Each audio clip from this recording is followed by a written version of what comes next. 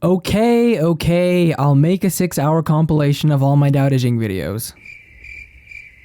You guys have been begging me to do this for months now, and I've finally done it. So here it is. Every single chapter of the Tao Te Ching explained in a video that is way too long.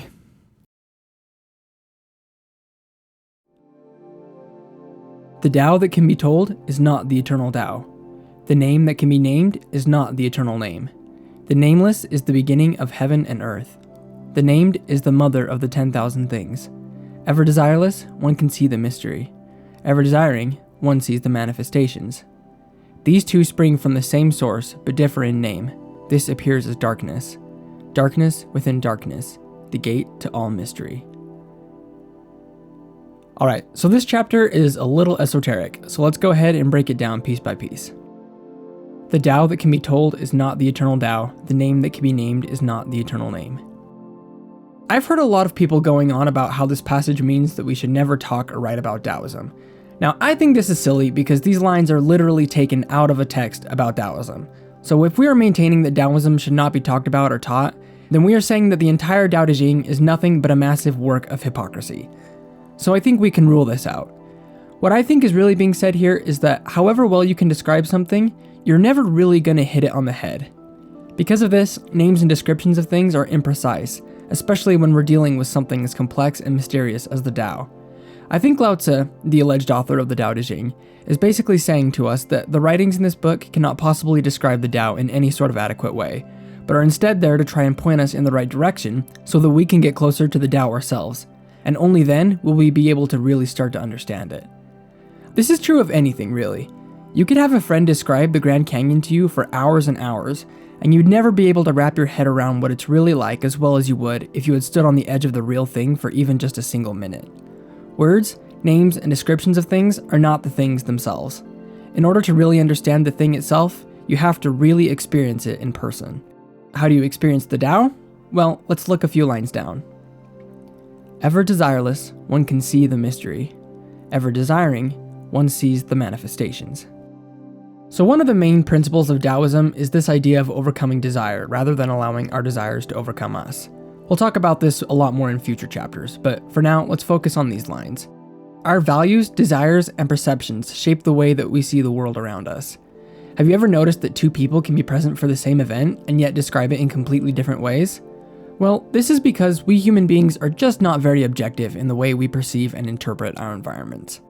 Let's take a hypothetical situation of two kids walking down the sidewalk, and that they come upon a stray dog. Let's say that one child has a dog at home that he really loves and plays with often, and that he has never had a negative experience with dogs before. Now let's say that the other child has no dog, but once he was bitten by a neighbor's dog so badly that the dog had to literally be pulled off of him. Child number one sees this dog and probably perceives an opportunity to enjoy the company of a kind animal. Child number two might see this dog and perceive nothing but a threat to his safety. Which child is right? Well, the answer is we don't know, because we don't have enough information yet. But now say the dog comes running toward the two children. Child one, based on his experience, sees a dog coming to play, while child two sees a dog running up to attack. Both children are so involved in the story of what they have previously experienced that neither child is able to perceive the possibility of anything else. Neither child is seeing reality. Both are seeing only a replay of a past experience. Taoism tries to teach us to put aside our prejudices, experiences, and desires, and to learn to see things as they truly are. This is certainly not an easy thing to do, but part of it is to acknowledge that you have a predisposition to see the world in a certain way. This is usually a way that legitimizes what you already believe. And I'm not talking about just politics or current events or left versus right or anything like that. I mean, when you go outside your house and look at the world around you, can you keep yourself open to receiving the information that each thing is presenting to you about itself, rather than projecting your own inferences onto the world around you? The answer is no, you probably can't, and neither can I for that matter. We just haven't learned to do that yet. This is a process that starts with learning to accept the world, as well as circumstances in your life, for what they really are. This doesn't mean that you never get to do anything about them, but before you can do anything about them, you have to see them for what they are, and in order to do that, you have to accept them as they really are. We're going to talk about this a lot more in later chapters, but for now, we can just walk away with the understanding that we do not understand the world around us completely because of what we are unable to accept, because of previous experiences we are holding on to, or because of what we want to be true. Hence the line, ever desiring, one sees the manifestations. This is especially true when we're trying to understand the Tao. In order to do this, we need to be able to put aside our notions and predispositions about it, and really just get waist deep in it for ourselves. I hope this is making sense so far.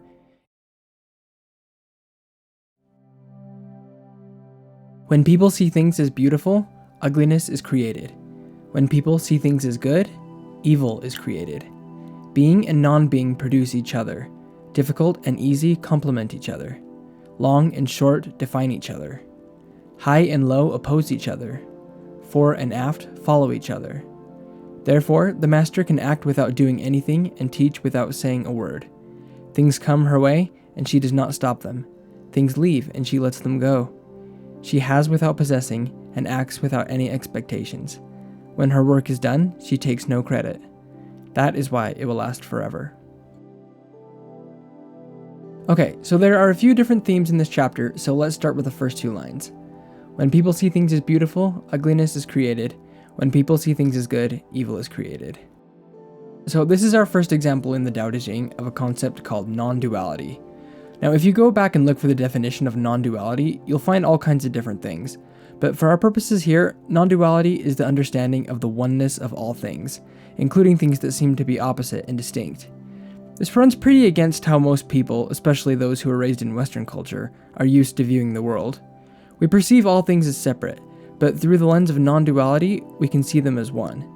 Our tendency to see things as separate and distinct often comes from our habit of making judgments about the people and things around us. Even the things that appear to be objectively opposite, such as longness or shortness, are two sides of the same coin. Now, some people take the first few lines of this passage to mean that there is no such thing as good, evil, beauty, or ugliness, that these are all concepts we conceive of ourselves, and that don't have any basis in reality. Well, it is possible that that's what the author meant, but let's take a look at another translation. The Jiafu Feng translation renders these lines this way. Under heaven, all can see beauty as beauty, only because there is ugliness. All can know good as good, only because there is evil. Now this translation makes these lines out to mean something more like this. We only know the existence of goodness when we have experienced the existence of evil, and we only can recognize beauty because we have also experienced ugliness. The difference here is subtle, but it is significant. One translation holds that good and evil are concepts created by people. The other holds that good and evil exist independent of people, and that we can come to know them by experiencing both sides. So, which did the author mean? Well, we may never know, so for now, I think we have to feel it out for ourselves. However, whether you believe in the existence of good or evil, we can acknowledge that we are not always perfect judges of what is good and what is bad. Some things that happen in our lives seem to be bad, but turn out in the end to have worked out for the best. There's a pretty well-known quote by Alan Watts where he tells a story of a Chinese farmer. I'll read it off here in case you haven't heard it before. Once upon a time, there was a Chinese farmer whose horse ran away. That evening, all of his neighbors came around to commiserate. They said, "We are so sorry to hear your horses ran away. This is most unfortunate." The farmer said, "Maybe." The next day, the horse came back, bringing 7 wild horses with it. And in the evening, everyone came back and said, "Oh, isn't that lucky? What a great turn of events. You now have 8 horses." The farmer again said, "Maybe."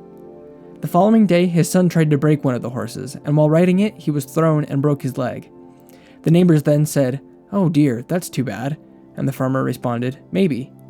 The next day, the conscription officers came around to conscript people into the army, and they rejected his son because he had a broken leg. Again, all the neighbors came around and said, "Isn't that great?" Again, he said, "Maybe."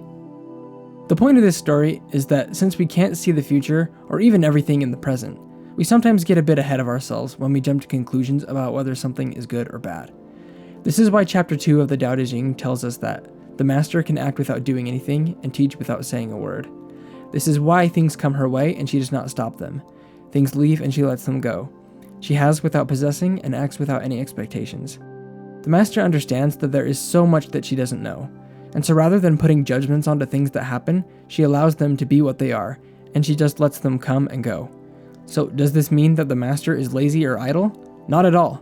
The master accomplishes many things, often more than the others around her. But she doesn't do this by trying to force things to go her way. She does this by observing how things are going and acting on the opportunities that are presented to her. And when the results of her work appear, she doesn't take credit for them, Not because she's trying to be modest or because she's trying to talk down how good they are, but because she knows that taking credit for what has been done would be the silliest thing in the world to do. After all, she didn't do them all herself. She allowed an opportunity to unfold, she took it, and she allowed the result to happen naturally. So what is there for her to take credit for? If you overly esteem talented individuals, people will become overly competitive. If you overvalue possessions, people will begin to steal. Do not display your treasures, or people will become envious. The master leads by emptying people's minds, filling their bellies, weakening their ambitions, and making them become strong, preferring simplicity and freedom from desires, avoiding the pitfalls of knowledge and wrong actions. For those who practice non-doing, everything will fall into place. Well, I think it pretty much goes without saying that the world we live in goes soundly against most of this advice. We live in a culture that basically worships talent. Our society teaches us to believe that talent and achievement are the greatest measures of success, while decency and humanity are often all but ignored. Along with this comes the extremely high value we put on material possessions, since we often worship talent as a means of getting these things. And where does it all lead? To people becoming overly competitive in order to acquire more possessions, at which point they will often display them for others to envy. Now, I do want to talk a little bit about competition here for a second, lest we immediately throw the baby out with the bathwater, so to speak. The Tao Te Ching does acknowledge the reality of competition in the world. For example, the Jiafu Feng translation of chapter 68 states that a good winner is not vengeful, implying that there will be situations where there is a winner and a loser. All throughout the Tao Te Ching, we're taught to seek to emulate nature, yet nature is full of competition. Animals, plants, and organisms of all kind compete for food, water, mates, and shelter. I think the point here is, when you do compete, how do you do it? Do you embody Wu Wei in the doing of your task? Do you allow the competition to take its course and remain focused on your part in it? Or do you try to force things to go your way? Consider the martial art of Tai Chi, which is closely linked with Taoism. Tai Chi, after all, is a martial art. Martial arts are competitive by nature. However, Tai Chi embodies the philosophy of Taoism by adopting the ideas of yielding and softness. It theorizes that the fighter that is able to flow with the tide of the battle gains an advantage. As said in chapter 76 of the Tao Te Ching, an army without flexibility never wins a battle. A tree that is unbending is easily broken. The hard and strong will fall. The soft and weak will overcome. The master understands this concept and teaches it to others. For this reason, he or she leads by weakening people's ambitions, thereby making them become strong.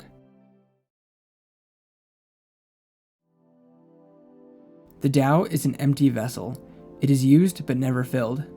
O unfathomable source of 10,000 things, blunt the sharpness, untangle the knot, soften the glare, merge with dust. O hidden deep but ever present. I do not know from whence it comes. It is the forefather of the gods. So this phrase, the 10,000 things, is one that's often used throughout the Tao Te Ching, and it has a few different meanings depending on who you ask. Usually the 10,000 things are held to represent all the things in the world or in reality, or the material diversity of the universe. The 10,000 things are also sometimes held to represent all the little distractions that clutter our minds and our lives. Either way, this chapter is basically speaking about the transcendency of the Tao. We are told that the Tao will outlast all things, the sharpest edge, the tightest knot, even the brightest light. Before all of these things was the Tao, and after they cease, the Tao will continue to exist, even as all the things in the world expire and go back to the dust they were made from.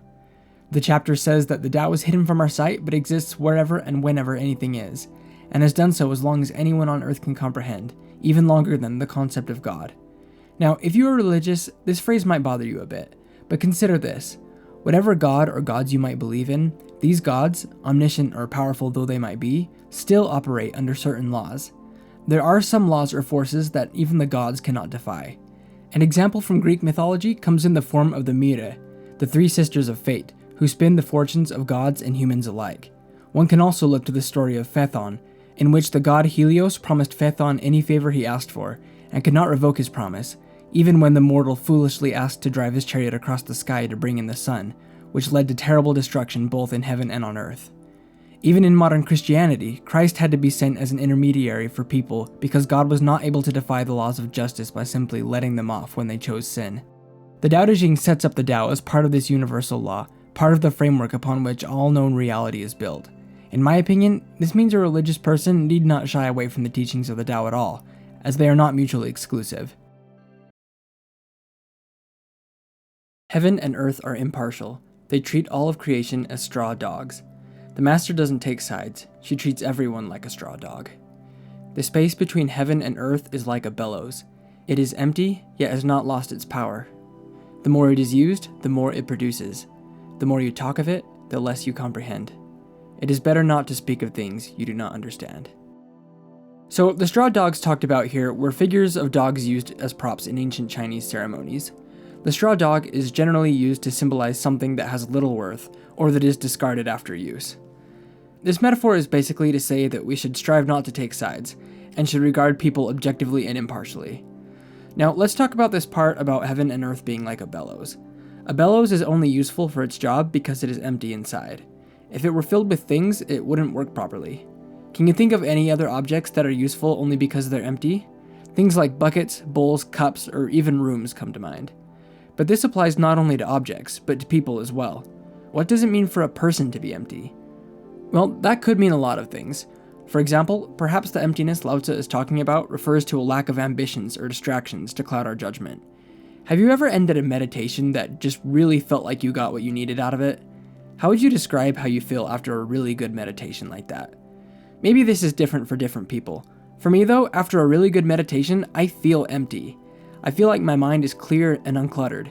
It's kind of like that moment where you hit the switch that sprays off your windshield while you're driving, and the wipers make the first couple of wipes, and you just get this moment of realizing how dirty your windshield really was, and what a relief it is now to have it so clean and clear.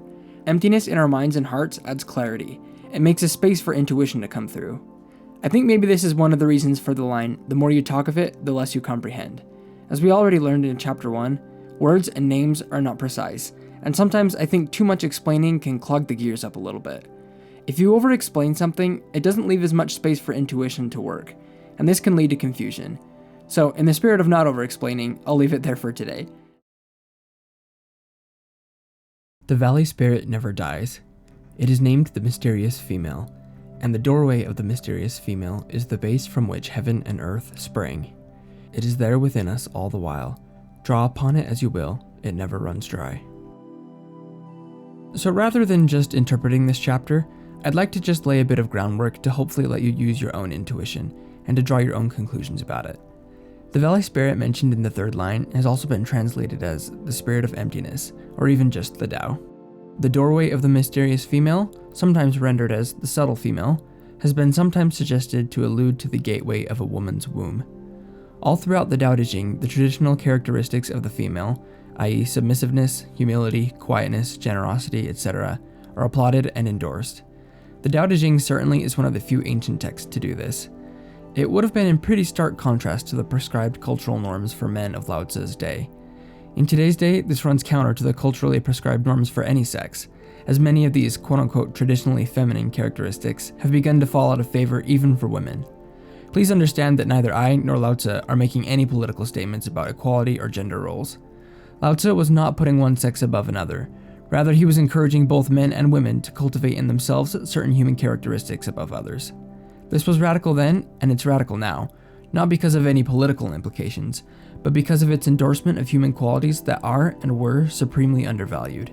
The Tao is often described in terms of these traits. So what do you think this means for us? I understand that whenever we talk about things like gender, there is a potential for things to get political, so let's just be kind to each other in the comments and have a quality discussion without putting words in each other's mouths. Heaven lasts long and earth abides. What is the secret of their durability? Is it not because they do not live for themselves that they can live so long? Therefore, the sage wants to remain behind, but finds himself at the head of others, reckons himself out, but finds himself safe and secure. Is it not because he is selfless that his self is realized? So this chapter presents the idea of heaven and earth not living for themselves, and that it is for this reason that they are so long-lived. Living for oneself is exhausting. Self-centeredness and self-preservation are very demanding states of mind. Impatience weighs on your soul and snatches up the happiness of the present moment, as it always points towards something in the future. A person who desperately guards the things they desire or to which they feel entitled will be haunted by phantoms of the future, either fear or hope. A person that is simply living in and observing the present moment is open to all the joy, satisfaction, and opportunities available in the present moment, while a person consumed by self-interest will be blinded to many of these things. I remember one time in my life, while serving in a volunteer capacity, I had a desire for a leadership position within the organization. These leadership roles were rotated regularly and appointed by the leaders of the organization. I felt that a leadership position in the organization would help me feel somehow legitimized, like I was good enough of a person to be asked to lead. But the position never came. I got so worked up about this that whenever I thought about it, it caused me a lot of frustration and anxiety. Was there a reason why others around me were getting put into these positions and I wasn't? Was there something wrong with me? Well, I think the best possible thing that could have happened. I was appointed to a mid-level leadership position for a short period of time and then released from that position again. Surprisingly, I felt a sort of freedom after this. I suddenly realized, having been on both ends, how little it mattered. Leadership positions don't exist to legitimize the person serving in them. They exist to serve the people being led. Therefore, the sage is perfectly fine to act in whatever capacity he finds himself in, but finds himself in leadership capacities anyway. In the words of Albus Dumbledore, "It is a curious thing, but perhaps those who are best suited to power are those who have never sought it. Those who have leadership thrust upon them, and take up the mantle because they must, and find to their own surprise that they wear it well." Another translation of the latter half of chapter 7 reads, "The master puts herself last, and finds herself in the place of authority. She detaches herself from all things. Therefore she is united with all things. She gives no thought to self. She is perfectly fulfilled." Ultimately, being fulfilled is what we all want. But I don't think we can become fulfilled by striving to be fulfilled, by chasing after things, or by accomplishing some goal in the future. We become fulfilled by being able to do away with the clamor of self-will, so that we can see and feel in the present moment the influence of our intuition, which will guide us in the direction of what our souls came to achieve. It is only in losing ourselves that we eventually find ourselves. The highest good is like water. Water gives life to the 10,000 things and does not strive. It flows in places men reject, and so is like the Tao. In dwelling, be close to the land. In meditation, go deep in the heart. In dealing with others, be gentle and kind. In speech, be true. In ruling, be just. In daily life, be competent. In action, be aware of the time and the season. No fight, no blame. Now, this is probably not the first time you've been told to be like water, and it probably won't be the last. Water has a lot of the qualities prescribed by Taoism, and indeed much of Eastern philosophy. Water can trickle as a stream, or it can crash as a wave, but it always does its work by going with the flow of the land, by utilizing the environment around it, and by not striving to make things into that which they are not. The chapter mentions that water flows in places men reject. This is also sometimes translated as water flows into low places. Water follows the pull of gravity. It doesn't mind being lower than everybody else. Similarly, a master doesn't mind being seen as lower or less important. In fact, he chooses these places. He is meditative, gentle, honest, fair, and kind. He is competent in what he does, but he does not assert his dominance. Although his skill may be great, he knows when is the time to employ it and when it is not. He understands that there is a time and a season for everything. He doesn't blame others, he doesn't pick fights. He does his thing, and he isn't concerned about the result. If we can learn to emulate these qualities, we will find that we, like water, can accomplish much while striving very little. It is easier to carry an empty cup than one that is filled to the brim. The sharper the knife, the easier it is to dull. The more wealth you possess, the harder it is to protect. Pride brings its own trouble. When you have accomplished your goal, simply walk away. This is the pathway to heaven. In this chapter, we are talking a lot about the dangers of excess, and the wisdom of knowing when enough is enough. There is a concept out there called the law of diminishing returns. This law, which is often used in mathematics, business, science, or economics, to name a few, states that in many matters, there is a point where the gains or profits realized from more investment of money, time, or effort become diminished relative to the money, time, or effort that will be required to realize these returns. For example, an owner of a toothpaste factory may assume that he or she could double production by doubling the amount of workers in the factory. However, they may discover that there is just not enough work in the factory to efficiently employ that many workers, leading to diminished returns. I saw another example of diminishing returns when I was working as an audiovisual technician. For those of you who don't know, these are the guys who run the lights, projectors, slides, and microphones whenever you go to a large event. Working in audiovisual, or AV, we often joked about the fact that most of our effort went towards improvements that only we would notice. It can be tempting to get very granular in a job like AV, in an attempt to get the audio just perfect, or the lighting placement perfect, or any number of other things. And there are some productions where this sort of thing really does matter. But especially in live events, the truth is that almost nobody will notice anything about the audiovisual elements unless something goes horribly wrong, such as the lights not turning on in time, or the microphones ringing. There comes a point in AV when added effort just stops contributing significantly to the experience of the customer. You see diminishing returns in many areas of life. Tao Te gives us a couple examples. It's harder to drink out of a cup that is full to the brim. A sharp knife is useful for many tasks, but an overly sharp knife loses its durability. Amassing more and more wealth leads to more headaches. Our brains are wired to think that more of a good thing is always better, but this is not the case. There comes a point when enough is just enough. When I first started making videos, I was a total perfectionist, and because of the time it would take me to actually get a video out, not to mention the stress, I would just stop uploading for months at a time, because it just felt so overwhelming. Since then, I've tried to adopt a done is better than perfect approach. Sure, the production quality of my videos is nowhere near that of other channels out there, but at least I'm doing it now, and I can improve the quality as I go. There's an old saying in writing that projects are never finished, only due. There is always something you could do to make a project better, but eventually you just have to be able to know when to call it a day. I think this is mainly a function of intuition, at least that's how it is for me. Whatever the case, knowing when enough is an important life skill, and one of the many virtues of the Tao. Nurture the darkness of your soul until you become whole. Can you do this and not fail? Can you focus your life breath until you become supple as a newborn child? While you cleanse your inner vision, will you be found without fault? Can you love people and lead them without forcing your will on them? When heaven gives and takes away, can you be content with the outcome? When you understand all things, can you step back from your own understanding? Giving birth and nourishing, making without possessing, expecting nothing in return. To grow, yet not to control. This is the mysterious virtue. So I think one common misunderstanding about Taoism is the conflation of humility and softness with weakness and apathy. Taoism teaches us to be soft, but it does not teach us to be weak. On the contrary, the Tao Te Ching instructs us to improve ourselves as much as we possibly can. It's just that self-improvement for a Taoist often looks quite different from the self-improvement we see all around us in the rest of the world. And let's just establish one thing here. Taoism and self-improvement do indeed go hand in hand.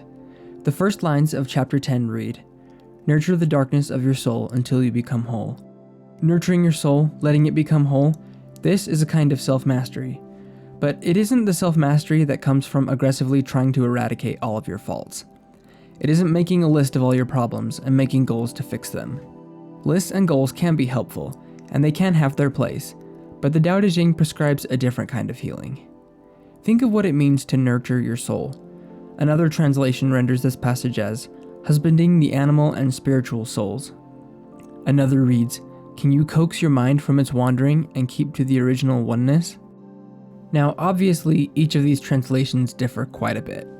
When I read the Tao Te Ching, I like to read several translations side by side to try to pick out the main theme that's shared by all of them, kind of like using multiple lenses in an optical instrument to bring a picture into greater clarity.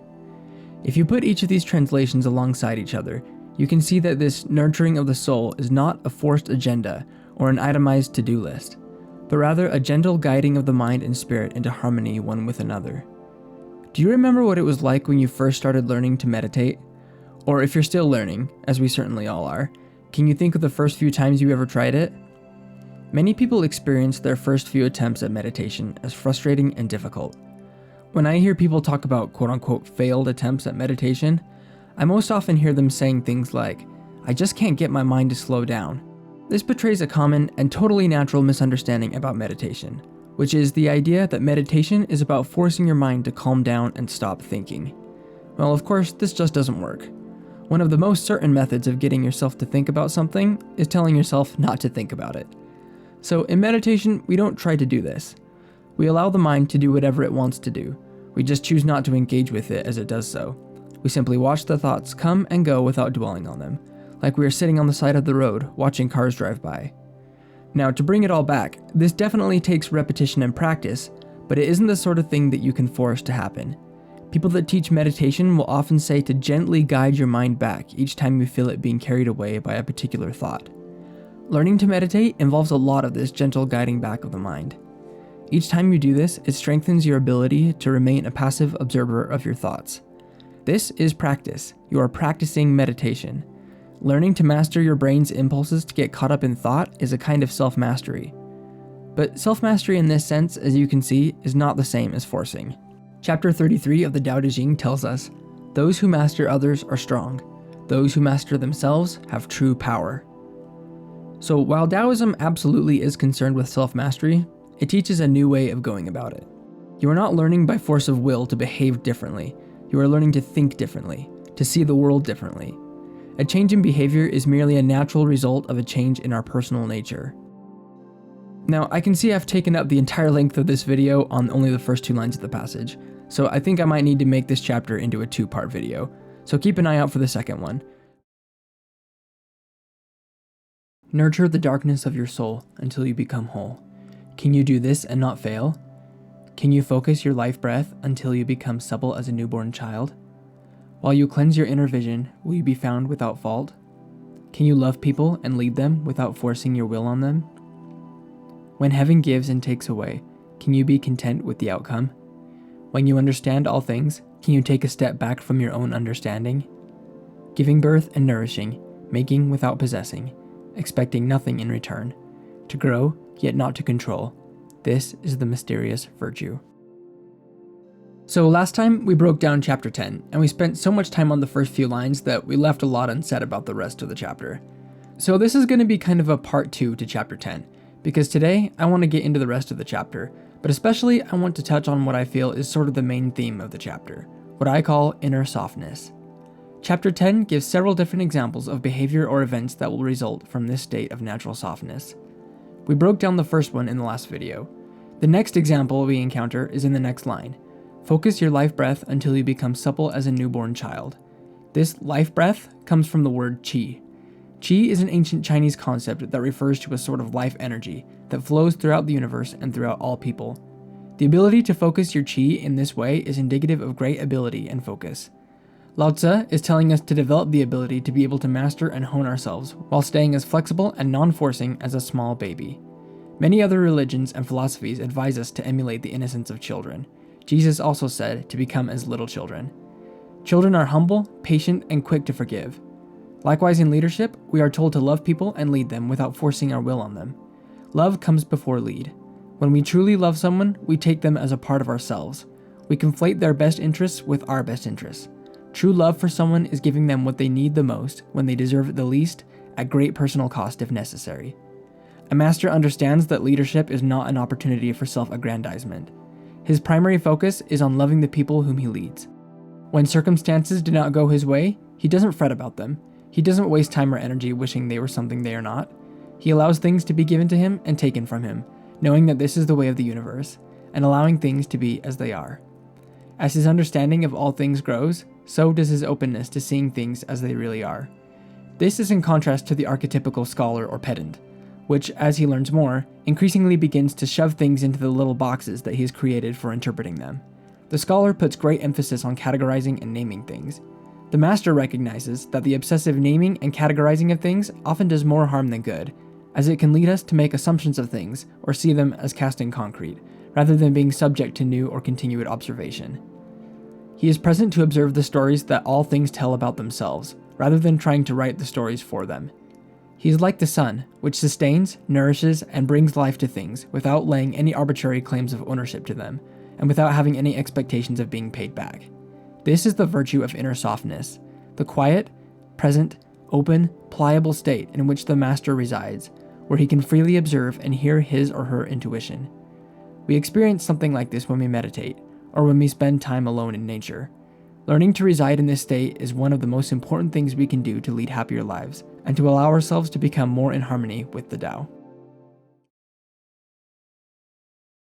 30 spokes are joined together in a wheel, but it is the center hole that allows the wheel to function. We mold clay into a pot, but it is the emptiness inside that makes the vessel useful.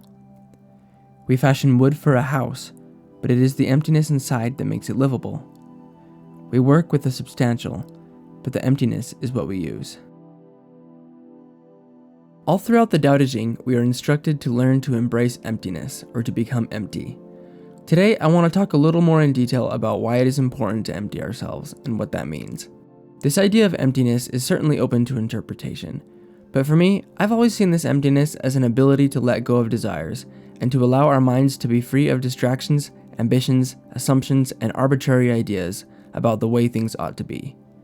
Lao Tzu offers several examples of things that are useful because of their emptiness. A cup, a room, the center hole of a wheel. Notice that in each of these examples, an argument could possibly be made that the emptiness is useful not for the fact of its emptiness, but because its emptiness allows it to be filled with something else. A cup is only useful because it is empty, because then you are able to fill it with something you want to hold.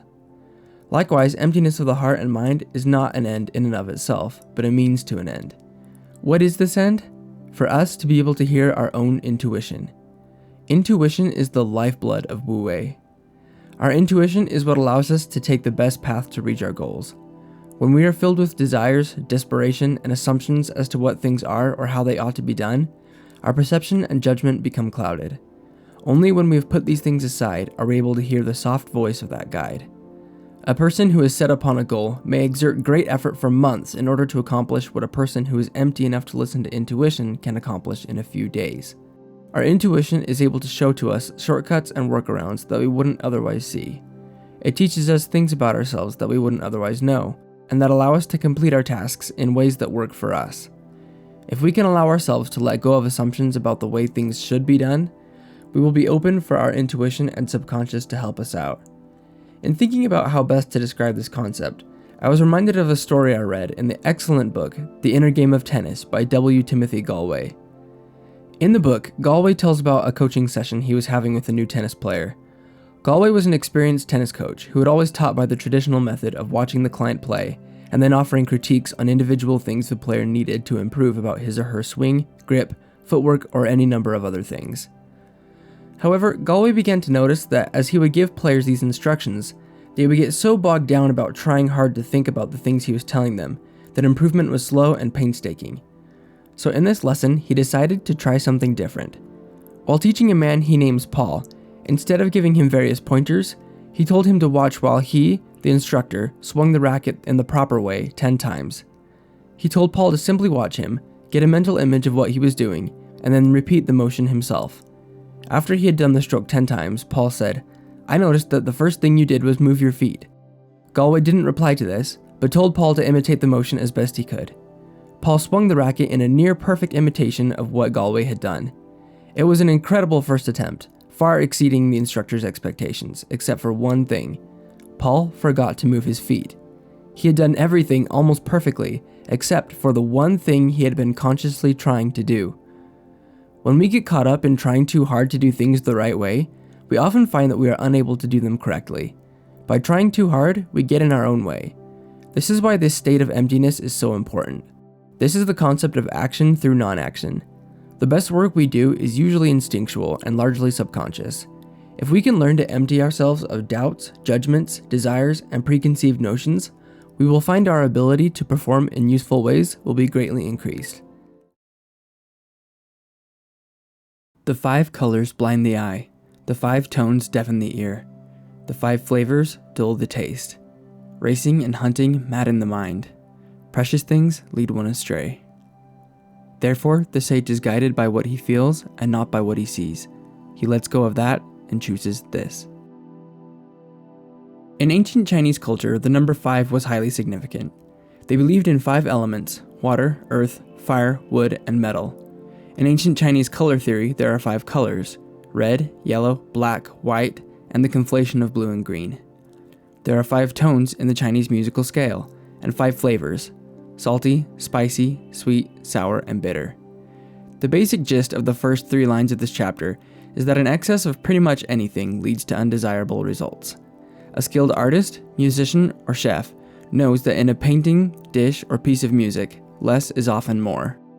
A good dish is created by building the entire recipe to highlight 1 or 2 key flavors. A good painting makes special use of a few particular colors, and a good piece of music features a main musical idea, known as the melody, supported by other instruments in the background.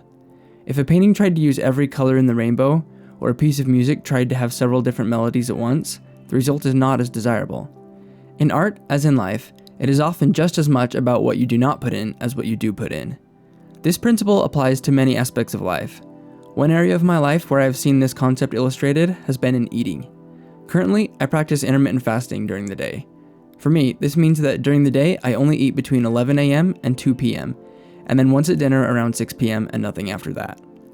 Opinions about fasting and the optimal times to do so are incredibly numerous, but this is a schedule that seems to work well for me right now. When I first decided to try intermittent fasting, I had doubts about whether I would be able to maintain the regime. I worried that by limiting the times I could eat, I would start to get less enjoyment out of eating. However, I found the opposite to be true. Although it isn't always fun to go without food during my fasting periods, I've learned that by regularly abstaining from food during the day, I can actually get a lot more enjoyment out of food during my feasting periods. In fact, I at first scheduled 1 day a week where I would take a break from my fasting routine and eat whatever I wanted. But after the first couple weeks, I actually discontinued the practice, opting instead to maintain the diet every day. I stopped taking breaks because I found that eating was actually a lot less fun on the days where I could eat whenever I wanted. I'm not sharing this story to endorse intermittent fasting, but to illustrate the concept of eliminating excess to maximize satisfaction. The second half of this passage has been translated several different ways. The translation that I have used for this video says, "The sage is guided by what he feels and not by what he sees." Another translation renders it as, "The sage attends to the inner and not to the outer." However, many translations translate the part about the inner, or what is felt, as having to do with the stomach, such as in this translation. Therefore, the sage seeks to satisfy the craving of the belly, and not the insatiable longing of the eyes. I actually like each of these translations for different reasons, and I think by using each of them together, we can get an idea for the full picture. Language is complex, and Lao Tzu often used words and phrases that could have held double meanings. To get an understanding of this passage, we need to understand a bit of background. In ancient Chinese medicine, the stomach is sort of the center or the core of the human body. It is where the power and energy comes from, or where the qi or life energy is said to be concentrated and focused. Therefore, referring to the stomach can have multiple meanings here. We can be talking about the physical needs of the body in contrast to desires for riches and expensive luxuries, and how we should prioritize the former. However, we can also be talking about attending to our intuition and the center of our consciousness and power, rather than focusing on the endless stream of sense experience that is paraded before our eyes. There's a lot to unpack here, and this is a great example of why reading multiple translations is beneficial, as each of these meanings offers us helpful wisdom. Favor and disgrace would seem equally to be feared. Honor and great calamity to be regarded as personal conditions of the same kind. What is meant by speaking thus of favor and disgrace? Disgrace is being in a low position after the enjoyment of favor. The getting that favor leads to the apprehension of losing it, and the losing it leads to the fear of still greater calamity. This is what is meant by saying that favor and disgrace would seem equally to be feared. And what is meant by saying that honor and great calamity are to be similarly regarded as personal conditions? What makes me liable to great calamity is my having the body which I call myself. If I had not the body, what great calamity would come to me? Therefore, he who would administer the kingdom, honoring it as he honors his own person, may be employed to govern it, and he who would administer it with the love which he bears to his own person may be entrusted with it. Okay, I know that the translation I picked for this chapter is a little wordy, but after looking over quite a few different translations, I finally settled on this one for the video because of its detail and clarity. In this chapter, we're dealing with honor, disgrace, and the meaning of true selfless love. The chapter starts out with this statement: favor and disgrace would seem equally to be feared, and then it goes on to explain itself. The long and short of it is that being honored and favored by others comes with many of the same dangers and discomforts as being hated or disgraced by them. Why is this? Because they both inspire fear in us. Being disliked or disgraced by others is a very uncomfortable feeling. It often leads to feelings of rejection and worthlessness. The need to be accepted by the tribe is a primal human instinct. This instinct has served humanity very well up to now, at least from a survival perspective. The need for a tribe of prehistoric humans to stick together in a world of cold, starvation, and wild animals is obvious. To these early human ancestors, being expelled from the tribe was probably about the same thing as a death sentence, because a solitary human would have had a much more difficult time surviving out in the wild than a group of humans supporting and protecting each other. In fact, human cooperation and pro-social behavior is often regarded by scientists as one of the key factors that led to humanity's getting the upper hand on most other species, at least from an evolutionary perspective. However, this instinct for social survival has brought with it a certain amount of evolutionary baggage that does not serve us very well. No doubt our need for other people still exists, even if it's no longer for the purpose of fighting off wolves or foraging for food. We still need the support of people around us who care about us. But usually, it's not the matter of life and death that it was for our ancestors. However, for our brains, social rejection is still treated as if it were a matter of life and death. Therefore, being rejected or denounced by others leads to feelings of extreme fear or discomfort. However, being in great favor with other people also inspires these same feelings.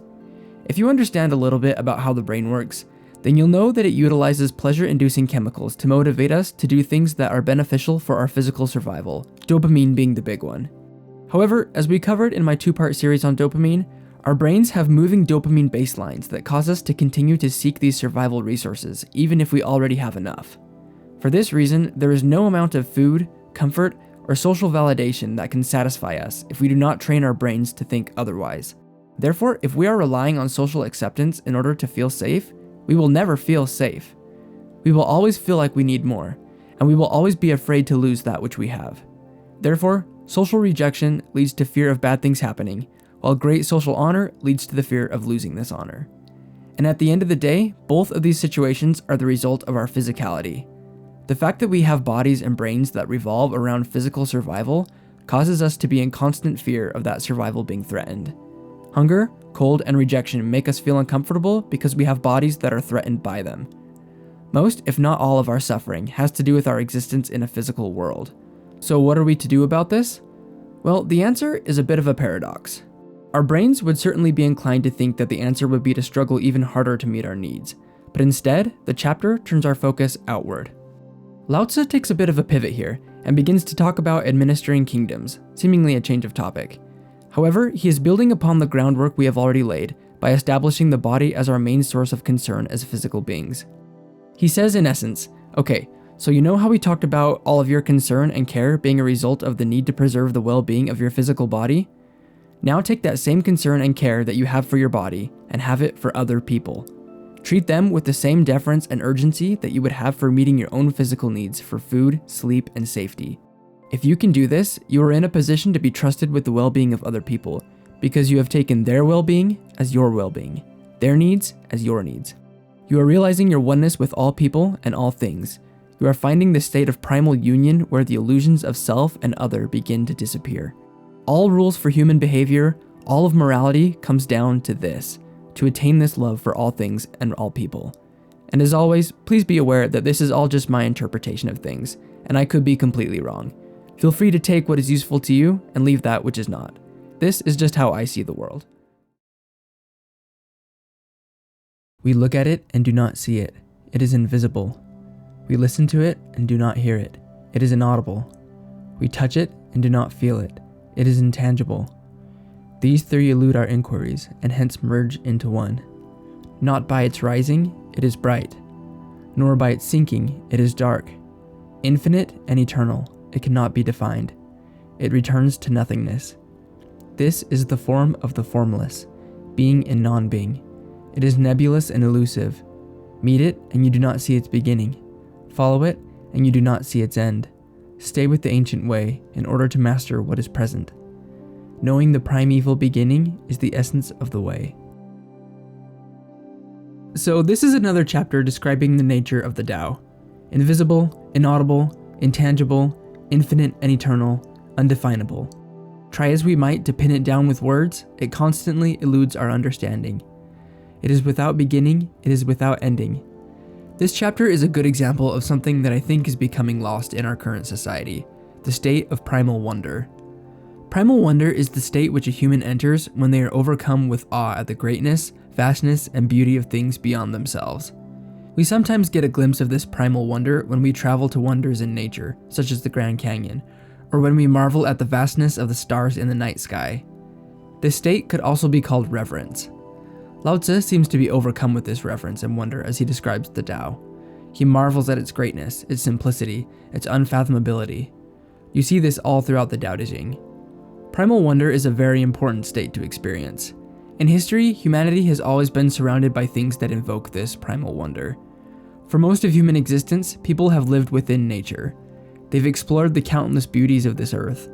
Every single night, they were presented with a sky full of stars to capture their attention, and to serve as a reminder of how big the universe really is, and how small they are in comparison. Many different cultures have developed systems for observing and tracking the movements of the stars, which fascinated and intrigued them.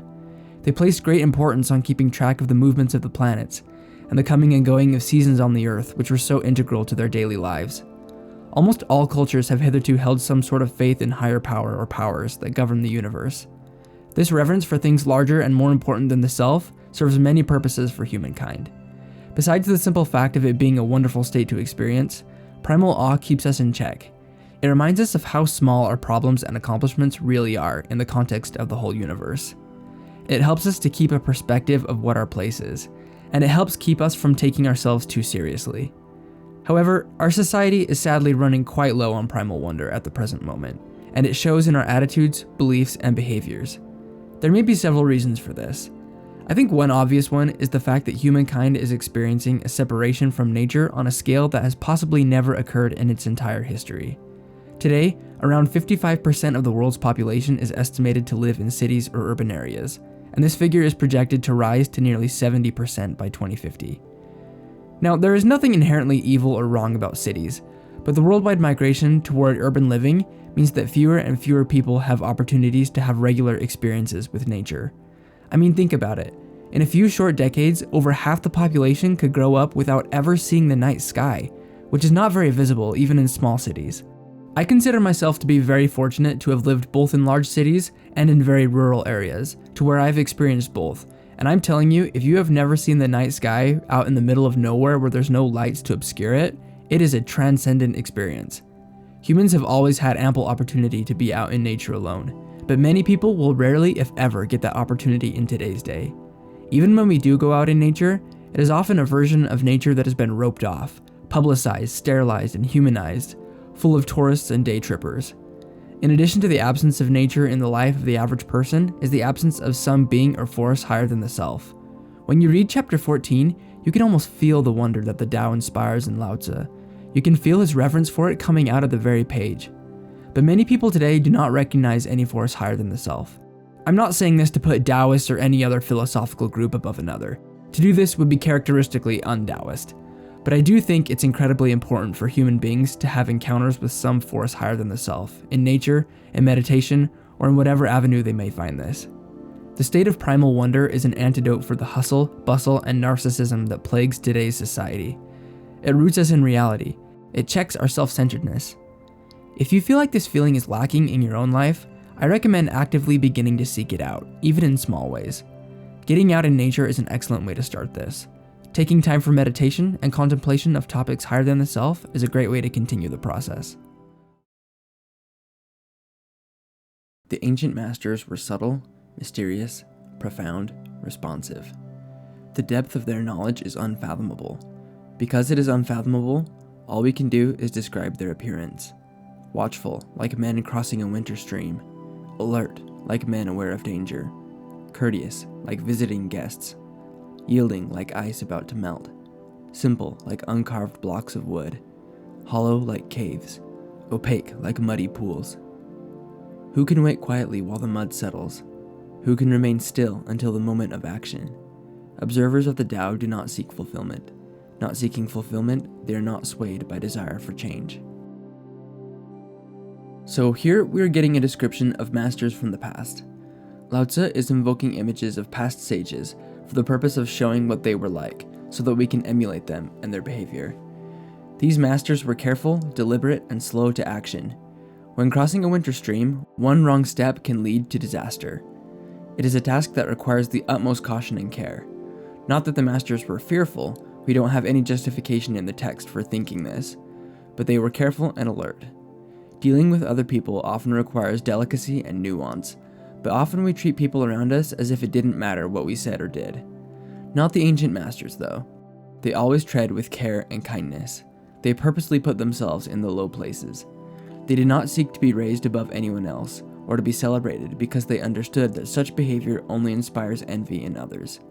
Instead, they sought the low places, the functions of least honor. They treated others as if they were always their guests, always prepared to yield their own desires and plans should the situation call for it. Here we also get into a bit of a characteristic theme of Taoism, the uncarved block. In a world where people are so determined to make something of themselves, a sage prefers to keep him or herself simple, unadorned, and open to all possibilities. Now, there have been about 1 billion different interpretations of the uncarved block, and there are countless explanations for what it is supposed to mean. So rather than give just one interpretation, I think I would rather just explore several different properties of an uncarved piece of wood, and let you use your own intuition to draw your own conclusions. An uncarved piece of wood has many advantages over one that has been made into something. An uncarved block is in its natural state. It is the way nature has made it. It doesn't put up pretenses about being something it isn't. Wood that has been carved into a spoon, or a flute, or a statue has one function, and is locked into that function forever. It has resigned itself to one duty, one task, one nature, and in this has become rigid and inflexible. In becoming one thing, it has closed the door to all other possibilities, all other lessons it might learn about itself, all other talents and potential that may lay dormant and undiscovered within it. An uncarved block of wood understands that there are basically infinite possibilities for how it might be useful. By residing in its natural state, it leaves itself open to any of these possibilities. One could also argue that the uncarved block is referring rather to an unadorned or a normal piece of wood, one that has not been decorated or ornamented. Through this lens, the uncarved block might be seen as an invitation to turn from the vanity and self-aggrandizement of the world, and to be content with that beauty and usefulness that emanates naturally from a living being, without having to artificially enhance one's appearance. There are a lot of lessons we can learn from the uncarved block, and I would rather you come up with your own interpretation using your intuition, rather than to lay down a dogmatic interpretation for you to swallow. Therefore, I recommend you contemplate this analogy for yourself. The examples I've offered are merely to be taken as material to get you started. Moving on, we've already talked about the value of hollowness and emptiness, so I won't say much about it just now, but I'd like to draw your attention to the last part of the passage. Who can wait quietly while the mud settles? Who can remain still until the moment of action? When a pool has been disturbed and become murky, there is almost nothing you can do to clear it up of your own accord. You can't scoop out the silt or force it to separate from the water. The only course of action that is left for you is to patiently wait until the mud settles on its own. Any attempt to take action before this moment results in merely muddying the waters further. This may be interpreted as a lesson that in life, there are many circumstances where our direct involvement or action is not necessary, and can even be detrimental. Certainly there is a time and a place for action, but Wu Wei is the principle of being able to follow intuition clearly enough to be able to discern when it is time to act and when it is time to merely allow events to take their course and to trust the results to nature. If you can do this, you will find that the mud will often settle on its own, and that which was previously murky will become clear to you at last. If you can detach yourself from the need to be in the center of everything, you will leave yourself open to seeing things more clearly, because you will be open to seeing and hearing the information that all things give about themselves. Empty yourself. Be calm. The 10,000 things come and go. Just watch them. All things return to the source, where there is stillness. To return to the source is to recover what is permanent. Knowing what is permanent, enlightenment. Not knowing what is permanent, disaster. Knowing what is permanent opens the mind. Open mind, open heart. Open heart, magnanimity. Magnanimity, a virtue of queens and kings. A true queen or king lives in accord with nature. To live in accord with nature is to find the Tao. Following the Tao makes death harmless. The fear of death is about the most natural fear in the world. After all, we human beings are physical creatures with bodies and brains that are completely concerned with preserving our physical safety. The primary objective of the body and brain is to keep themselves alive, so it makes sense that we would naturally resist the idea of death. However, like many of our body's natural instincts, our aversion to our own mortality causes us a lot of unnecessary discomfort and suffering.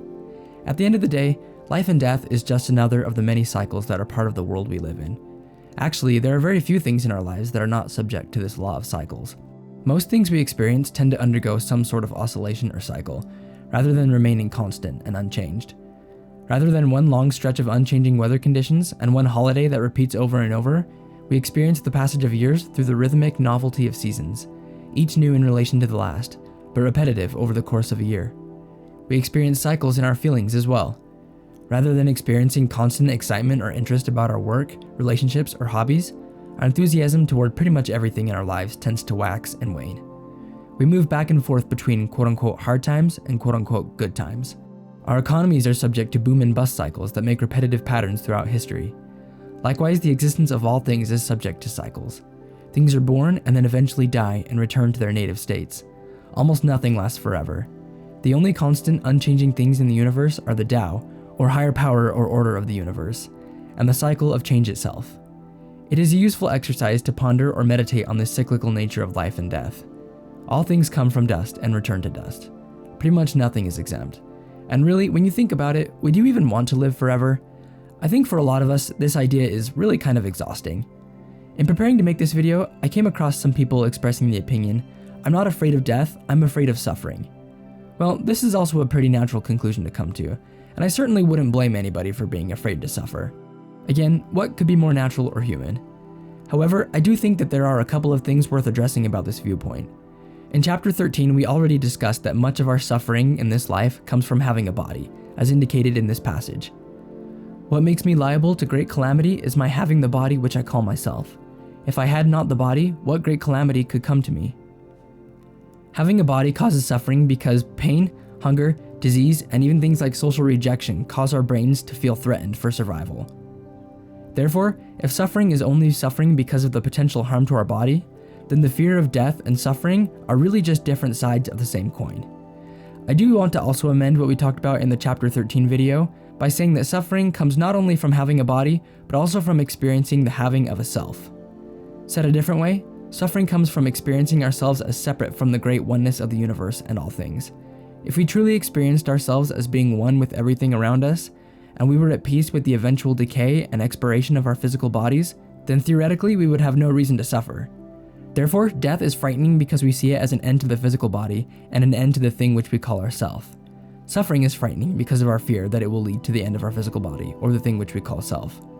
Therefore, the fear of suffering is only an extension of our fear of death. When we fear suffering, we fear the experience of being afraid of death, or the end of self, even though we may not be completely conscious of this fear. All suffering is merely the perception of threat to either our physicality or to ourself. If we can let go of this illusion of self, our suffering ends, at least theoretically. It's just too bad that there's no chapter in the Tao Te Ching that covers letting go of the self. Oh, wait a second, there is, and we've covered it already in chapter 13. In order to break this down, I'm going to reread the excerpt from chapter 13 that we referred to earlier, but I'm going to tack on the rest of the passage with it. What makes me liable to great calamity is my having the body which I call myself. If I had not the body, what great calamity could come to me? Therefore, he who would administer the kingdom, honoring it as he honors his own person, may be employed to govern it, and he who would administer it with the love which he bears to his own person may be entrusted with it. In the chapter 13 video, we define true love as the ability to take someone else as a part of yourself, to conflate their needs and best interests with your own needs and best interests.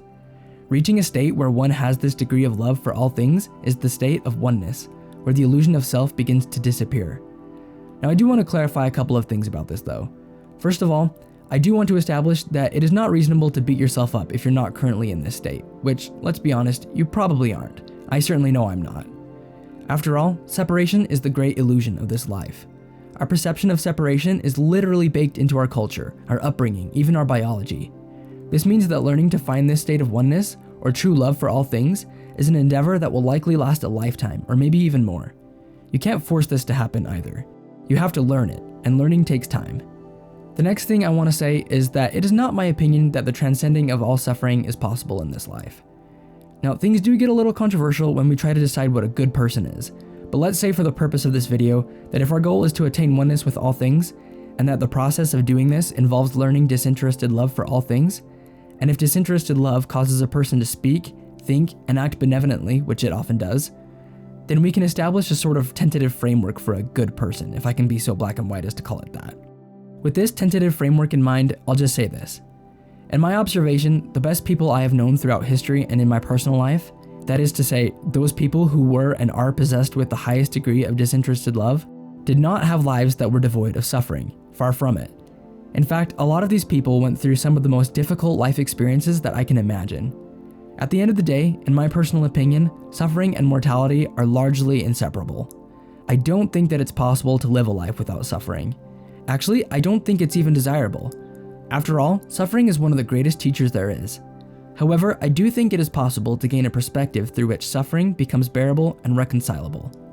By attaining higher degrees of oneness, acceptance, and disinterested love, a person can learn to experience suffering in a different way. They can learn to appreciate it for what it is, and can bear it cheerfully and peacefully. Certainly to such a person, death itself is nothing to be feared whatsoever. The best leaders are those that people hardly know exist. The next best is a leader who is loved and praised. Next comes the one who is feared. The worst one is the leader that is despised. If you don't trust the people, they will become untrustworthy. The best leaders value their words and use them sparingly. When she has accomplished her task, the people say, "Amazing, we did it all by ourselves." So obviously this chapter is all about leadership. The Tao Te Ching offers a lot of these commentaries on leaders and the traits they ought to emulate.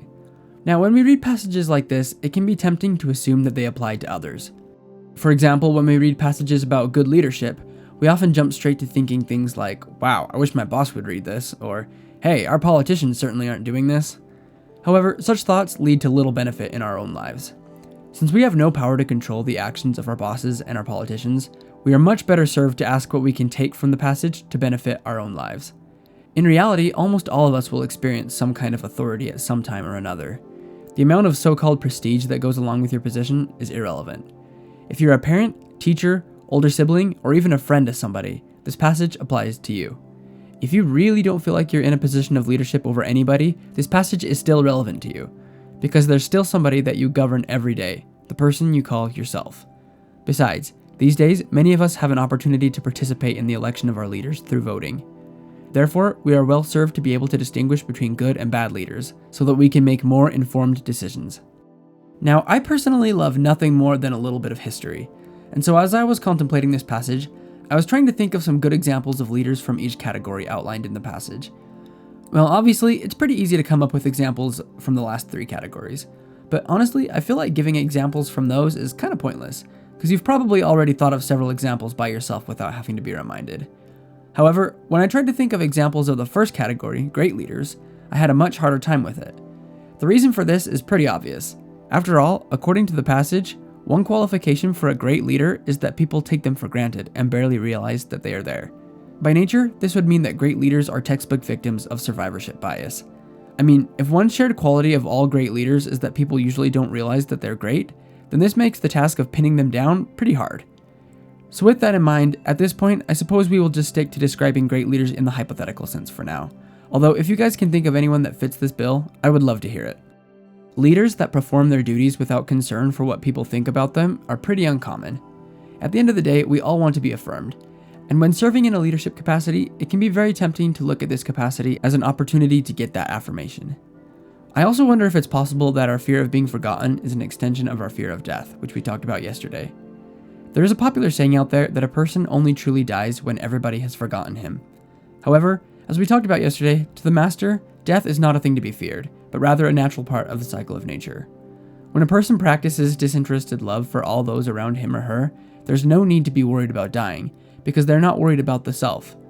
A master doesn't mind if nobody knows what he does, because he wasn't doing it to be noticed. He is happy with his role, and the fact that he is able to provide utility to others by fluidly exercising his own personal talents. His satisfaction with his work in the present moment is enough for him, so he's not worried about the future. If his duties necessitate laying plans for work to be done in the future, he lays his plans, regarding the planning of tomorrow's duties as today's duty, and then puts them aside and returns his attention to the work to be done now. He puts great trust in those around him. He gives second chances when it seems that people don't deserve them. He discerns the talents and passions of those around him, gives them things to do that coincide with these talents, and trusts them to complete them without micromanaging. He doesn't give long speeches for the sake of hearing himself talk. Often when we lead, we are tempted to spell out every detail for people, but the master does not do this. He uses his words sparingly, giving the people he leads ample opportunity to follow their own intuitions and come to conclusions on their own, understanding that this will enable their learning far better than anything he could say. When he does teach, he says a lot by saying only a little. He chooses his words carefully, and they are the sort of words you could ponder for days. Because he has removed himself from the center of everything and enabled his people to think and act for themselves, when something is achieved, the people feel a sense of accomplishment and power. They may not even realize his role in bringing the thing to pass at all, but the master is okay with this, because he was never in it for the glory anyway. He can feel a sense of satisfaction for what has been done, and then joyfully move on to the next thing. He can marvel at his own work and appreciate it as objectively as if it were done by somebody else. He is the sort of person that could build the best building in the world and know that it's the best, and rejoice in it as disinterestedly as he might rejoice in a sunrise or in a piece of music. He is in the process of detaching from the illusion of self and finding himself as one with all things, including the people he leads. When the great Tao is forgotten, kindness and morality arise. When wisdom and intelligence are born, the great pretense begins. When there is no peace within the family, filial piety and devotion arise. When the country is confused and in chaos, loyal ministers appear. There are a lot of different opinions when we start to talk about the subject of morality. Some people will invoke this chapter to claim that Taoism is amoral and not concerned with right or wrong at all. However, in my opinion, this notion is overly simplistic to the point of missing the mark entirely.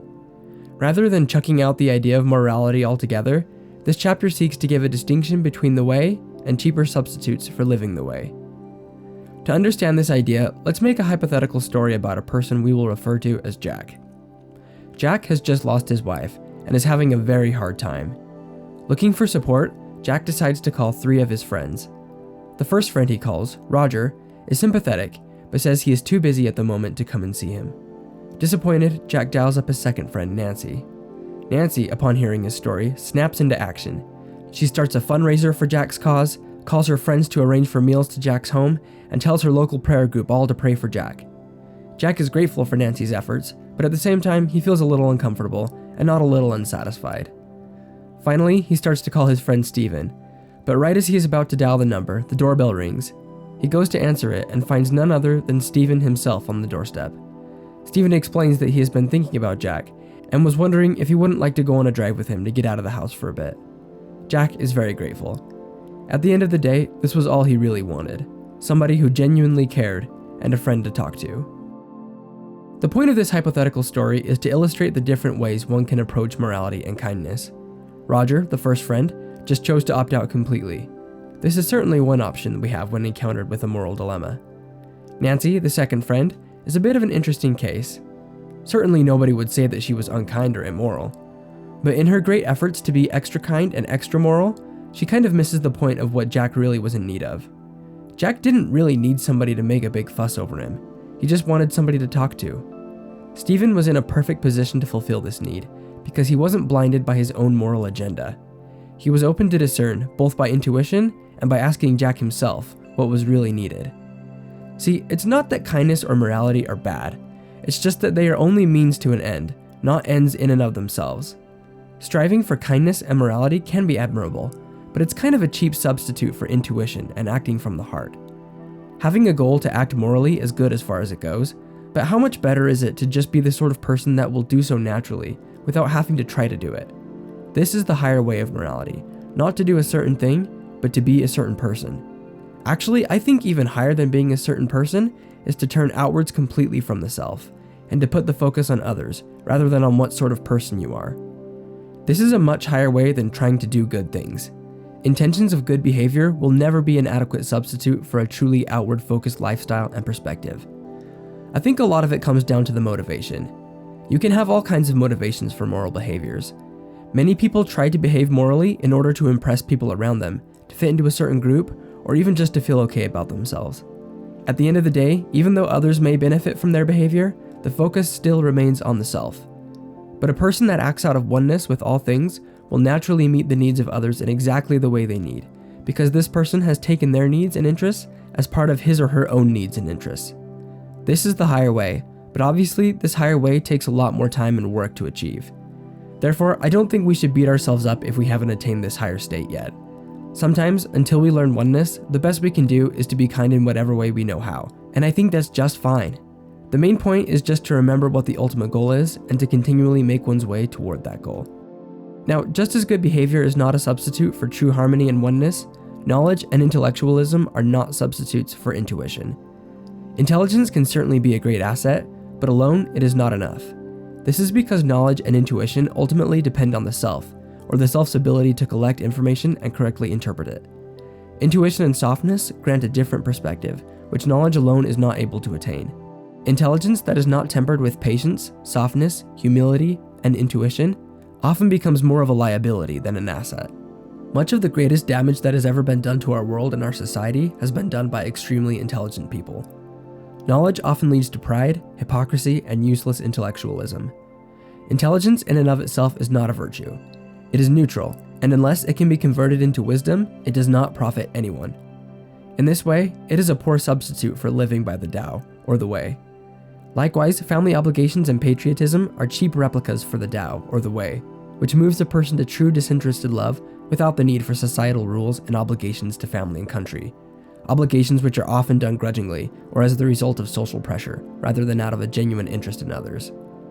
The long and short of all this is that although it is probably better to act rightly for the wrong reasons, it is far better to live by the Tao, which will move a person to right action naturally and independently of social rules.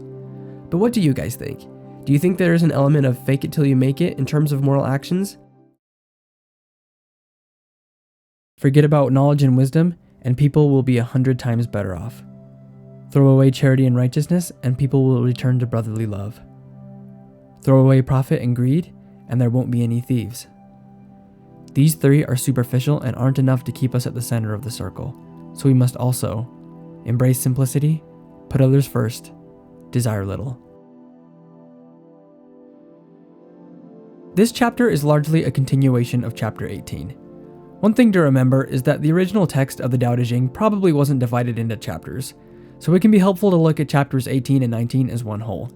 Since we have already covered 18 pretty extensively, and since 19 goes pretty much along the same lines, we'll keep this video a bit shorter and just take a minute to reiterate some of the same themes. Knowledge alone often becomes a pitfall to those who use it. Trying to be kind or good for the wrong reasons is not as beneficial as adopting a true, outward-focused perspective, where we see others' needs clearly and make them equal with our own. Constantly pursuing profit and gain leads to inequality and resentment, which leads to pride, selfishness, and crime. If we can learn to cast off these attitudes and follow our intuition, we can be open to harmony with the higher order of the universe, which changes us instead of just changing our behavior. Trying to act rightly will only lead to superficial changes. In order to truly act rightly, we need to become changed by coming into harmony with a force higher and greater than ourselves. Then we will act rightly, not because we're trying hard to, but as a natural result of coming more in harmony with Tao, and by so doing, becoming one with all things. Be done with knowing, and your worries will disappear. How much difference is there between yes and no? How much distinction between good and evil? Fearing what others fear, admiring what they admire? Nonsense. Conventional people are jolly and reckless, feasting on worldly things and carrying on as though every day were the beginning of spring. I alone remain uncommitted, like an infant who hasn't yet smiled, lost, quietly drifting, unattached to ideas and places and things. Conventional people hoard more than they need, but I possess nothing at all, know nothing at all, understand nothing at all. They are bright, I am dark. They are sharp, I am dull. Like the sea, I am calm and indifferent. Like the wind, I have no particular direction. Everyone else takes his place and does his job. I alone remain wild and natural and free. I am different from others. My sustenance comes directly from the mother. Adopting a strict set of moral principles will almost always lead you to stand out from others. This is true not only of Taoism, but of many other philosophies, religions, and schools of thought. Standing out is uncomfortable, because we naturally feel unsafe when our connection with others is threatened. But if we choose to follow the path of Taoism, Lao Tzu warns that we will inevitably find ourselves apart from others. There are many reasons for this. Often, people adopt their opinions not from thoughtful study, but from the prevailing opinions of the day and accepting them as fact. Of course, this is only natural, because joining other people in their opinions affords us a sense of safety and belonging to the group. But it's important to understand that an opinion is not necessarily correct just because it is widely accepted, or just because it's pleasant to listen to. When a person has dedicated themselves to an honest search for truth, their quest will inevitably lead them contrary to popular opinion from time to time. Recently in the Discord, we had a really interesting discussion where somebody brought up a short video that they had seen. In this video, a person said that in Taoism, the standard is not to resist anything and to just go with whatever is happening. Another person in the video then asked the first person if that means that he should not resist the Nazis if they were taking over his country, to which the first person had no good answer. In the group, we discussed this video and some of the flawed assumptions about Taoism that were at play in what was being said. One member of the Discord brought up an excellent point by saying that Taoism is concerned with going along with the flow of the Tao, not necessarily the flow of other people. I thought that this was very well said. Often we become confused with this concept of going with the flow, quote unquote. I don't think there's anything inherently wrong with this phrase, but when we use it to describe Taoism, we run the risk of misunderstanding its principles. Taoism, of course, does not teach us to go with all flows. It teaches us to follow the Tao. 5 minutes mental examination of this idea of going with all flows exposes it for the fallacy that it is. If going with the flow truly meant that we were supposed to go along with what everybody around us is doing, then all of the principles of Taoism are false, because I guarantee you that most people are not adhering to them. In addition to the principle of going with the flow, Taoism teaches mastery of desires, patience, softness, flexibility, other-centeredness, responsiveness to intuition, all of which are completely contrary to the attitudes of the world at large. If Taoism means that we go along with other people in all things, then Taoism is self-defeating. There are a million different currents from a million different forces at play in our universe, and we can choose to follow any one of them. Taoism is not the philosophy of following whichever current happens to catch you at any particular time. It is the philosophy of choosing one very particular current over all others and following wherever it leads. When we do this, we are pretty much guaranteed to find ourselves being set apart from other people. Because of this, there will be times when we feel like everyone around us is happy and we alone are left out and miserable. This is the cost of following a path like that of the Tao. We choose to give up some things in favor of other things. Although we may have given up the chance to be like everyone else, we have given it up in favor of the guidance and companionship of the Tao. And let me tell you, that's a pretty darn good trade. A master stays focused on Tao. Nothing else, just Tao. But you can't pin Tao down. You can't even see it. How are you supposed to focus on something like that? Just remember what Lao Tzu said. The universe began as a void. The void fills with images. Images lead to the creation of objects, and every object has Tao at its core. That's the way it's been, ever since the world began. How can I be so sure? I just know. Alright, well, thanks for humoring me there. For this chapter, I decided to pull out one of my personal favorite translations, the Rob Hogan translation. I love this translation not because it's especially accurate or precise, but mostly because I find its no-nonsense, cowboyish tone entertaining. With this chapter, however, I felt comfortable with whipping out this translation because I feel that it actually gets the overall idea of the chapter pretty well. This chapter is another one of these sort of Tao poems we see scattered throughout the text. As with all of them, though, there are concrete things we can learn hidden amongst all the prose. Here we are dealing with creation theory and the underlying structure of the universe. Well, of course, as soon as we start dealing with topics like these, we are treading out of the realm of scientific verifiability, just as we would have been doing in Lao Tzu's day. In the time of Lao Tzu, there was much about the natural world in which people lived which was not understood. Weather, seasons, animal behavior, evolution, the night sky, these concepts must have seemed as obscure and unfathomable as the bottom of the ocean. Today, thanks to science, we have some degree of understanding about how some of these things work. However, an understanding of the very base of it, the nature of the universe itself, what holds it all together, what causes it to all go on at the most basic levels, still eludes us. We can't explain it with science. Really, we can't explain it at all, because the thing that lies at the heart of all of it predates any words or concepts that we might try to use to describe it. This thing is the underlying heartbeat of the universe, the way. Some choose to disregard that which is unseen, but others know better. How? They just know. Other translations render the last line as, I look inside myself and see. Those who choose not to disregard intuition gain another sense that allows them to detect more than what is discernible with the other 5 senses. They can feel the presence of underlying truths that cannot be proved using scientific observation. Learning to hear and follow this intuition is at the heart of Wu Wei, the heart of following the Tao. If you want to become whole, first let yourself become broken. If you want to become straight, first let yourself become twisted. If you want to become full, first let yourself become empty. If you want to become new, first let yourself become old. Those whose desires are few get them. Those whose desires are great go astray. For this reason, the Master embraces the Tao as an example for the world to follow. Because she isn't self-centered, people can see the light in her.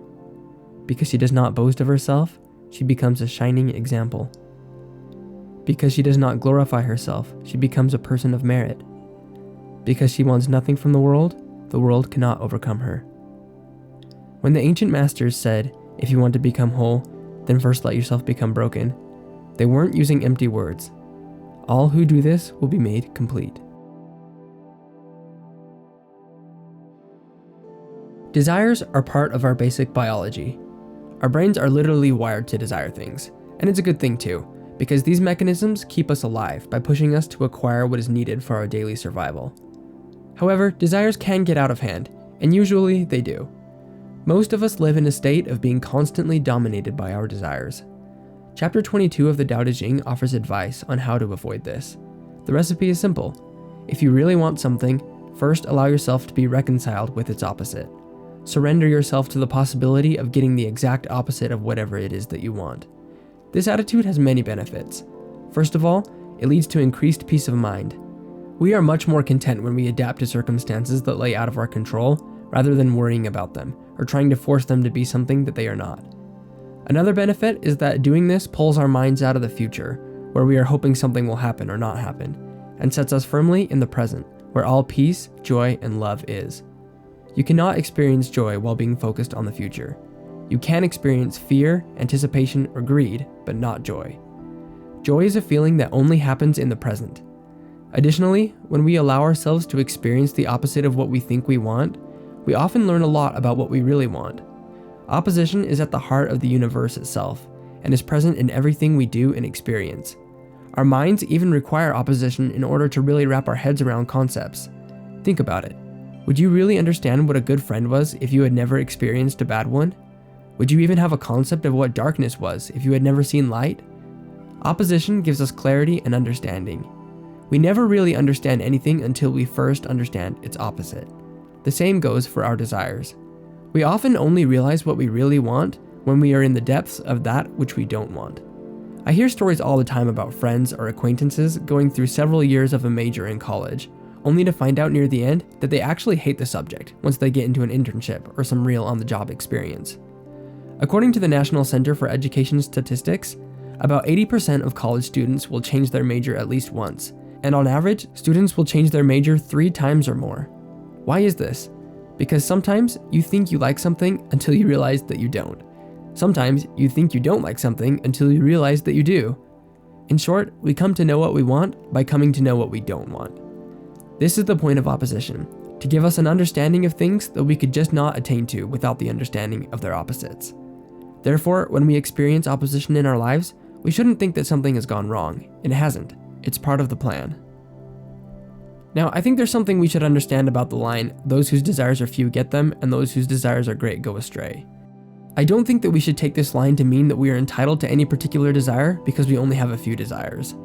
Doing this would be an example of the all I want state of mind.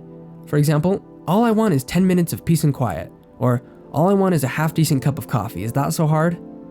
The all I want state of mind is dangerous because it puts us in a place of entitlement and gratifies our selfishness.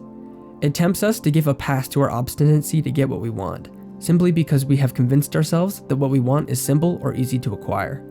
The reality, of course, is that in this world, pretty much all desires are subject to laws of temporality, which means that pretty much all desires have the potential to be denied, even simple ones. You cannot force the universe to give you what you want by minimizing what you want, as if desires were purchased with some sort of karmic currency that you could budget and save and eventually spend on something. That is not how things work, at least in this world. Therefore, we are much better off letting go of our arbitrary claims on the universe and staying rooted in the simplicity and contentment of the present moment. When the text says, "Those whose desires are great go astray," I don't think we should look at this simply in terms of quantity, but rather on the quality of our desires. How do we desire things? Are we the masters of our desires, or do they master us? Are they able to control our thoughts in idle moments, or our moods when they do and don't happen? At the end of the day, I think a pretty good litmus test for the quality of a desire is whether or not it allows you to stay focused in the present, or if you find yourself constantly being drawn away from the present by thoughts, hopes, or fears about the future and what it will hold for this particular desire. If you can spend several hours working towards a desire or goal, and then set it aside and attend to your other present duties and experiences without being drawn back into constant thoughts about that desire, then I think you're on the right track. If you find yourself constantly thinking about that desire though, and if it has the power to change your attitude or mind based on whether it's working out or not, I think it might be time for you to do some internal work on this desire. Reconcile and surrender to the possibility of this desire never working out. Imagine what that would feel like. Imagine what you would do if that opportunity was gone forever. Would you survive? Would you be able to eventually move on? Chances are that if you really think about it, you probably would. Perhaps it would take some time, perhaps a long time, but eventually you could get over it. If we can learn to practice this kind of mastery over desire, we will find ourselves more open to intuition, more at peace, and more in harmony with the Tao.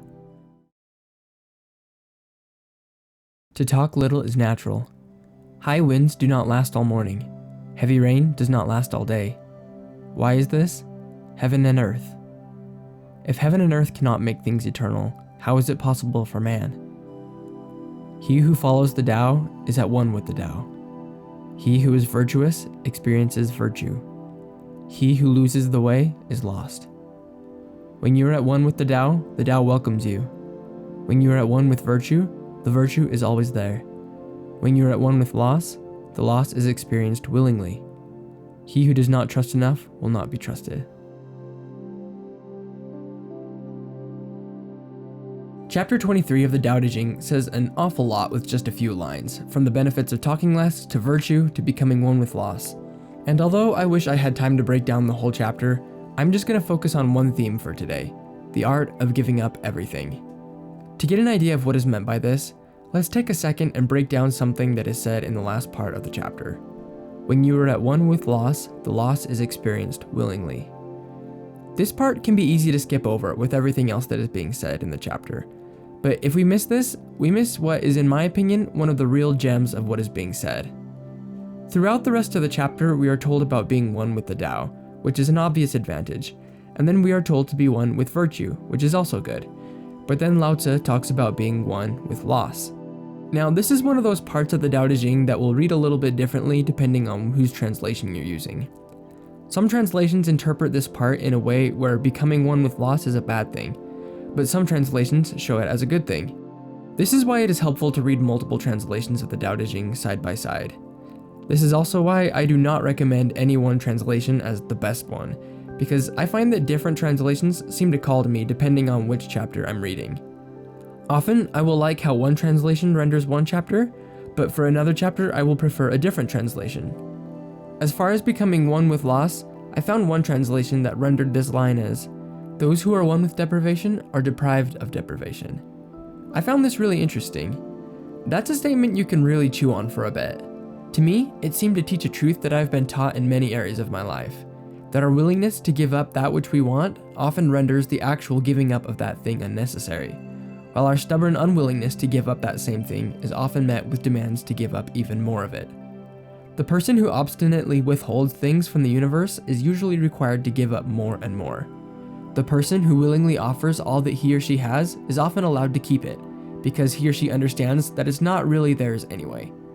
This is true of our time, money, possessions, relationships, our comfort, our happiness, really anything that we might call ours. The truth of the matter is that none of these things that we call ours are really ours at all.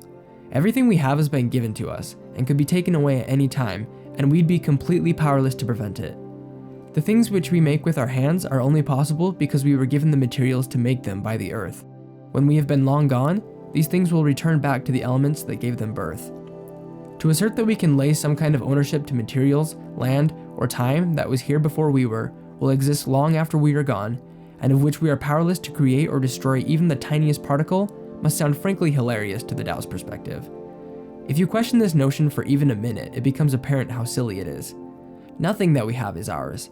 Everything we use or work with has been borrowed to us as a temporary stewardship and will be taken from us at some point. Therefore, to desperately hold on to things that were never ours in the first place is complete nonsense, and the universe will not rest until it has taught us differently. Therefore, the things which we hold on to are the things which we are most often required to give up.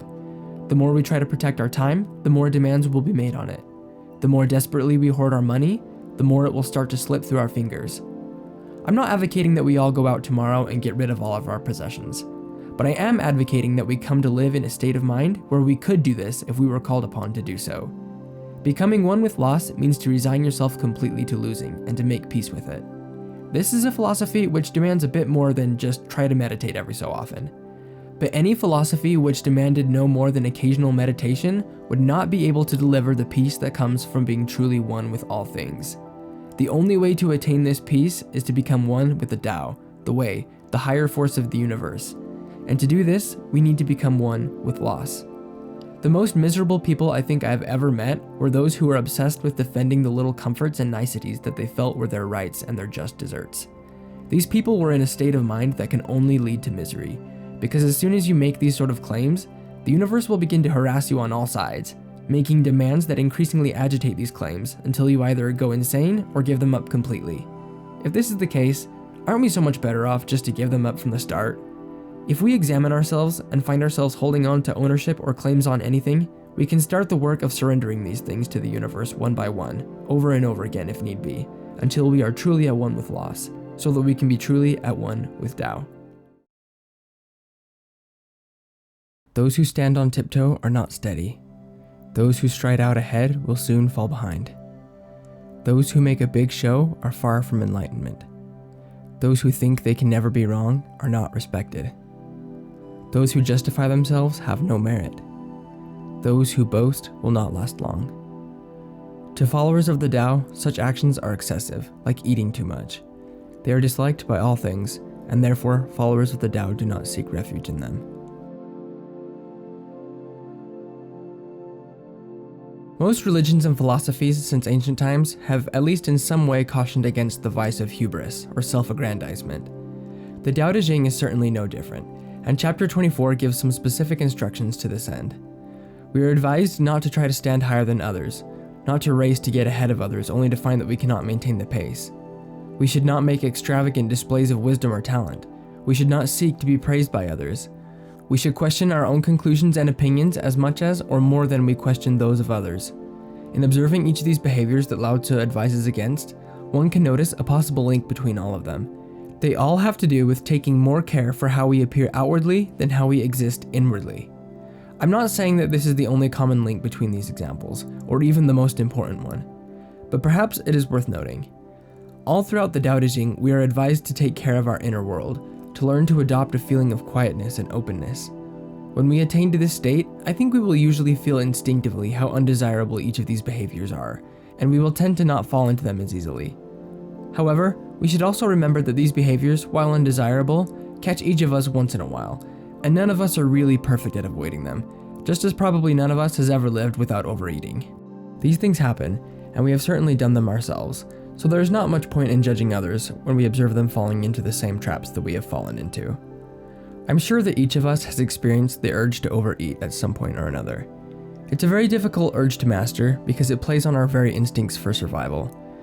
Instincts to overeat actually served our ancestors during times when food was scarce, because nutrients obtained during times of plenty could be stored and utilized later during times of famine. However, for those watching this video who have steady access to a constant supply of food, probably most of us have never really experienced what it's like to not know if you'll be able to get another meal. For us, the times of real famines do not come, but our instincts to gorge remain.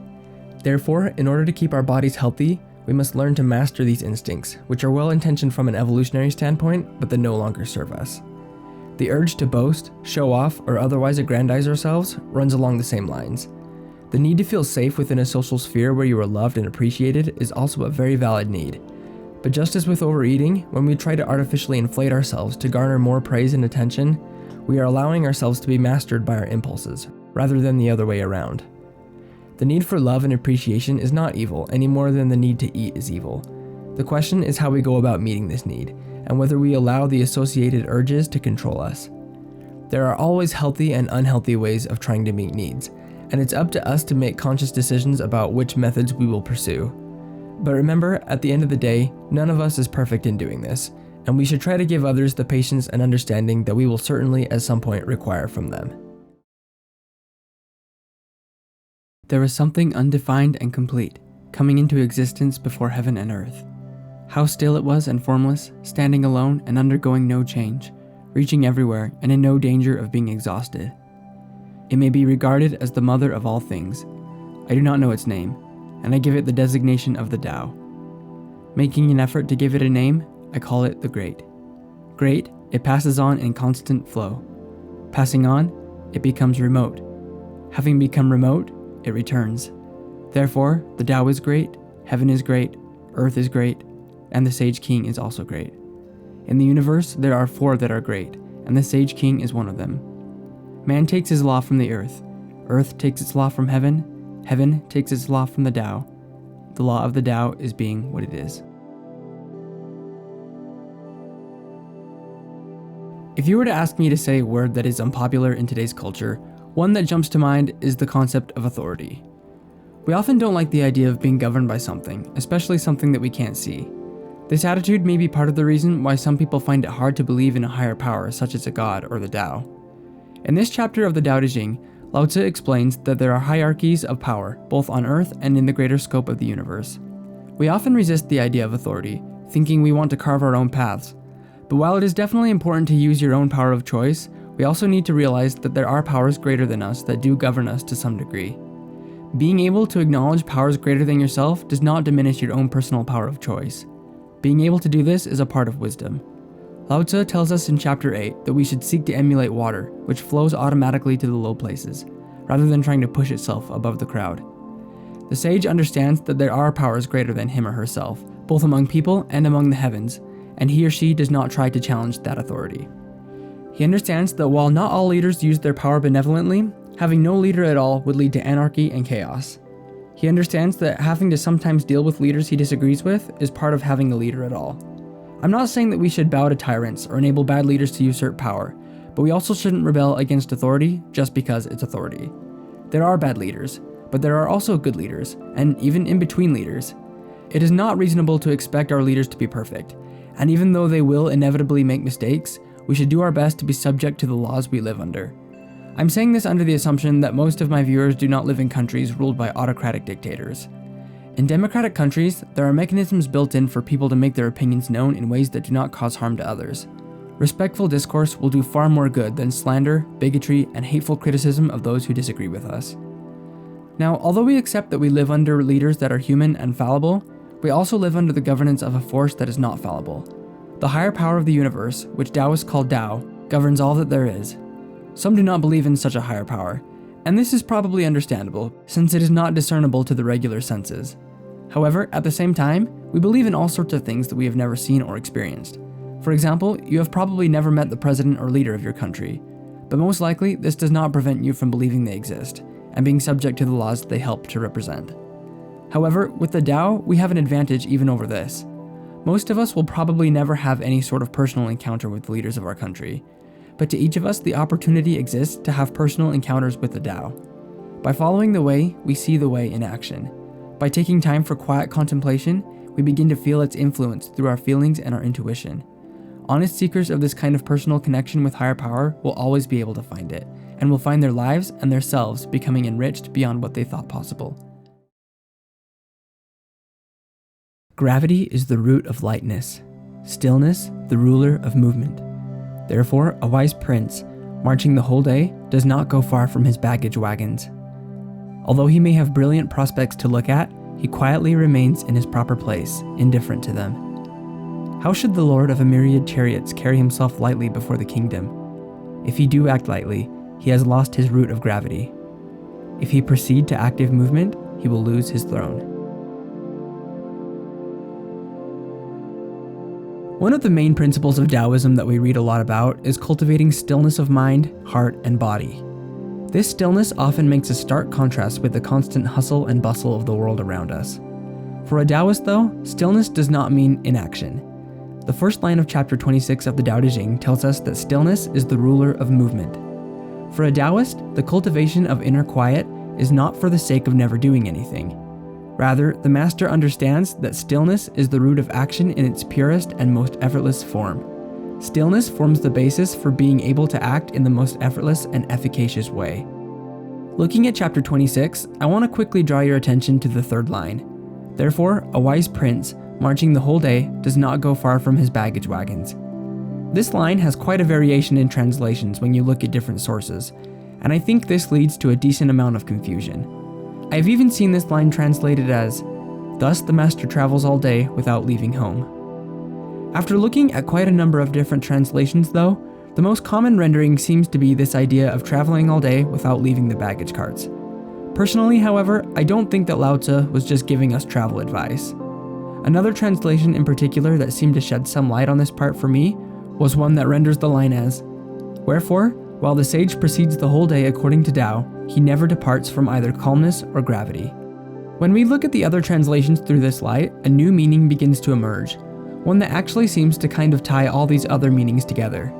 To my eyes, it seems like Lao Tzu is using the idea of traveling but staying close to the baggage carts as a metaphor. It feels to me like he uses this analogy to invoke an image of a person going about, traveling, living his or her life, but while doing so, remaining close to their center. In other words, a sage can go about traveling and taking care of whatever duties are required of him or her, while still maintaining a state of quietness, openness, and softness, or a meditative-like state. This state leaves one open to feeling intuition, observing the world as it is, and not forcing themselves upon it, or becoming overly caught up in its many distractions. If you've ever traveled somewhere that you've really liked, you may be able to relate to what I'm about to say here. I was super lucky as a child in that I got a lot of opportunities to travel around my native country of the United States. My parents were really smart about figuring out ways to work family vacations into errands my dad could run for his work. And around once a year, they would turn one of these errands into a trip where we could go somewhere where we had never been. Throughout our travels, I remember several occasions of being in places where I was almost overwhelmed with things to look at, listen to, and experience. One of these for me was the Smithsonian Institute in Washington, D.C.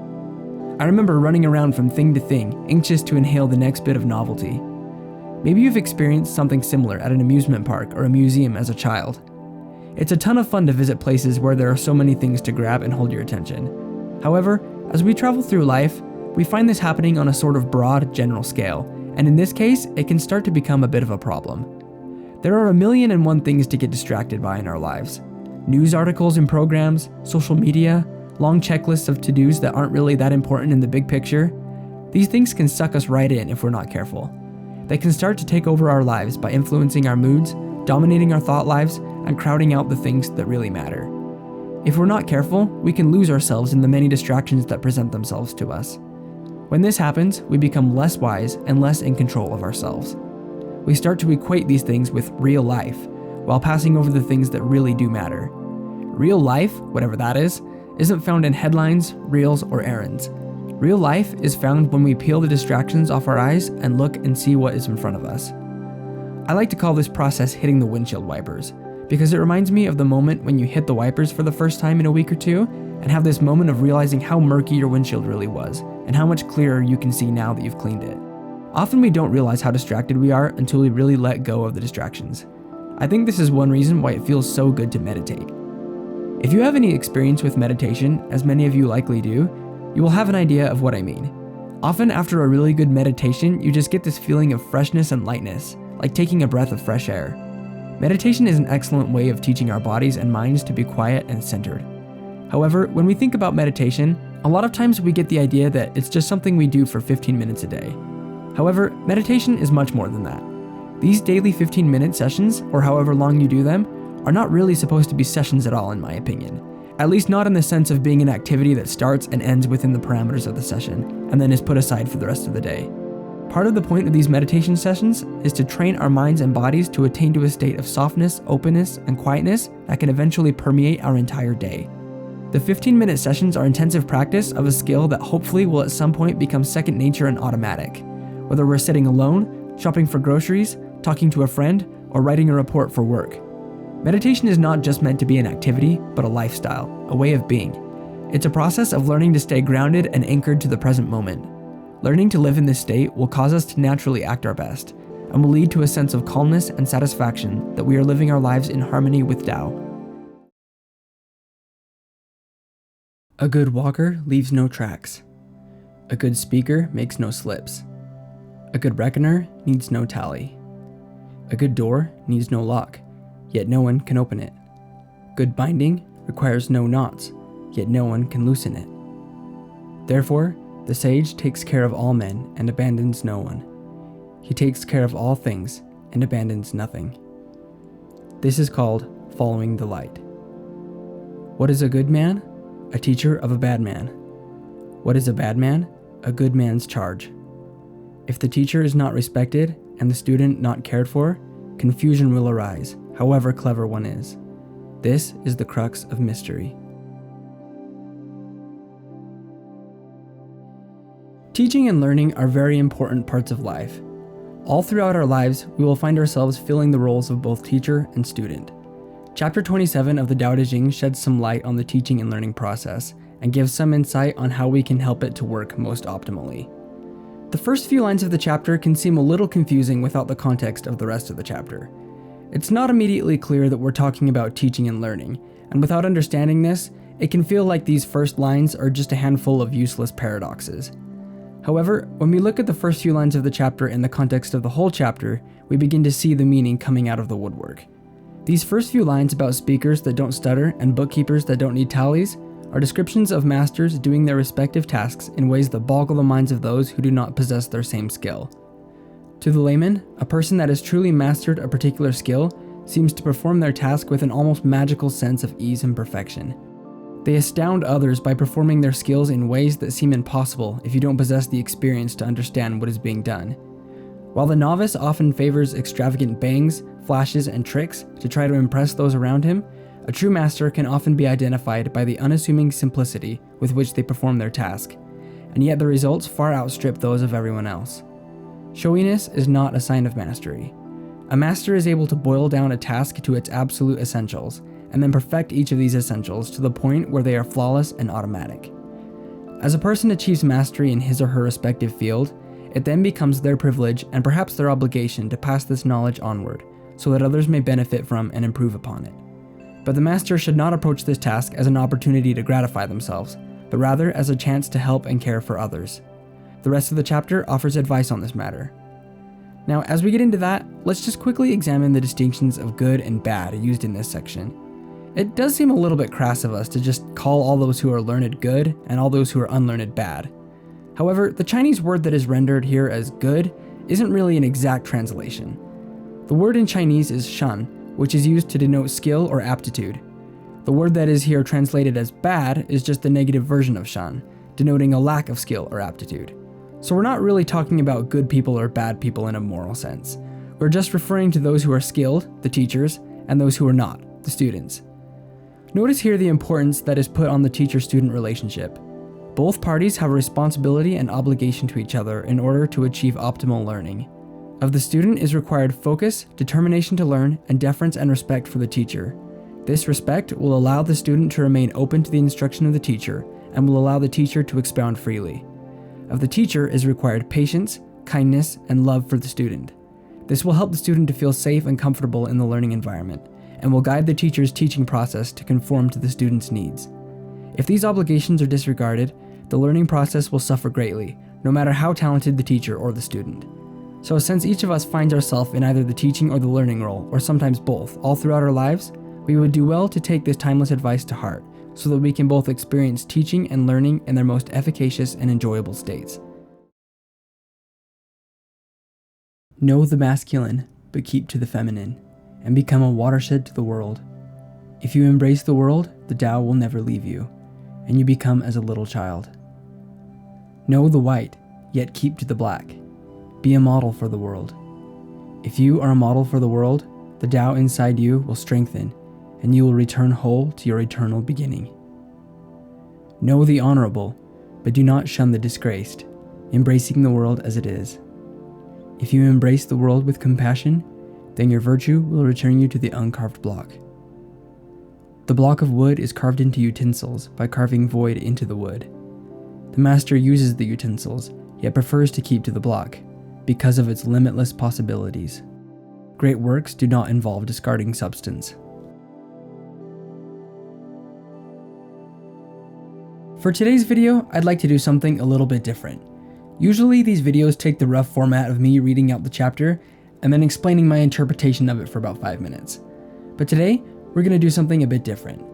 For today's chapter, I'm going to point out a few specific parts of the text and ask some questions about them, and then I'm going to ask you guys to try to answer them for yourselves. If you need some help, I will link some of the videos where we discuss these topics, just to give you some background if you would like it. You can find the links to these videos both in cards you can click at the upper right hand corner of the video and in the description. While I do enjoy explaining my take on the Tao Te Ching to you guys, and while the algorithm probably favors my doing that, I think it's more beneficial for you guys to get really good at hearing the opinions of others, pondering them on your own, and then following intuition to come to your own conclusions. I don't expect this video will do terribly well as far as numbers go, but I'm fine with that, because I really want you guys to have a chance to put some of this stuff to application on your own. So with that in mind, I'll give you the questions. 1. What do you think is meant by the lines, know the masculine, but keep to the feminine? 2. Why do you think the act of embracing the world causes the Tao to never leave you? 3. Why does it matter if the Tao never leaves us? 4. Why do you think we are advised not to shun the disgraced? 5. Why do you think Lao Tzu liked to use the analogy of the uncarved block? Go ahead and really ponder each of these questions for yourself.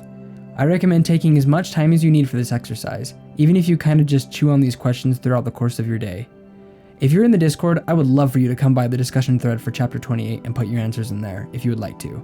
If you aren't in the Discord, feel free to join or leave your answers in the comments. Do you want to rule the world and control it? I don't think it can ever be done. The world is a sacred vessel, and it cannot be controlled. You will only make it worse if you try. It may slip through your fingers and disappear. Some are meant to lead, and others are meant to follow. Some must always strain, and others have an easy time. Some are naturally big and strong, and others will always be small. Some will be protected and nurtured, and others will meet with destruction. The master accepts things as they are, and out of compassion avoids extravagance, excesses, and the extremes. We live in a world where activism is sexy. Everybody has something to say about how the world is working and how it should be working, and what we need to do to get it there. And before I get too far ahead of myself, I am contractually obligated to clarify that I am not here to call out any particular political group, belief system, ideology, or the people that adhere to them. I'm also not saying that people are bad or evil for wanting to improve the world. Of course that's not the case. However, I also don't think, and I think Lao Tzu agrees with me, that all attempts at bettering the world end up doing as much good as we hope they will. Of course it's a good desire to do good in the world. We go wrong, however, when we make the assumption that we will do this by changing other people or outside circumstances. This is the wrong way to go about trying to do good, and it will always lead to negative results. See, the problem is that attempts to do good in the world by changing other things or other people operate on an incorrect assumption. This incorrect assumption is the assumption that those other people or those other things that are out there are the problem. But this is not the case. These other things and other people are not the problem. I am the problem. You are the problem. The most important influence we have on changing the world is changing ourselves. Of course, often the things that we think need changing in the world do not need changing at all. Our human lives cover less than the tiniest sliver of the lifespan of the world, let alone the universe. We see only what presents itself to our eyes, and frankly, we manage to miss even most of that. Therefore, our perspectives are critically limited to the point that our efforts to change things around us often only create more problems. Certainly it is good to try and do good in the world, but this doesn't mean that we need to change everything that seems to us to be wrong. This is where our ability to put aside self-will and listen to our intuition comes in. Some things require our action and others do not. Some circumstances that we mistake for disasters end up having positive results. We should not be too quick to jump to conclusions about what is good and what is bad. Another problem with our desire to change things is our tendency to overlook the things that we have the greatest ability to change. For example, I may be seriously concerned about wars or unrest in other states or countries, and so I may attempt to start a society or a fundraiser or post on social media to raise awareness. But all of these things ultimately would be attempts by myself to change a situation far away from me, which frankly I know very little about, compared to those who are actually there experiencing it. No matter how much I've read or learned about situations I am not directly involved in, my understanding of them will never be as great as if I were actually experiencing them, and therefore my ability to propose solutions to these problems is greatly diminished. We often would do much better to focus on the good we can do within our own spheres of influence. Our well-intentioned efforts for world change so often shipwreck on the fatal flaw that almost all humans share, the horror and neglect of the obvious. Because of this flaw, we often overlook the most basic and obvious duties in favor of advanced, far-reaching, and supposedly spiritual or humanitarian ones. Should I be so eager to get involved in a conflict halfway across the world if at the same time I'm utterly failing to address conflict in my own home? All the care and concern in the world for mystery people that we have never met becomes pretty hollow if at the same time we gossip about our neighbors, feud with our parents, or neglect the emotional needs of our family members. We tend to think of changing the world as an outside-in job, but it's not. It's an inside-out job. The most important duty we have if we want to improve the world is to improve ourselves. As we do this, our goodness will spread to our inner circles, to our families, to our communities, our countries, and from there to the entire world. But importantly, this is not a campaign of any organized group of people or politicians. This is a movement of billions of individuals, each taking responsibility for themselves and their own personal virtue. This is the only way to create real lasting change. One author put it this way: the answer to the question, what is wrong, is or should be, I am wrong. Until a man can give that answer, his idealism is only a hobby. If we put first things first and focus on making sure we're the best people we can be, we will find that we gain the power to change the world in meaningful ways, and that most importantly, we will do it naturally. If we are living in harmony with Tao and are responsive to intuition, it will become apparent to us where we are most needed. We will not neglect those closest to us in favor of those we have never met. Our ability to create lasting change will increase because we will not be trying to do so. It will be a natural result of the people we have become. Whenever you advise a ruler in the way of Tao, counsel him not to use force to conquer the universe, for this would only cause resistance. Thorn bushes spring up wherever the army has passed. Lean years follow in the wake of a great war. Just do what needs to be done, never taking advantage of power. Achieve results, but never glory in them. Achieve results, but never boast. Achieve results, but never be proud. Achieve results because this is the natural way. Achieve results, but not through violence. Force is followed by loss of strength. This is not the way of Tao. That which goes against the Tao comes to an early end. I had to think about this chapter for quite a while as I studied to make this video. I had to think quite a bit about what to write, and here's why. When we get on chapters like these, I have to really think through them, because I don't want to just spit out a 5-minute rant on how war is a problem. We all know that war is a problem. Nor do I want to just sit here and criticize or call out leaders of nations for sending their countries to war, because I don't think that would do much good for any of us. Whenever I make one of these videos, my primary concern is to try to craft together something that somebody can take and apply in their life and make it better in some way. I understand that a lot of people will choose not to do this, and that's fine. But for the small percentage of people who are actively trying to change their lives for the better, I want my videos to be able to contribute to their efforts in some meaningful way. Complaining about political warmongering would not achieve this goal, because most of us are not politicians. We don't have the ability to mobilize tens of thousands of people to fight each other. But we do have the ability to influence these events through how we live our lives. In the current political climate of the day, there is such a thing as political expedience. This means that because in many countries the people are allowed to choose their leaders, politicians have a certain amount of accountability to those they govern. Unlike in some times and places where governance is or was absolute, we live in a time where public opinion does matter quite a lot in the political climate of a lot of countries. I know lots of people are jumping up and down in their seats to argue about the degree to which this is true, but the point is that at the end of the day, there are some invisible lines that politicians cannot cross, at least not publicly, because they know that there will be consequences for their doing so. Now, most democracies do have mechanisms in place for removing bad leaders, But far more than that, political leaders are held at least somewhat in check by the need to preserve their reputations with the populace in order to stay in power. While it is pretty uncommon for political leaders in many countries to be forcibly ejected from power, they always have some kind of limit on how long they can hold power before they must be re-elected. And one of the most common tools that people hold for removing leaders that they disapprove of is simply the power to not re-elect them. I promise this is all going somewhere. What I'm trying to say by all of this is that, at least to some degree, political leaders have an incentive to act somewhat in line with the popular mood. And because of this, the popular mood that is exported by a nation's people does have a direct influence on how national policies play out. Policies of war or peace are especially subject to this rule. In democratic countries, it is extremely difficult, if not impossible, for leaders to carry out or declare a war that is unpopular at home. What all this means is that, to a large extent, the policies of a nation, especially in times of war, reflect the attitudes of the people. Therefore, one of our greatest tools in maintaining worldwide peace is our ability to become peaceful people ourselves. If we are petty, resentful, and vengeful with our friends, family members, and acquaintances, we can expect our nation to become likewise petty, resentful, and vengeful in its foreign policy. A nation is nothing more than a collection of individuals. We cannot be contentious with each other and expect our nation not to be contentious with other nations. As so many other things are, the condition of our nation is influenced by the condition of its most basic parts, the individual. If we want a peaceful world, we must become peaceable people at home, abroad, and in our schools, jobs, and environments. It is only at this most basic level that world peace can ever be realized. So when Lao Tzu says to advise our rulers not to use force, this applies to us too. But since most of us will never whisper to our presidents across a boardroom table, we advise them by showing them what we support. And as is always the case, our actions will speak volumes louder than our words. Good weapons are instruments of fear. All creatures hate them. Therefore, followers of the Tao never use them. The wise man prefers the left. The man of war prefers the right. Weapons are instruments of fear. They are not a wise man's tools. He uses them only when he has no choice. Peace and quiet are dear to his heart, and victory no cause for rejoicing. If you rejoice in victory, then you delight in killing.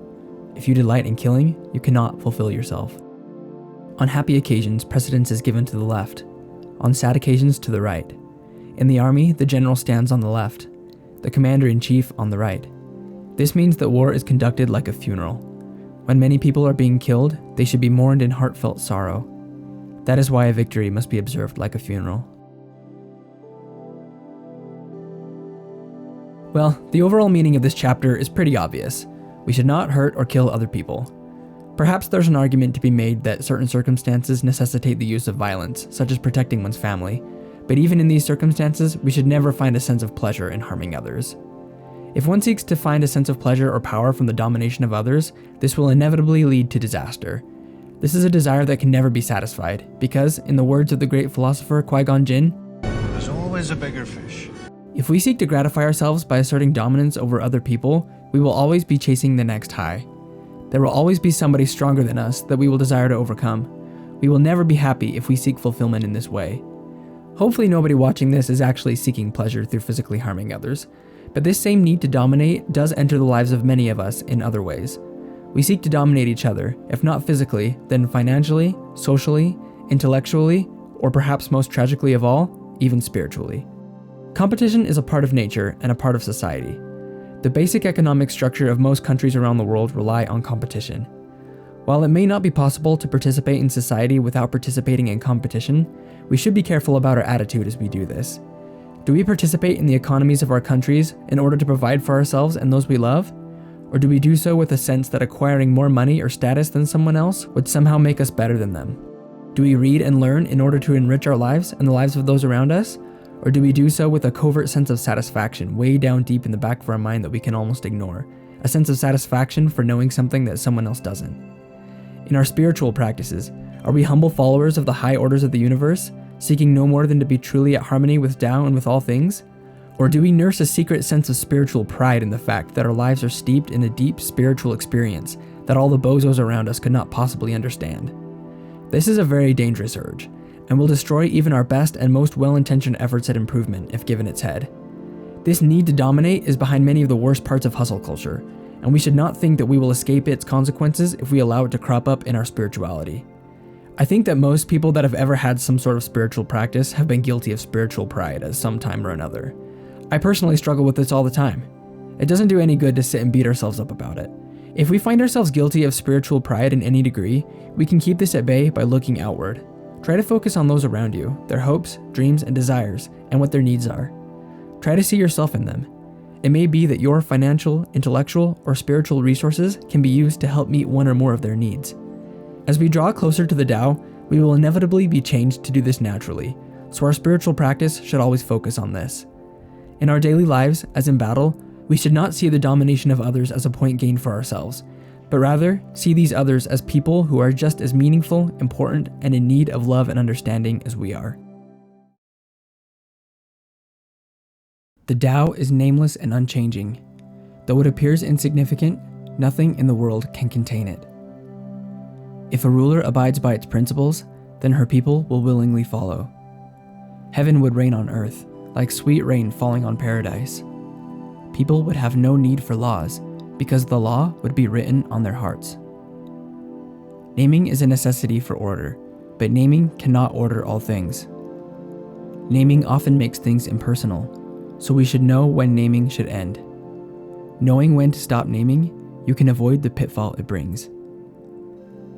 All things end in the Tao, just as the small streams and largest rivers flow through valleys to the sea. So in this chapter, we get a little bit of a look at what may have been Lao Tzu's ideal for a perfect society.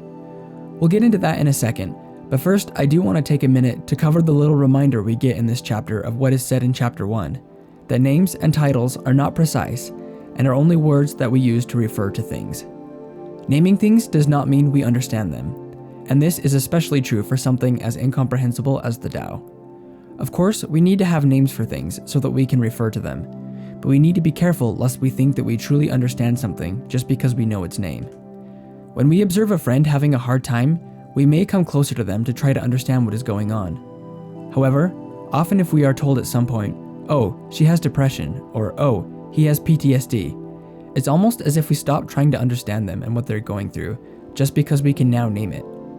One person's struggles may be similar to another's, but they are not exactly the same, even if they share a label. And being able to put a name on something should not mean that we stop trying to understand a person and what they're going through. I was diagnosed as a child with attention deficit hyperactivity disorder, also known, as I'm sure most of you are aware, as ADHD. At the time, it felt great to finally have a name for the symptoms I was experiencing. It felt vindicating and validating, because I felt like I finally had a reason for what I was going through, and it wasn't just that I was stupid or lazy. However, as I have gone on in life, I found that my symptoms don't always quite fit in with the exact mold we call ADHD. And in researching and interacting with other people who have been similarly diagnosed, I've discovered that I'm not the only one. Actually, there is some research just starting to come out that questions whether we're not just a little too quick to diagnose ADHD, especially in young children. Misdiagnosis can result in people thinking that they have conditions they might not have, and even erroneous prescription of medications, which is kind of a big deal. I understand that this may be the exception more than the rule. I'm not a medical professional or a mental health practitioner, and at the end of the day, this is all just my opinion. And I'm also not saying that we shouldn't try to understand and treat mental illness, quite the opposite. I'm just pointing out a possible example from my life of how emphasis on putting names on things can lead to errors if we're not careful. Now I want to take a second and focus on some of the lines in the middle of the chapter. If a ruler abides by its principles, meaning the Tao, then her people will willingly follow. Heaven would rain on earth, like sweet rain falling on paradise. People would have no need for laws because the law would be written on their hearts. At the end of the day, laws are in place to try and protect us from ourselves. However, if we all really followed the Tao, these laws would not be necessary at all. We would already be at a state of oneness with all things and with each other, and we could be counted on to act accordingly without having to be compelled to do so. While this is certainly a wonderful prospect, at this point in time, it is just that, a prospect, which does not currently reflect reality. The current reality of the world is that pretty much nobody is living completely in harmony with Tao, not even you or me. And anybody who thinks they are completely in harmony with Tao is probably farther away from it than most. If we compare ourselves to others, if we ever experience jealousy or envy, if we ever act or speak out of resentment towards another person, we are not in total harmony with Tao, not because we don't measure up, or because somebody is going to cross our names off some cosmic list, but because we do not exist in a state that is conducive to total harmony. Oneness cannot coexist with separation, which is what we embody when we act or think in these ways. But although we need to be aware of this, we shouldn't beat ourselves up about it either. Being in harmony with Tao is the goal, but it's a goal that will probably take more than a lifetime to accomplish. All the teachings of Taoism, or philosophy and religion in general, are to help us to come as close to this as possible, not through forcing ourselves to behave differently, but to help us to approach the Tao in such a way that it permeates and changes us to an ever-increasing degree. I think it's pretty obvious, however, that this is just not currently the case. As Taoists, we understand that there is no point in agonizing over this, or trying to force society to be something it isn't. Instead, we acknowledge the current state of affairs, and accept the need for governance and laws to maintain some kind of order, because even though we know that it is not ideal, it is better than the alternative. Laws will only be rendered unnecessary when all people are in harmony with Tao. Until this happens, we have to just do the best we can with what we have. And remember, this isn't everyone else's fault. This is our fault too, because we also are not totally in harmony with Tao. But as we learn and apply true principles to our lives, we can certainly get much closer. Those who know others are intelligent. Those who know themselves are truly wise. Those who master others are strong. Those who master themselves have true power. Those who know they have enough are truly wealthy. Those who persist will reach their goal. Those who keep their course have a strong will. Those who embrace death will not perish, but have life everlasting. Self-awareness is an extremely important concept in Taoism. Understanding the workings of society, people, and science is certainly valuable. However, if we chase these kinds of intellectual pursuits without taking time to understand the person behind our own eyelids, we will run into problems. The hard part is, it's actually very difficult to become objectively aware of the self, because there is no person on earth who we have a greater incentive to misunderstand. Understanding of the self takes time and life experience, and there are some dangers we run into with regards to self-knowledge. One danger we run into is that sometimes we think we're practicing self-knowledge when we are actually just making our minds up not to change. As an IT customer service representative, I had many opportunities to help people fix problems with their technology. And I remember one of the most common things I would hear from customers would be something along the lines of, "I'm just not very good at technology." I would certainly not expect my customers to strive for an in-depth understanding of technology. Most of them had their own careers that they had worked in for years, and we can't expect to become experts in everything we do. However, from time to time, there were a few customers that more or less refused to learn to use the technology we provided them with. It seemed to me that some of these people would outright choose not to adopt the systems and technology we provided them with, regarding their technological ineptitude as an insurmountable barrier. We don't have to become experts in everything we do, but the human brain can learn a remarkable amount of things if we give it a fair chance. Sometimes we refuse opportunities to learn and grow and hide behind our supposed self-knowledge as an excuse. I just can't do that. I'm no good at that sort of thing. That just isn't my style. We pull out many of these well-worn aphorisms to excuse ourselves from having to grow and change. But the problem is, most of us really don't have enough self-knowledge to really know what we're good at and what we're not. Another danger surrounding our quest for self-awareness is that so few people actually possess it. One of the most pervasive characteristics about human beings is being in denial. Most people walk around in massive amounts of denial about something, but usually about many things. We are highly incentivized not to really understand ourselves for many reasons, but one thing that makes it so hard is the baggage we pick up over our lives. True self-awareness is difficult, partly because we view ourselves through the lens of what we have learned over the course of our lives is good or bad. We make judgments about ourselves and accept them as truth. For example, we make lots of false negative assumptions, such as, "I'm just not very good at math," or "I'm just an angry person." Often these judgments were based on beliefs that we somehow picked up early in our lives, many of which are just untrue, but which are rarely challenged because, for example, if we believe we are bad at math, we just avoid math, and the statement becomes self-fulfilling.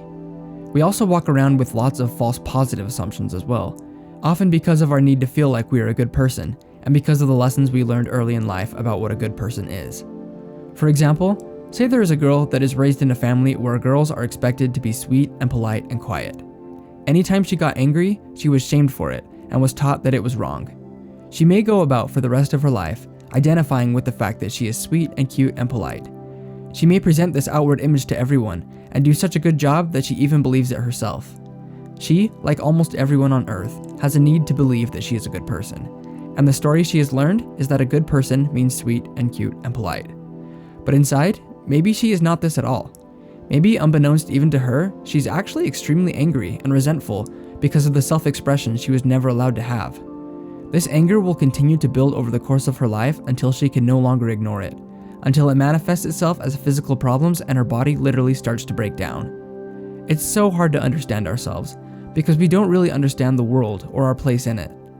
The best way to come to really know ourselves is to draw closer to the Tao, which contains understanding of all selves and all things.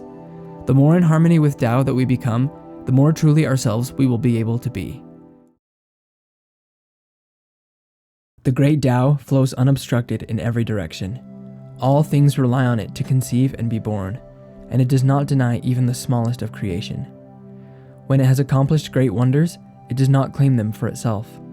It nourishes infinite worlds, yet it doesn't seek to master the smallest creature. Since it is without wants and desires, it can be considered humble. All of creation seeks it for refuge, yet it does not seek to master or control.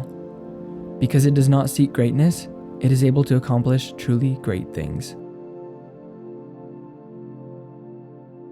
One of the most difficult impulses for humans to master is the impulse to seek self-aggrandizement. We all want to be acknowledged and admired. Whenever we do something we think is good, we are quick to try to get recognized for our contribution. But when we do something we think is bad, we are just as quick to try and shift the blame to someone else. Lao Tzu targets this impulse in chapter 34 of the Tao Te Ching. In this chapter, he teaches by referring us to the ultimate example, Tao, the higher power and order of the universe. Tao is the origin of all things living and non-living. Without it, none of us would exist. Tao is constantly in motion, creating, moving, changing, and even as it permeates all of creation, keeping it in order, watching over all things, creating all things, existing at the heart of all things, it does not take credit for what it does. It does not announce its dominance over all things from a high stage, or give us a list of updates on everything it has accomplished. In fact, it remains largely hidden from the public eye. Any publicity it does get is what other people have written or said about it. Whether you believe in Tao, a god, or any other kind of higher power, these beings and forces all have one thing in common. Not everybody believes in them. But certainly, if there was some sort of all-powerful force or being in the universe, it would have the power to make itself known to everyone, thereby compelling everyone to believe in it. However, this doesn't seem to be higher power's agenda.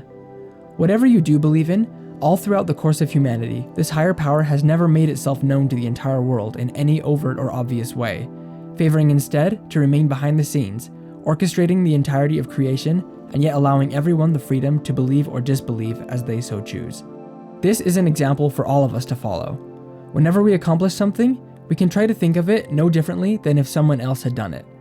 A person who has become truly humble can make something and know that it is the best of its kind, and find joy in it the same way they would find joy in something similarly beautiful that they had just happened upon, such as a sunset, a waterfall, or music from an excellent musician they happened to pass by. If we are truly humble, our joy is in the fact that the thing was done, not necessarily that it was done by us. This is how accomplishments are viewed from the Tao's perspective. Rather than presenting itself to be believed in and praised, it just goes about doing what it does. I want to talk a little bit more about this idea of belief, because at the end of the day, Tao doesn't need our belief, and has never laid claim on it. It is what it is, and will go on being what it is, whether we believe in it or not. No, Tao does not need us to believe in it. We need us to believe in it. Our efforts to draw nearer to Tao, and to eventually become one with it, benefit us more than they benefit Tao. We need closeness and oneness with Tao in order to be truly at peace. Tao is the way, and our choice whether or not to walk in this way determines the character and nature of our lives. It's not that Tao is some kind of cosmic cop watching to see if we are doing what we're supposed to do, and doling out rewards and punishments accordingly. Quite the contrary. We choose added peace or added suffering by choosing whether or not to follow Tao, or the way. It's the difference between trying to impress a panel of judges that will punish you if you screw up, and walking on a bridge with water on each side. Nobody is punishing you if you choose to step off the bridge, but the laws of nature dictate that if you step off the bridge, you will get wet. Nobody is punishing you for anything. The consequence of getting wet is simply a result of laws that neither you nor the Tao can change. It's just a function of the way things are. The same goes for following Tao. Tao does not try and get even with us if we choose not to follow it. The consequences are just a function of the way the universe works. If we stubbornly hold on to our desires and attempt to force things to go our way, it will always end in disaster. Putting off desires, embracing softness and quietness, following intuition, these things are not steps we check off on a list so that we can earn somebody's favor or so that we can be good people. They are just steps along the path that lead to Tao, and the oneness and peace that we will find there. She who follows the way of the Tao will draw the world to her steps. She can go without fear of being injured because she has found peace and tranquility in her heart. Where there is music and good food, people will stop to enjoy it, but words spoken of the Tao seem to them boring and stale. When looked at, there is nothing for them to see. When listened for, there is nothing for them to hear. Yet if they put it to use, it would never be exhausted. I heard a statistic the other day that on average, a person who buys their first self-help book will buy 7 more. That's pretty crazy, and I think it's a good example of the concept I want to talk a little bit about today. See, almost all humans share at least one fatal flaw, the horror and neglect of the obvious. Often, we act like we don't have the solutions to our problems, but much of the time, we have all the solutions we need. We just can't bring ourselves to apply them. We know that having a healthy lifestyle is pretty simple. Eat less, eat better things, and exercise regularly. Yet we are constantly on the hunt for the new best diet or the shiniest new workout plan. In reality, we would probably get perfectly fine results from the most basic or rudimentary diet and exercise plan. Literally almost any plan would do. But instead of just consistently applying one, we often allow ourselves to get so caught up in the search for the best one that we never actually start one at all. One example of this in my life is sleep. All throughout high school, I struggled with waking up on time. I was constantly in danger of being kicked out of my early morning extracurriculars because of excessive tardiness, and I nearly drove my parents crazy. I tried everything to get up on time, playing music, putting my alarm at the other side of the room. I even put thumbtacks on the top of my alarm clock to poke me when I hit the alarm button. It seemed like I had tried everything and nothing was working. Well, I should say that I tried almost everything, because the funny thing is, after graduation, I stopped sleeping in almost instantly once I stopped going to bed at midnight every night. Once again, this was a pretty obvious solution, going to bed earlier, but my failure to apply the simplest and most obvious solution to my problem led me to somehow believe that my problem was just too big to overcome. As is so very consistent with human nature, I was looking for a grand and creative solution to my issue, when the real solution was simple, obvious, and characteristically boring. See, concepts of the Tao can be like this too. We keep looking for the next self-help book, or the next program to make us finally feel at peace and happy, but the answers have been around us for thousands of years. They can be found in almost all major religions, and are supported in many major philosophies as well. Learn to master your desires and selfishness, and seek oneness with the greater power of the universe. Some people call this Tao, others call it God, some call it the higher self, but at the end of the day, the essence is largely the same, and it usually has to do with putting aside what you want to do in favor of the path the universe, God, or the Tao places before you. Compared to advice we get from advertisements, hustle icons, and financial gurus, this advice seems overly simple and overly boring. It is much more appealing to believe that we can become happy by finding our dream job, amassing enough stuff, and impressing the people around us. We worship people that overcome huge physical odds and develop deviously creative solutions to their problems. It's tempting to believe that happiness will come when we buy the next thing or accomplish the next goal, because it's a lot easier to buy something than to actually get your life in order. But the longer we put off the real work of putting aside our own desires, the worse our lives will get, until we ultimately become so miserable that we give up altogether, or we are forced to change our lives. This is certainly one way to live life, but it's not a very fun way. Often, we know deep down what we need to do about the problems we are facing. If we can learn to embrace the boring solutions and apply them consistently and diligently, we will usually be much better off. If you want something to return to the source, you must first allow it to spread out. If you want something to weaken, you must first allow it to become strong. If you want something to be removed, you must first allow it to flourish. If you want to possess something, you must first give it away. This is called the subtle understanding of how things are meant to be. The soft and pliable overcomes the hard and inflexible. Just as fish remain hidden in deep waters, it is best to keep weapons out of sight. This chapter of the Tao Te Ching is a great example of the Chinese philosophical concept of yin and yang. Yin and yang is the concept of two opposite forces coexisting as different halves of the same whole. In Western philosophy, we tend to look at opposites as being mutually exclusive. If something is long, it can't be short. If something is hot, it therefore cannot be cold. Chinese philosophy presents this matter a bit differently, however. In Taoism, two opposite things are seen rather as two sides of the same coin, opposing forces that are complementary as a result of their opposition. Something is only long because short exists. Hot is only hot because cold exists. All things are part of a balance, and things cannot exist without their opposites. Therefore, all things are one, and opposition creates the possibility of being. Taoism teaches us that because all things exist in opposition, the key to obtaining something is to first reconcile yourself with its opposite. This sounds a little counterintuitive, but there are plenty of examples from life that illustrate this. We never fully appreciate or understand something until we have first experienced its opposite.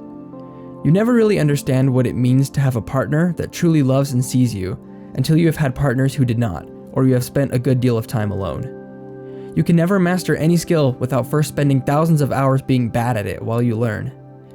If you want an example from the world of finance, here's one. It's been estimated that in all families that attain significant amounts of wealth, 70% of them lose their wealth by the next generation, and 90% lose it by the generation after that. While there may be many reasons for this, many experts hypothesize that this inability to preserve wealth over multiple generations comes because of the immense difficulty of teaching money management skills to children who have never had to worry about money before. Many parents, through a combination of luck, work, and creativity, are able to amass a great deal of wealth over their lives, only to discover that their children, never having experienced poverty, are not truly able to experience wealth in any sustainable way.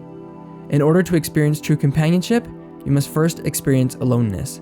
In order to be a master of something, you must first be a student. And in order to truly experience wealth, it greatly helps to first experience poverty. When we seek to possess or attain something, we usually put all our efforts towards gaining and holding that thing, thinking that this is the most direct way of keeping it. However, Taoism teaches that if you want to truly possess something, the best way to do this is to first be okay with not possessing it. See, if you need something so badly that you cannot reconcile yourself with not having it, you will never truly have that thing, because you will always live in fear of not having it. Therefore, even while this thing is in your grasp, you are living in a place of not having it, because you are living in a possible future that you dread. Imagine a person who finally meets the love of his life, but lives in constant fear of her dying or leaving him. Even as they eat the same food, go to the same places, and sleep in the same bed, he doesn't really have her. Because of his fear, he lives more in a possible future of not having her than he does in the present with her. Therefore, in having her, he does not truly have her. Imagine a man that finally, after a lifetime of saving, is able to purchase his dream car. He now has the car, but barely drives it at all for fear of scratching or damaging it. When he does drive it, he cannot truly enjoy it because of the stress it causes him. Therefore, even in having, he does not really have. For these two hypothetical people, as for all of us, the solution is to reconcile oneself with not having the thing desired. Imagine the possibility of a world where the thing you want is taken away from you, or never happens at all, and allow yourself to come to a place where you can accept and come to peace with this prospect.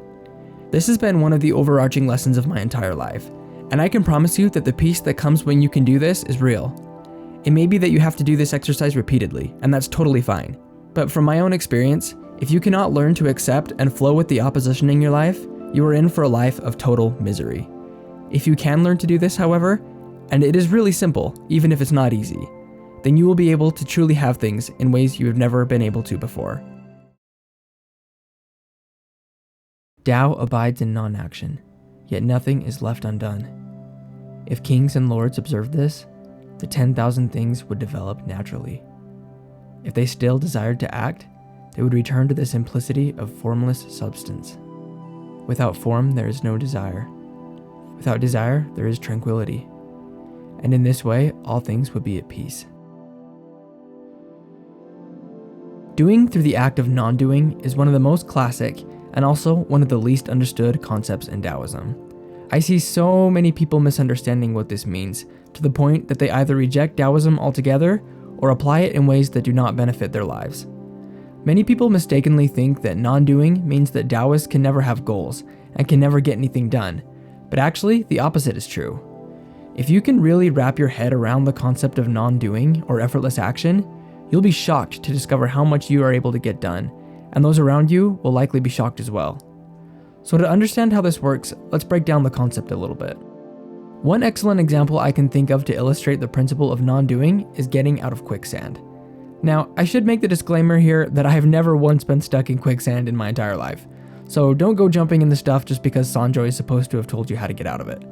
However, from all the research I've undertaken from the safety of my cushy office chair, it seems that pretty much everyone is agreed that the worst thing you can do if you're stuck in quicksand is to struggle to free yourself.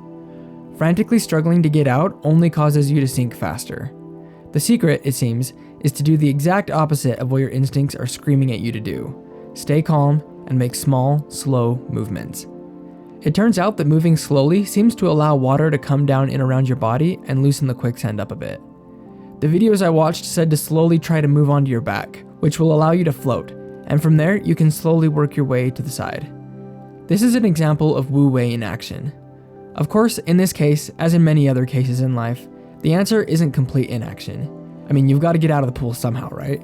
But desperate forcing only makes the situation worse. Instead, the thing to do is to move calmly and deliberately, and, get this, to actually lean back into the situation you find yourself in. When we get into an undesirable situation, our first impulse is usually to try and get out as quickly as possible. But doing this only leads to further problems. We are much better off to lean into and accept our situation, choosing to adapt to what is rather than trying to force it to be something it isn't. The quicksand is what it is. We can refuse to accept it and struggle to distance ourselves from it, but this will not change the reality of the quicksand. Instead, we can acknowledge what has happened and calmly follow our intuitions in taking the best course from where we are. Now again, in this example, the solution is not inaction, but rather smooth, deliberate action in accordance with the situation. Sometimes, however, a situation does not require our action at all. Throughout my life, I have had a persistent habit of arguing when I felt that I was being treated unfairly. If I think that I've been wronged in a close relationship, my first impulse is often to bring it up as quickly as possible. Usually, my thinking in this is that if I can get the problem out in the open right away, it can be dealt with immediately before it becomes a chronic issue. I sometimes have this unfortunate tendency to think that my current situation will be permanent unless I do something quickly to change it. However, especially over the past year or so, I've begun to realize how flawed this logic is. I definitely think that open communication in a relationship is super important, but I'm starting to learn that there are better times and better ways of going about it than others. I think one of the absolute best relationship practices I've discovered recently for avoiding serious problems, at least with me personally, has been to wait for a few hours before bringing up something that's bothering me. By doing this, I give myself time to calm down and to see things a bit more reasonably. Often, after reflecting on the issue for a while, I find that I was really the one at fault in the first place, or that I completely misread the situation. Often, after giving myself this period to think and feel, I realized that no action is needed at all, and the situation simply resolves itself. I'm not recommending that we always default to never bringing up issues with people. I'm just saying that for me, it has helped massively to pause for just a few hours before taking any action, so that I have some time to consider the situation objectively, rather than instantly grabbing the proverbial pitchfork to defend myself against a perceived attack on my rights. Often, by the simple act of practicing some temporary non-doing, my best work in relationships is done. So, to cap off what we've talked about so far, non-doing isn't necessarily doing nothing, although it can certainly mean that. At its core, non-doing is the act of putting aside your need to have things your way, so that you can objectively observe a situation and calmly take the best course of action. But how does one determine what the best course of action is? Well, logic does have its place here, but I personally don't believe that logic is quite enough for all situations, or really for any situation. See, our logic has limits, and will always be stuck within the confines of our fatally flawed human perspectives. This limitation makes the need for intuition clear. Intuition has been studied and philosophized about ever since the dawn of mankind, but nobody has ever really been able to put their finger on it, much like the Tao itself. It seems that within all of us resides this soft, small voice, sometimes called a gut feeling, that whispers directions from time to time that we can either choose to listen to or ignore. Learning to listen to and hear your intuition is a lifelong process, and requires a large amount of trial and error, but it does get a lot easier if you regularly take time for meditation or even just quiet contemplation. When you are doing this, you will sometimes notice thoughts floating gently up to the surface of your mind, ideas, impulses. You can distinguish these from just everyday thoughts because there's sort of a goodness and innocence in them that you can feel if you pay attention. If you start working to cultivate this sensitivity to intuition, you will get better and better at it as you go. Adopting a philosophy of quiet, softness, effortless action, and responsiveness to intuition will lead us down the path that leads to oneness with Tao and increased peace in our lives. The highest good is not to seek to do good, but to allow yourself to become it. The ordinary person seeks to do good things and finds that they cannot do them continually. The master does not force virtue on others, thus she is able to accomplish her task. The ordinary person who uses force will find that they accomplish nothing. The kind person acts from the heart and accomplishes a multitude of things. The righteous person acts out of pity, yet leaves many things undone. The moral person will act out of duty, and when no one will respond, will roll up his sleeves and use force. When the Tao is forgotten, there is righteousness. When righteousness is forgotten, there is morality. When morality is forgotten, there is the law. The law is the husk of faith, and trust is the beginning of chaos. Our basic understandings are not from the Tao, because they come from the depths of our misunderstanding. The master abides in the fruit and not in the husk. She dwells in the Tao, and not with the things that hide it. This is how she increases in wisdom. Okay, so this chapter, as you may have noticed, is a little bit longer, and it is just packed with things to consider. Because of this, I've decided to split the discussion of this chapter into two parts. For today's part, I want to talk a little bit about the first few lines. The highest good is not to seek to do good, but to allow yourself to become it. The ordinary person seeks to do good things, and finds that they cannot do them continually. There are many different reasons for trying to be a good person. Often we act rightly out of a motivation to please or impress others, to preserve our belonging in a group or family unit, or even just to not be in trouble.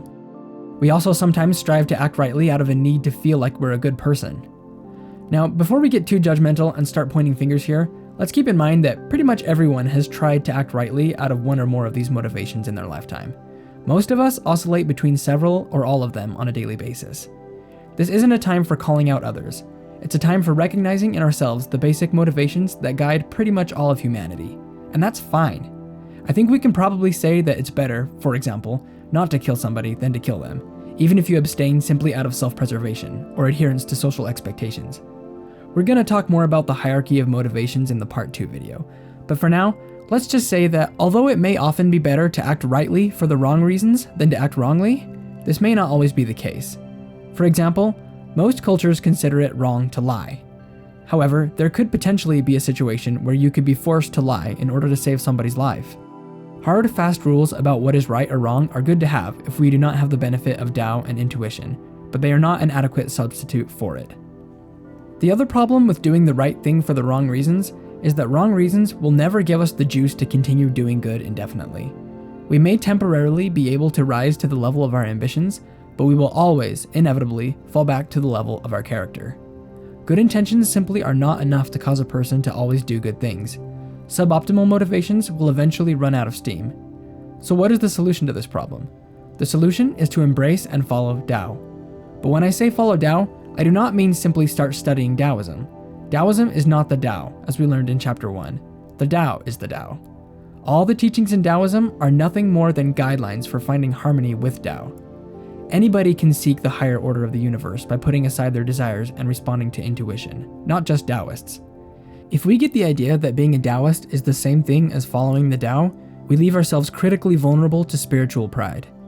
The natural human tendency under this assumption is to begin looking around and thinking to the self how different we Taoists really are from everyone else. We make Taoism a clique, a club, an exclusive faction of exceptional individuals who, unlike everyone else, are able to feel, think, and understand. In short, we start to think that Taoists are special, simply because they are Taoists. Many people are attracted to Taoism because of its apparent differences with organized religions, such as Christianity. If that describes you, however, know that this sort of spiritual smugness I've been talking about may be the very same vice you saw in others, which made their religion seem so unattractive to you. The reality of the situation is that while pretty much any religion can better a person, people are still people, no matter what religion or philosophy they adhere to. There are good apples and bad bananas in every bunch. But also, there are just a whole lot of medium melons, people whose hearts are in the right place, who are trying to live up to the standards of their respective faith, but still make plenty of mistakes. That's me, and to be honest, that's probably you too. In actuality, any person in the world can follow the Tao, be they of whatever religion they may. A Christian, Muslim, or Buddhist may be following the Tao just as well or better than a Taoist might. Taoism is just a collection of advice for doing what all major religions seek to do, to come into harmony with all things and with the higher power of the universe, whatever they happen to call it. It's just that Taoism packages this advice a little differently. Taoism is not a ticket for being one with the Tao. It's an instruction manual that anyone can follow. The overarching lesson of Taoism is to put aside your desires, seek harmony with the higher order of the universe, and be flexible and open to being guided by Tao, which is to say, being guided by intuition. Doing this will enable us not only to do good, but to truly be good. As we walk down this road, every step we take closer to Tao changes us for the better. Then, we will be able to truly be instead of only do. Taoism will show us how to do good without forcing. It's kind of like the difference between a ditch and a river. A ditch cuts directly through the land to bring water to some desired location for some purpose that may or may not actually benefit mankind in the long run. Rather than doing good in this way, we want to become like rivers, flowing naturally with the land, following the path laid for us by Tao, and nourishing everything we pass by, simply because of what we are. I'm really trying to describe the difference between these two in a way that isn't too ethereal and that makes sense. Let me know in the comments if it's helping, or if you guys have any questions. A truly good man is not aware of his goodness, and is therefore good. A foolish man tries to be good, and is therefore not good. A truly good man does nothing, yet leaves nothing undone. A foolish man is always doing, yet much remains to be done. When a truly kind man does something, he leaves nothing undone. When a just man does something, he leaves a great deal to be done. When a disciplinarian does something and no one responds, he rolls up his sleeves in an attempt to enforce order. Therefore, when Tao is lost, there is goodness. When goodness is lost, there is kindness. When kindness is lost, there is justice. When justice is lost, there is ritual. Now, ritual is the husk of faith and loyalty, the beginning of confusion. Knowledge of the future is only a flowery trapping of Tao. It is the beginning of folly. Therefore, the truly great man dwells on what is real and not what is on the surface, on the fruit and not the flower. Therefore, accept the one and reject the other. Yesterday, we focused a lot on the first few lines of chapter 38 from the Tao Te Ching. Today, we're going to focus a bit more on the middle and end. And for those of you who noticed, yes, I did use a different translation of chapter 38 for this video than I used for yesterday's video. This is intentional because I like the added perspective of a second translation, especially with this chapter in particular. With that in mind, let's take a look at these lines in the middle of the chapter. Therefore, when Tao is lost, there is goodness. When goodness is lost, there is kindness. When kindness is lost, there is justice. When justice is lost, there is ritual. Now, ritual is the husk of faith and loyalty, the beginning of confusion. I've seen other translations where this goodness that comes about when we lose the Tao is translated as virtue or righteousness.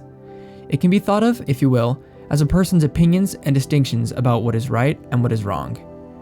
Certainly, virtue and goodness are not bad things in and of themselves. It would probably be much better to have a society of virtuous people than a society of people that observe no moral boundaries whatsoever. However, virtue, or a person's opinion of what is right and wrong, does have its limits. After all, not everybody agrees about what is right and wrong. All across civilizations, there does seem to be a sort of general moral code of things a person ought and ought not to do. Stealing, for example, does seem to be universally unacceptable by pretty much all moral codes. However, Most moral codes around the world and throughout time also seem to have some gray areas where actions that would normally be outlawed are given allowance under certain circumstances. For example, is stealing wrong if one is stealing back something that was stolen from them in the first place? Violence against other people is another example of something that pretty much all moral codes disallow. However, these same moral codes usually make exceptions if one is forced to use violence to protect oneself or one's family. Although some things may seem pretty black and white in theory, there often ends up being a lot of gray areas in practice. People are also very good at justifying all kinds of acts as being virtuous, even to themselves. One of my passions is studying history, and let me tell you, if any of you guys get into studying the French Revolution, you will simply have to spend some time with my old friend, Maximilien Robespierre. I use the word friend in only a flippant sense, of course, because man oh man, this guy was a serious piece of work. Maximilien Robespierre was probably the biggest of the bunch that brought us the Terror, which is a name for the period of the French Revolution where you couldn't hardly make a joke without being sent to have your head chopped off. In the early days of the revolution, Robespierre seemed alright. He came onto the scene as a skilled lawyer, anxious to serve his fellow man, and to play his part in what looked to be a new era of liberty and equality for Europe. He tirelessly advocated for causes such as universal suffrage, the discontinuation of feudal privileges held by stuffy aristocrats that refused to pay their share in taxes, even the abolition of French involvement in the slave trade. He earned the nickname the Incorruptible because of his uncompromising dedication to virtue, even in the face of ridicule and opposition from his peers. Robespierre had an ideal of a country that was motivated primarily by virtue, which he called the Republic of Virtue. However, as time went on, and Robespierre suddenly found himself one of the most powerful men in France, because things moved very quickly in the French Revolution, it became apparent that the Republic of Virtue he envisioned for his country was just not panning out. Peasant mobs sought to take hold of the revolution through violent uprisings and protests, while wars with other European powers threatened to crush the revolution from the outside. Paranoia of anti-revolutionary plots reached a fever pitch. And in the midst of all this, we get Robespierre's version of the line in the Tao Te Ching that talks about the disciplinarian rolling up his sleeves to enforce order. Political executions didn't start or end with Robespierre, but boy oh boy did he give them their heyday. Now some of these people he had guillotined probably were anti-revolutionary conspirators, but especially towards the end, the killing got more and more indiscriminate. People started getting executed for crimes such as pocket-picking or meeting under suspicious circumstances. One group of nuns was executed for the crime of living together communally. Public support, which had once rallied around Robespierre, now began to wane as it became clear that he intended to massacre his way to his Republic of Virtue, whatever that meant. Finally, the people turned on Robespierre, and through a combination of political conspiracy and mob action, he was left stripped of power, gruesomely injured, and soon after, he was fed to Madame la Guillotine himself. In attempting to reach his Republic of Virtue by force, Robespierre lost whatever virtue he had ever had. This story has always intrigued me because it serves as such a chilling cautionary tale. We see here, among many other things, a rather extreme example of what happens when people are left to their own distinctions of right and wrong and attempt to impose them by force. The tale of the incorruptible Robespierre shows us just how corruptible human beings really are. Again, it's not that virtue is bad in and of itself. It's just that our ideas of right and wrong are so hard to separate from other factors, such as our political ideals, our upbringing, our preferences, and even our own naked self-interest. Therefore, when Tao is lost and goodness or virtue takes over, it is certainly better than nothing, but it is not ideal, because it places our fate and the fate of other people up to our own flawed individual perceptions of what is good and bad. If we lose goodness or virtue, the next level is kindness.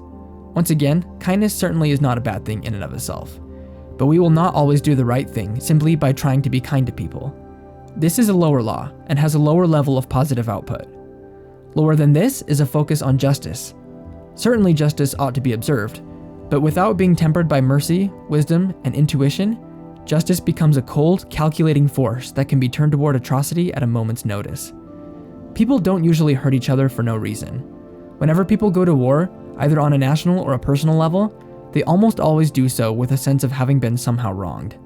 But if we spend our entire lives trying to get our own from people who we think have wronged us, our lives will have no room for contentment or peace. Once justice goes out the window, we are left only with ritual. Ritual is a part of life. It gives a sense of rhythm and safety, and is valuable for impressing certain lessons upon us over a long period of time, as long as we can keep in mind the reason for the ritual. But ritual alone is vastly inadequate for producing a good society or a good life. Civilizations that base their morality solely on ritual have never thrived. Rituals often begin as a way of teaching a lesson or guiding a person's actions. But the problem with rituals is that it is so easy for the point of the ritual to become lost in the observation of the ritual itself. Therefore, a focus on rituals is the beginning of confusion. The obsessive observation of dead rituals is one hallmark feature of a civilization in decline. Once again, as I hope I've made clear, it's not that virtue, kindness, justice, or ritual are bad. It's just that they are increasingly inadequate replacements for closeness with the Tao, and with the ability to feel and respond to its subtle pushes and pulls. Quietness, softness, an ability to put our desires aside, and a responsiveness to intuition will allow us to do right naturally. These substitutes are only ways of trying to force ourselves and others to do something that cannot be achieved by force. If we can approach the Tao with willing and open hearts, we will become virtuous, kind, and just anyway. Focus on the one, and you get the rest thrown in. Focus on the others, and you get none of it. The masters of old attained unity with the Tao. Heaven attained unity and became pure. The earth attained unity and found peace. The spirits attained unity so they could minister. The valleys attained unity that they might be full. Humanity attained unity that they might flourish. Their leaders attained unity that they might set the example. This is the power of unity. Without unity, the sky becomes filthy. Without unity, the earth becomes unstable. Without unity, the spirits become unresponsive and disappear. Without unity, the valleys become dry as a desert. Without unity, humankind can't reproduce and becomes extinct. Without unity, our leaders become corrupt and fall. The great view the small as their source, and the high takes the low as their foundation. Their greatest asset becomes their humility. They speak of themselves as orphans and widows. Thus, they truly seek humility. Do not shine like the precious gem, but be as dull as a common stone. Eastern cultures often refer to this concept of unity or oneness with all things. To those who did not grow up around this idea, it can seem a little ethereal and vague. My goal for this video is to take this concept of oneness with all things and explain it to where it becomes a concrete idea that we can understand and use in our lives. Unity is the highest state of being, and reaching a state of oneness with the Tao and with all things is the whole point of Taoism. But what does this actually mean? To understand this a bit better, let's take a look at the part of the chapter where it says, "The great view the small as their source, and the high takes the low as their foundation." If we look at these lines with our sort of Western good, better, best way of seeing things, this can seem a little insulting, honestly. Isn't it a bit condescending of a leader to view those he leads as his foundation? Doesn't that just kind of feed into the problem of the exalted few placing themselves above the unwashed masses? Well, if you view it that way, then of course it does. But it's not because of what's in the text, it's because of the way you're looking at it. Our tendency to look at the lines in this way, and believe me, I did too at first, only betrays the limitations of our perspective. It indicates to us that we have not yet learned to see all things as one. This isn't something to feel down about, it's just kind of like an indicator on the dashboard telling us what's going on with our thought life. See, for Lao Tzu, all things truly are one. When we see a mountain, we don't usually say, "Oh, that's a pile of high rocks sitting on a bunch of low rocks." We say, "Oh, that's a mountain." We view the mountain not as separate parts in some kind of elevational hierarchy, but as one mountain, one whole. When we do distinguish the separate parts, such as when we want to refer to the peak specifically, we do so objectively and without a special preference or emotion. We say peak simply for the purpose of communicating that we are referring to the very top of the mountain. We don't feel or express any ideas about the peak being different from the rest of the mountain in terms of importance or significance, only in position. This is an objective distinction that does not favor one thing above another. To me, I think this is kind of the idea Lao Tzu might have been trying to get across.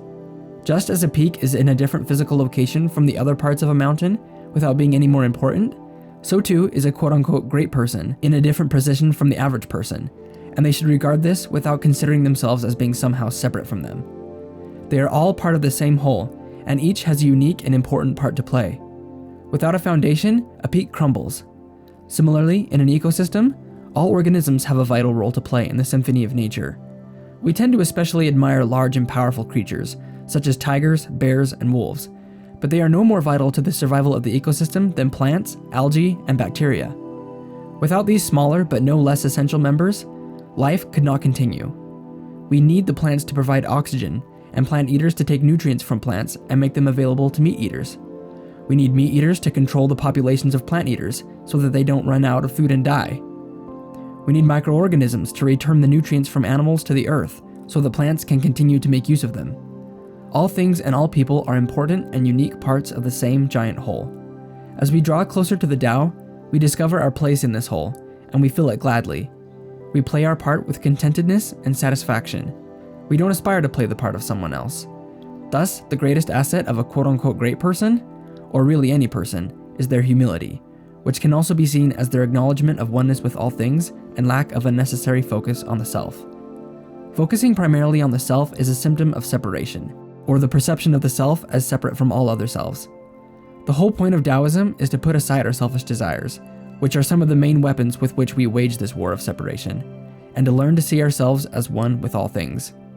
If you're wondering exactly how to do this, I would recommend a thorough study of chapter 13 from the Tao Te Ching. Returning is the motion of the Tao. Yielding is the way of the Tao. The 10,000 things are born of being. Being is born of not being. We live in a world that largely runs on cycles. The natural world is full of cycles. Things are born and then die, and the cycle is continued by their offspring. Similarly, we experience cycles in our personal lives. Our sleep patterns, interest in our work, feelings of well-being, and energy throughout the day, to name a few, all operate on cycles. Despite a lifetime of evidence that this can never work, we as human beings still try over and over again to abandon the cyclical nature of our lives. We still cling to the belief that we can make the enjoyable parts of our cycles last forever, or that we can banish the less desirable parts for good. We stubbornly hold on, often subconsciously, to the idea that if we just diet better and exercise better, and meditate more consistently, and get a better handle on our sleep, and bring whatever other factors in our lives under our complete control, that we can expect to feel good all the time. We think that if we can just get a little better at doing this or that, we will finally be able to find ourselves perpetually full of energy and a lust for life, untiring in the pursuit of whatever it is we think we should be accomplishing. Lao Tzu recognized the futility of these sorts of ideals. Returning is the motion of the Tao. Yielding is the way of the Tao. The 10,000 things are born of being. Being is born of not being. The Tao operates in cycles. The way of Tao is understanding and accepting these cycles as a part of life and adapting to them. Sometimes things are, and sometimes they aren't. Rather than frantically trying to control things that defy complete control, we are much better off to identify what factors we can influence and allow those we can't influence to be what they are. There are many ways we can use this advice in our personal lives. If you don't mind me sharing a couple of personal examples from my own life, I'll try and illustrate this. I have always been a person that greatly enjoys being outside. I love summer and fall for all the opportunities they provide to get out in nature. But for years now, winter has been a real struggle for me. I live in a part of the world where winter means cold, snow, and less sunlight. Because of these and maybe a few other factors, although I enjoy winter all through December when it still feels like a novelty, by about the middle of January, I'm sick and tired of it. I tend to get pretty gloomy around this time, and just kind of have a harder time picking myself up emotionally.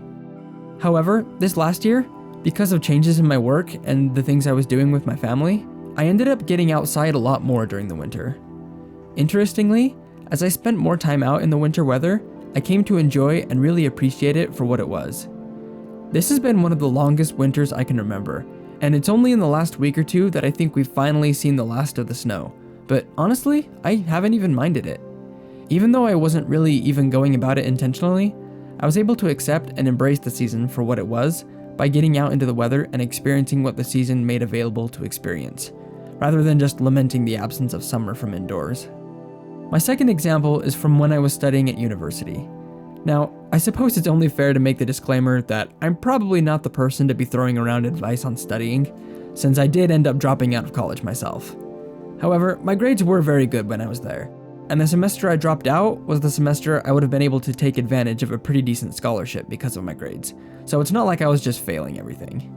At any rate, this was just something that worked for me, and the whole point of this video is to find the cycles that exist in your own life and adapt to them. So I hope you guys will take this example as an illustration of this principle, rather than as specific advice on how to study. When I was at college, I found I was having problems getting my work done. I worked part-time and was taking a full course load, and I often found myself staying up late to finish my work. However, I noticed that after a certain point in the night, my work became much slower, and I would often have to stay up lengthy amounts of time at night in order to finish what would have taken me far less time during the day. So instead, I started going to bed earlier and waking up early the next morning to finish my work.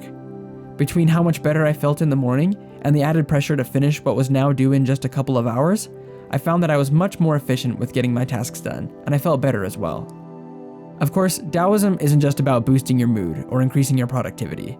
There are cycles in just about all areas of our lives. We start young and grow old. Those we love are born and die, and we eventually follow them. Understanding these cycles can help us to accept them, and accepting them helps us to find peace. The wise student hears of the Tao and practices it diligently. The average student hears of the Tao and gives it thought now and again. The foolish student hears of the Tao and laughs aloud. If there were no laughter, the Tao would not be what it is. Hence it is said, the bright path seems dim. Going forward seems like retreat. The easy way seems hard. The highest virtue seems empty. Great purity seems sullied. A wealth of virtue seems inadequate. The strength of virtue seems frail. Real virtue seems unreal. The perfect square has no corners. Great talents ripen late. The highest notes are hard to hear. The greatest form has no shape. The Tao is hidden and without name. The Tao alone nourishes and brings everything to fulfillment. This chapter is all about the difference between how followers of the Tao appear on the outside and what is actually happening in their own internal world. Taoism is not a path that leads to great glory, at least not directly. If a follower of the Tao does gain the admiration of those around him or her, it is not intentional, but a natural result of what the Tao has led them to achieve. Much of the time, however, those who follow the Tao will find themselves the objects of incredulity and even open ridicule. I, for one, enjoy Lao Tzu's acknowledgement of the scoffing the Tao often attracts. Lao Tzu had a good sense of humor, and to me, I can almost hear him chuckling good-naturedly as he says, if there were no laughter, the Tao would not be what it is. Lao Tzu is not threatened or offended by the ridicule others hurl at him because of his beliefs and the way he lives his life. Instead, he has learned to take it, like all things, in his stride. He understood that the counterintuitive nature of the principles he taught were sure to invite people to laugh. Were it not so, it would not be Tao. By very nature, true principles often seem like foolishness to those who do not adhere to them. Philosophers, religious leaders, even great scientists have always been scoffed at for expounding true principles. When a really groundbreaking scientific discovery is made, the discoverer is often treated with contempt, until it later becomes obvious through more research and experimentation that they were right. Many people are far more likely to scoff at new ideas than to try and implement them into their lives. It's little wonder that this should be the case with the Tao. To many people, it will seem that those who follow the Tao are just falling behind. This is natural, and one can see why a person would think this. After all, a person following the Tao is often led by the Tao to not act at all, while everyone else around him or her is racing ahead. But when they do act, the follower of the Tao more than makes up for the previous inaction. They are like a cannon, which may take some time to load and aim, but when it is finally ready, vastly outranges other handheld firearms. Rather than frantically running around like everyone else, obsessed with the idea of quickly making visible progress so that they can be admired by their peers, they wait until the time is just right, and then, guided by intuition, they make their move, and it is clear that it was worth the wait. Although the path of the Tao really is easier in the long run, in the short term, it looks excruciatingly difficult. So difficult, in fact, that few people will be willing to attempt it. The path of the Tao, although it steers away from unnecessary striving and action in a physical and visible sense, causes a person to have to do a lot of work on themselves. This isn't work in the way that we usually think of work, but anyone who has attempted to work on the self will not be able to deny that it is indeed its own kind of work. Learning to put aside desires and become susceptible to the pushes and pulls of the Tao requires the unlearning of ideas and habits that for most people have become almost second nature. What is the point of putting in all this work to adopt a philosophy that seems to steer one in the opposite direction of everything that we have ever been taught to value as success? To many people, this seems like utter madness. However, humble followers of the Tao find that in the long term, the path of the Tao is actually much easier. All this learning and unlearning makes them more responsive and sensitive to the flow and contours of life. With this sensitivity, they are able to eliminate much unnecessary effort and striving. Thus, as they appear to be going backward, they are actually moving forward. At the same time that they may appear weak or impotent, they increase in strength. They are not concerned that their efforts do not show on the outside, because that is not why they were in the game in the first place.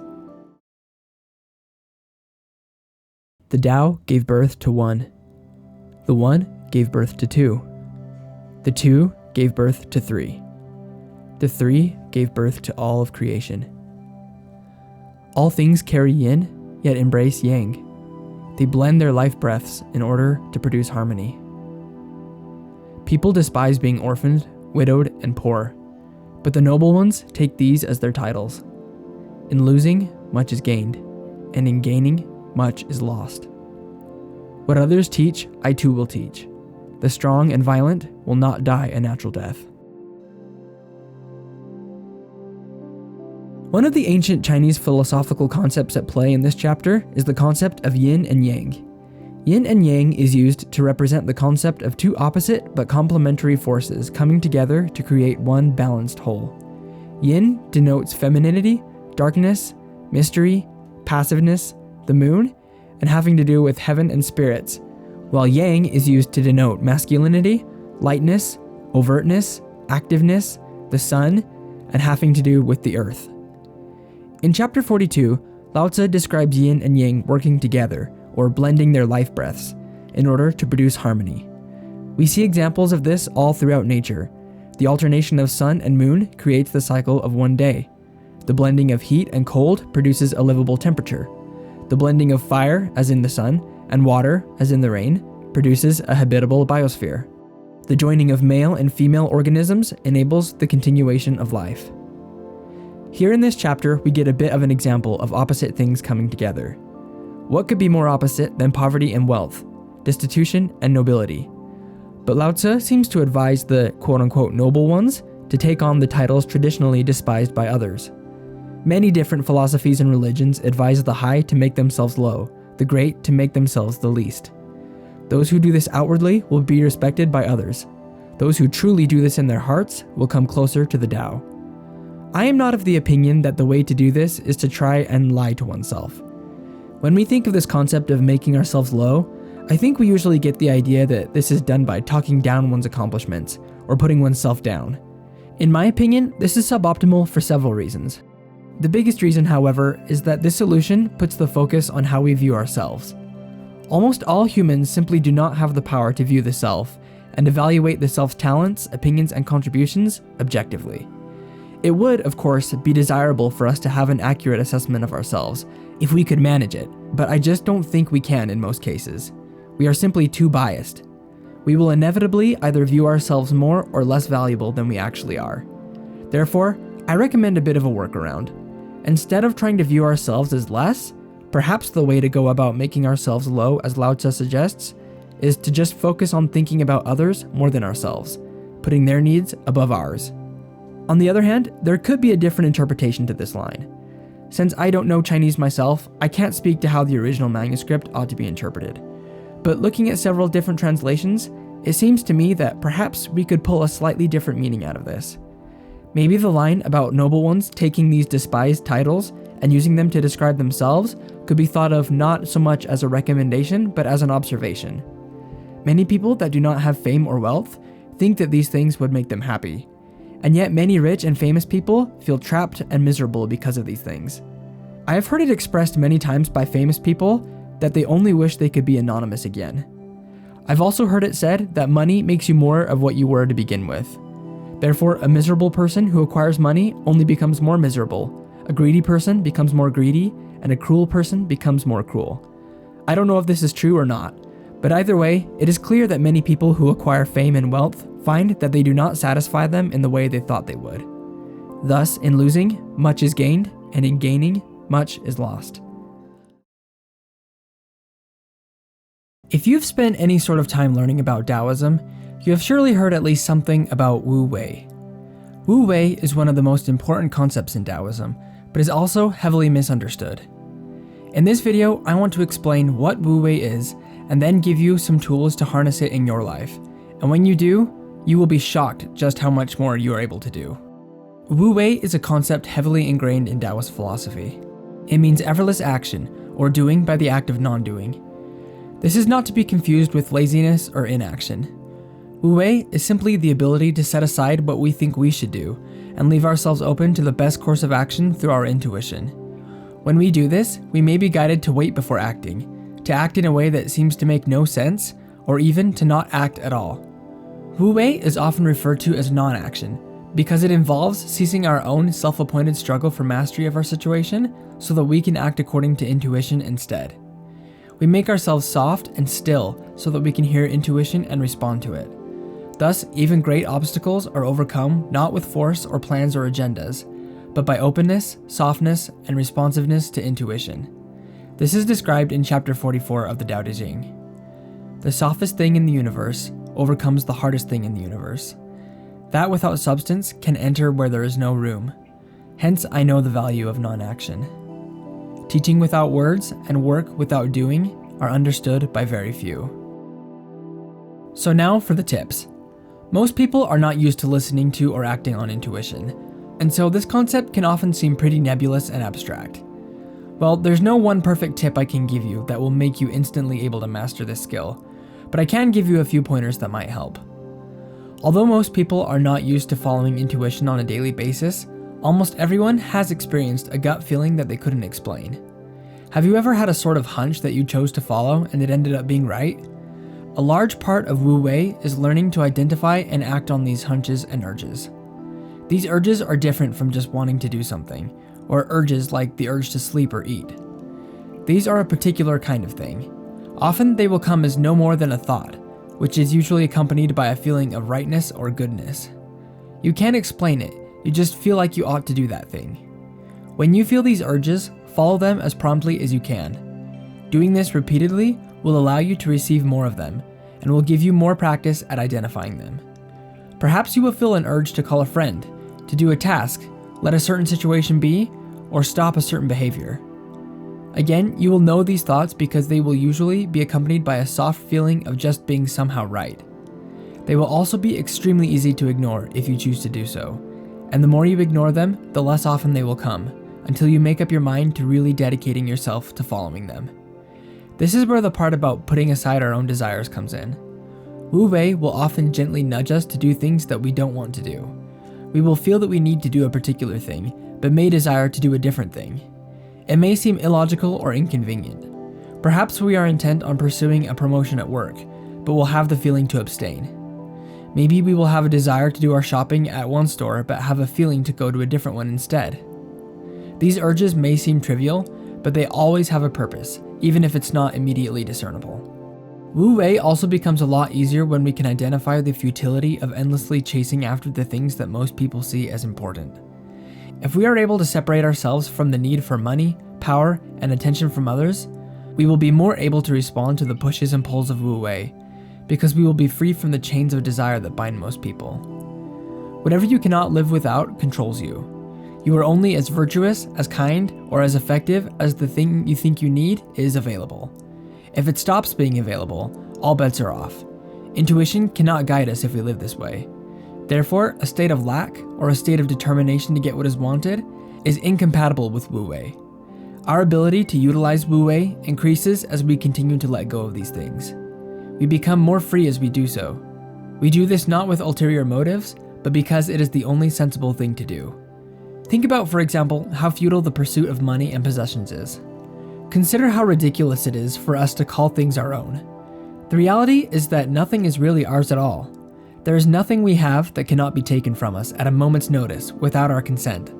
This is true of our money, our time, our possessions, our health, our bodies, our loved ones, even our lives.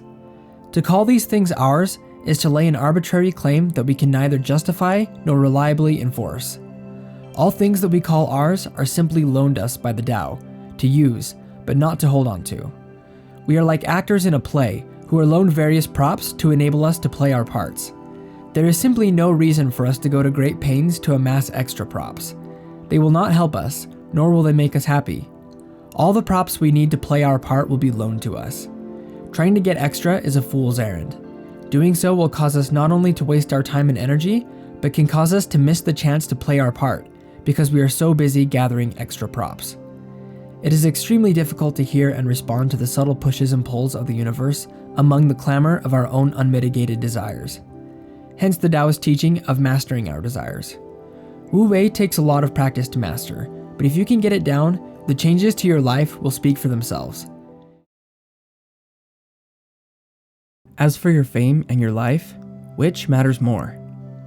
As for your life and your wealth, which is more precious? As for gain or loss, which is more damaging? He who is most endeared to something must pay dearest for it. He who has hoarded much will suffer great loss. He who knows when enough is enough saves himself from humiliation. He who knows when to stop protects himself from peril. To know this is to be long enduring. This chapter is all about being able to identify when enough is enough. Learning to do this is one of the most important skills for promoting satisfaction in life. This will require a great deal of changing our thought patterns, however, since most of us were raised, and indeed are guided by our own desires, to pursue wealth, recognition from others, and control over our lives.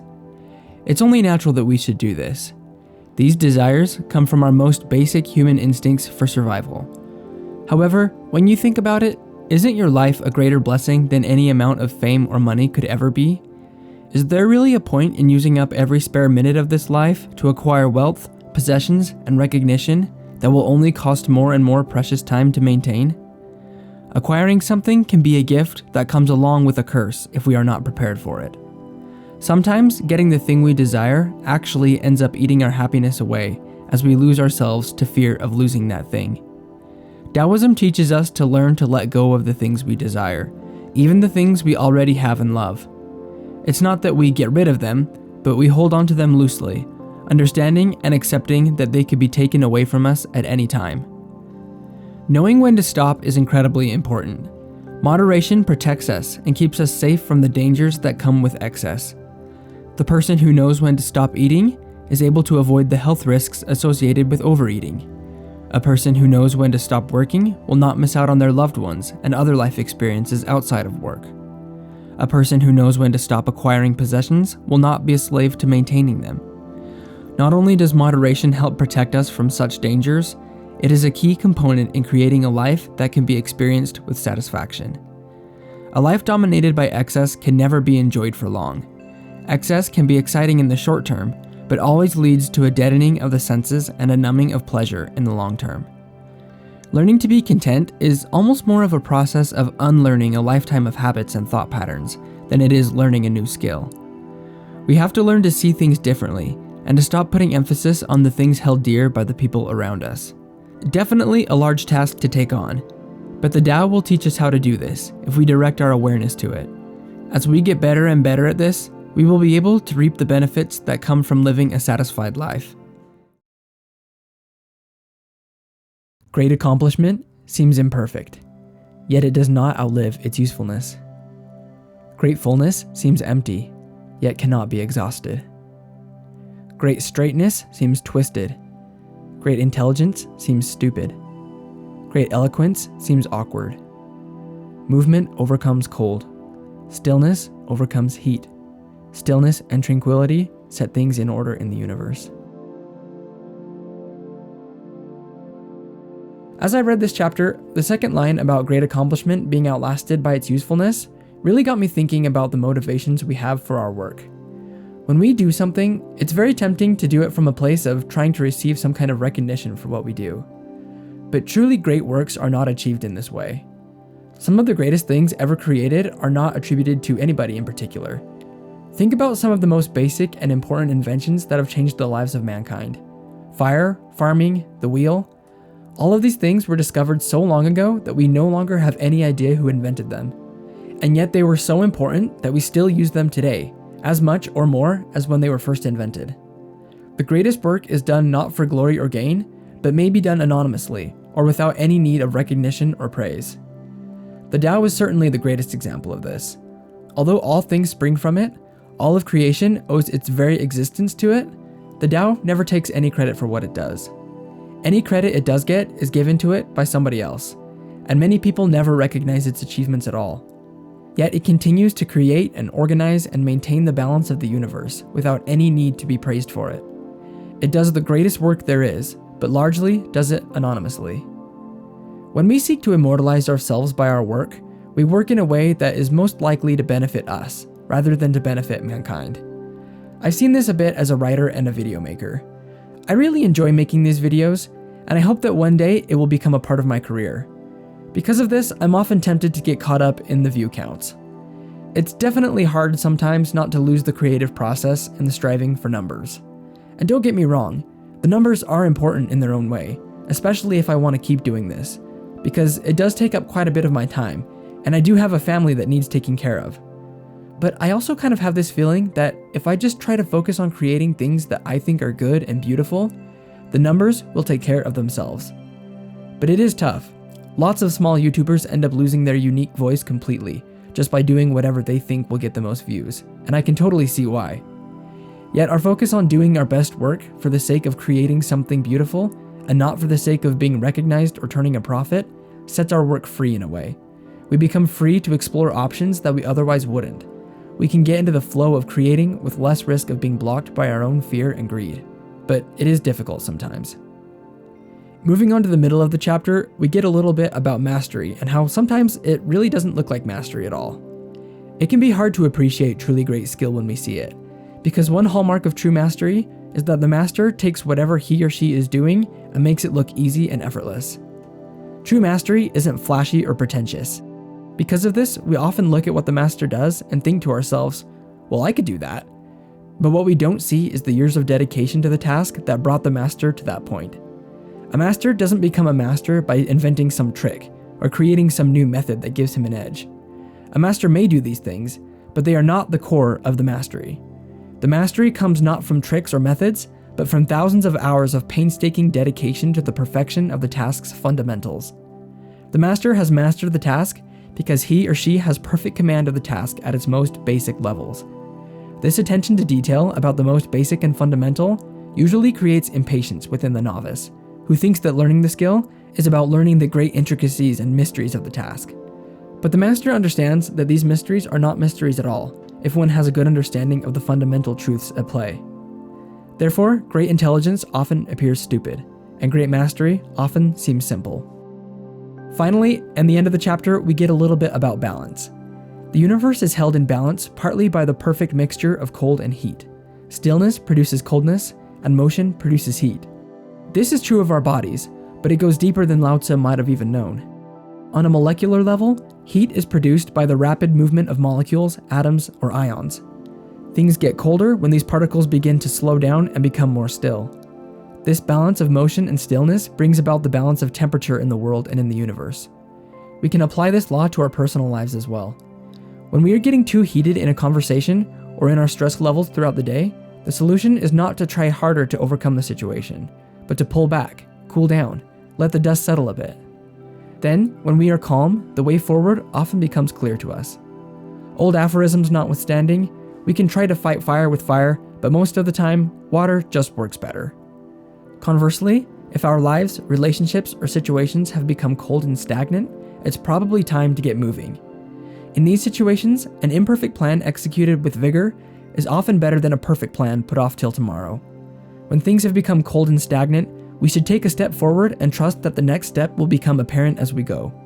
Taoists know that action and non-action are two sides of the same coin, and that Wu Wei, or effortless action, is the ability to flip the coin to whatever side is needed in that moment.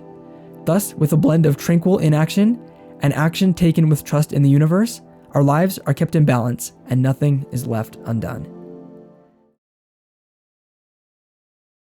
When the Tao is present in the universe, the horses haul manure. When the Tao is absent from the universe, war horses are bred outside the city. There is no greater sin than desire, no greater curse than discontent, no greater misfortune than wanting something for oneself. Therefore, he who knows that enough is enough will always have enough. There is a lot to break down in this chapter, but I do want to go ahead and focus on some wording in the last half. It's interesting to note the use of the word sin to describe desire. The use of the word sin is actually pretty consistent throughout several different translations. Translations that do not use the word sin use other words, including crime, fault, or guilt. A lot of times we tend to try to avoid using words like sin or evil when we're speaking about Taoism, but I think it can be helpful to break down what is really being meant here. We often think of the word sin in a sort of accusatory sense, like a person who commits a sin is a bad person. However, I've heard from multiple sources that the word in both Hebrew and Greek, which English translations of the Bible render as sin, literally means to miss the mark, like when shooting an arrow or throwing a spear. I have seen some disagreement about this, and since I speak neither Hebrew nor Greek, I can't say for sure either way, but it is an interesting perspective. Rather than seeing a sinner as a person who is inherently bad, perhaps we are better off to view sins as mistakes. Sadly, there probably are some people out there consciously making decisions to hurt others. However, I think the vast majority of people don't have these kinds of intentions. Most of us want to be good people. We all make mistakes, but these mistakes, in my opinion, are often just that, mistakes. We miss the mark. We have good intentions, but in the application of those intentions, we misstep. If the word sin still bothers you, consider what the text is saying. There is no greater sin than desire. If you want to draw another parallel with sin in the Western sense, consider the 7 deadly sins: lust, gluttony, greed, sloth, wrath, envy, pride. You could make the case that all of these sins originate from our failure to rein in our desires, our weakness in putting our needs and wants first, our tendency to separate ourselves from the rest of the world and to try and elevate ourselves above it. Sin is separation. It is any thought, word, or action that separates us from our source, the Tao, from oneness with all things.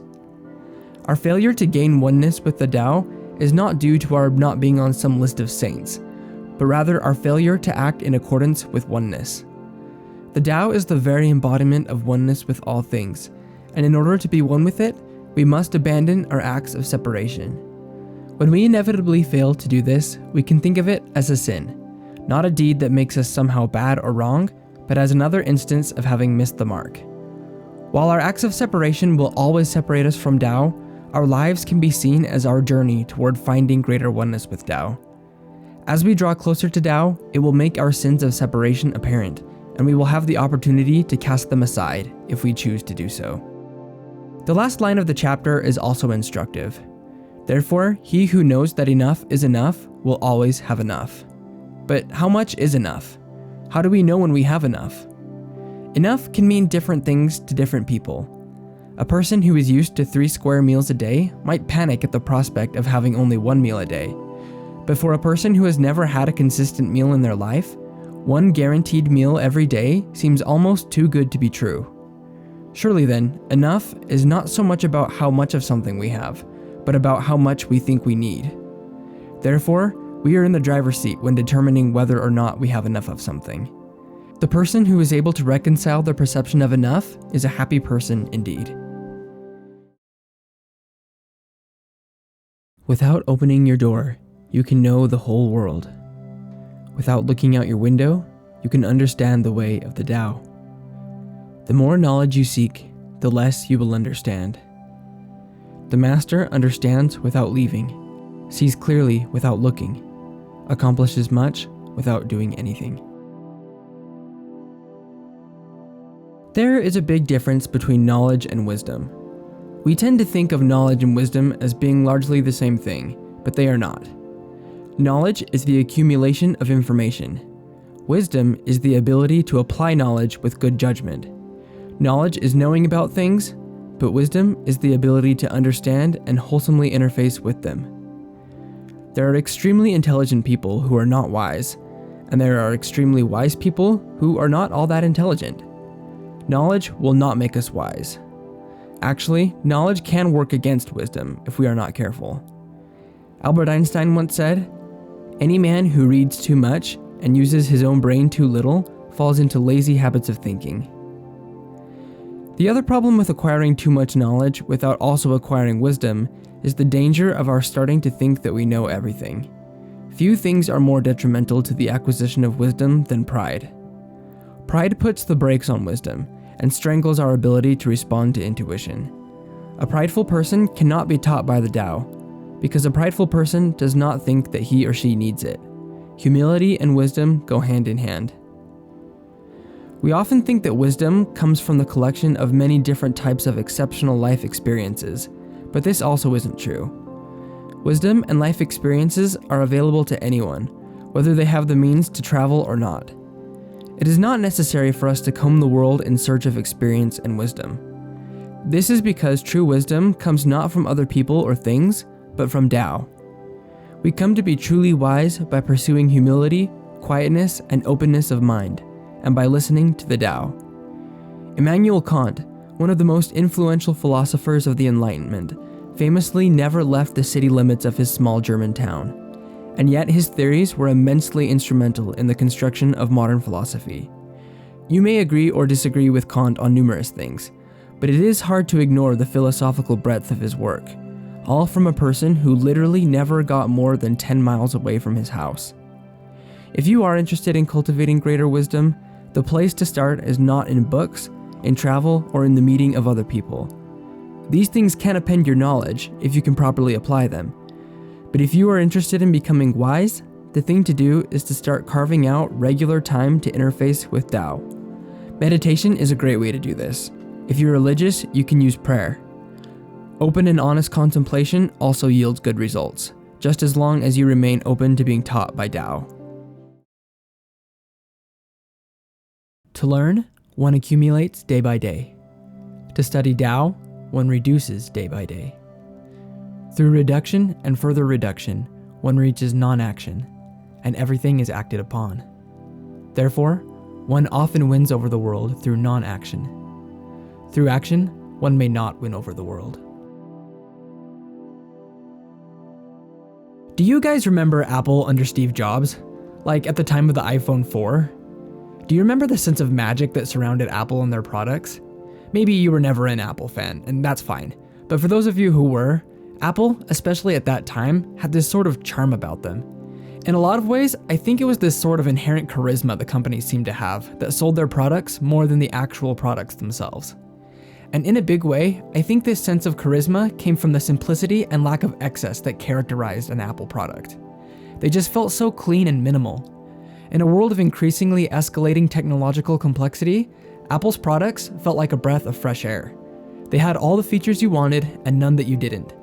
The interface was uncluttered and easy to navigate. The hardware was black, white, or gray, period.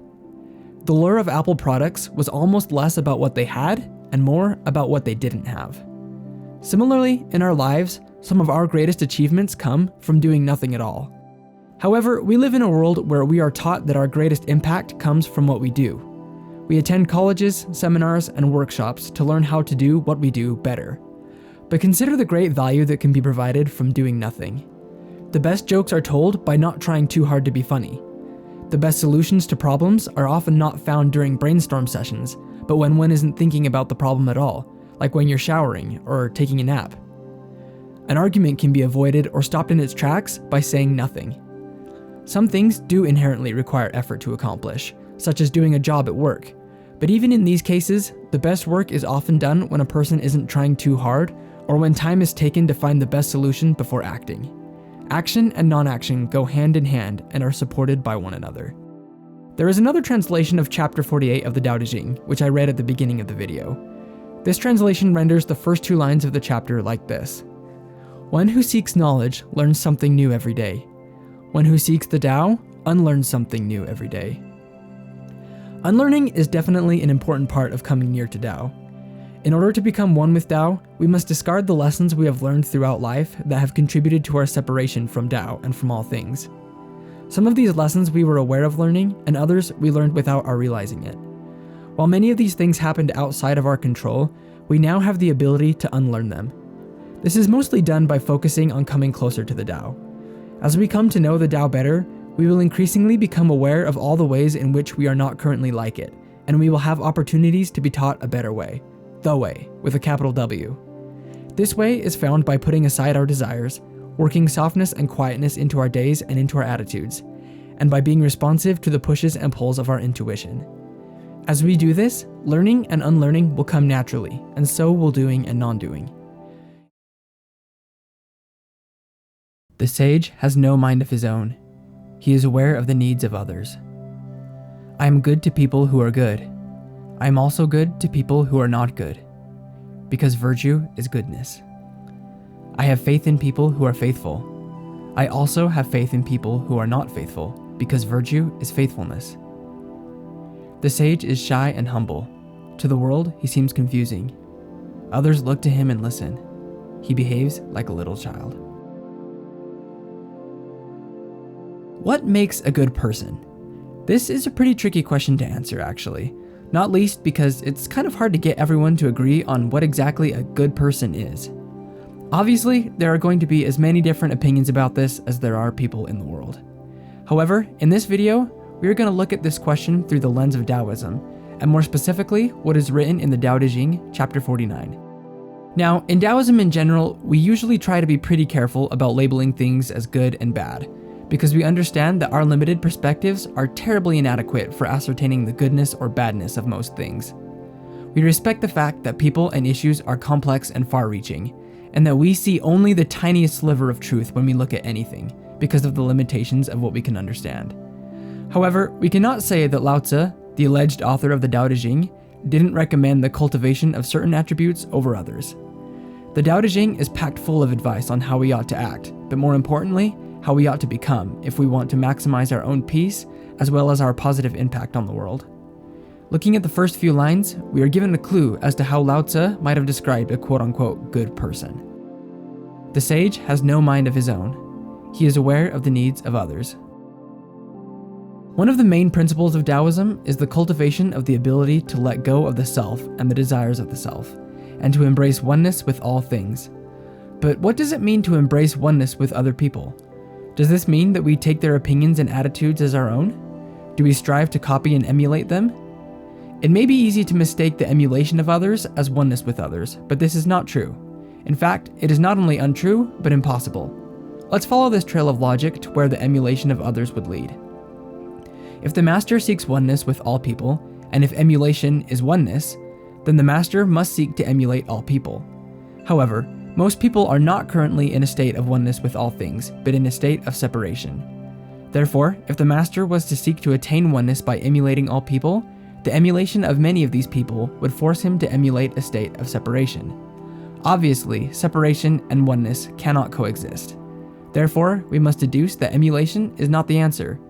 Fortunately, the answer is found right here in the chapter. He is aware of the needs of others.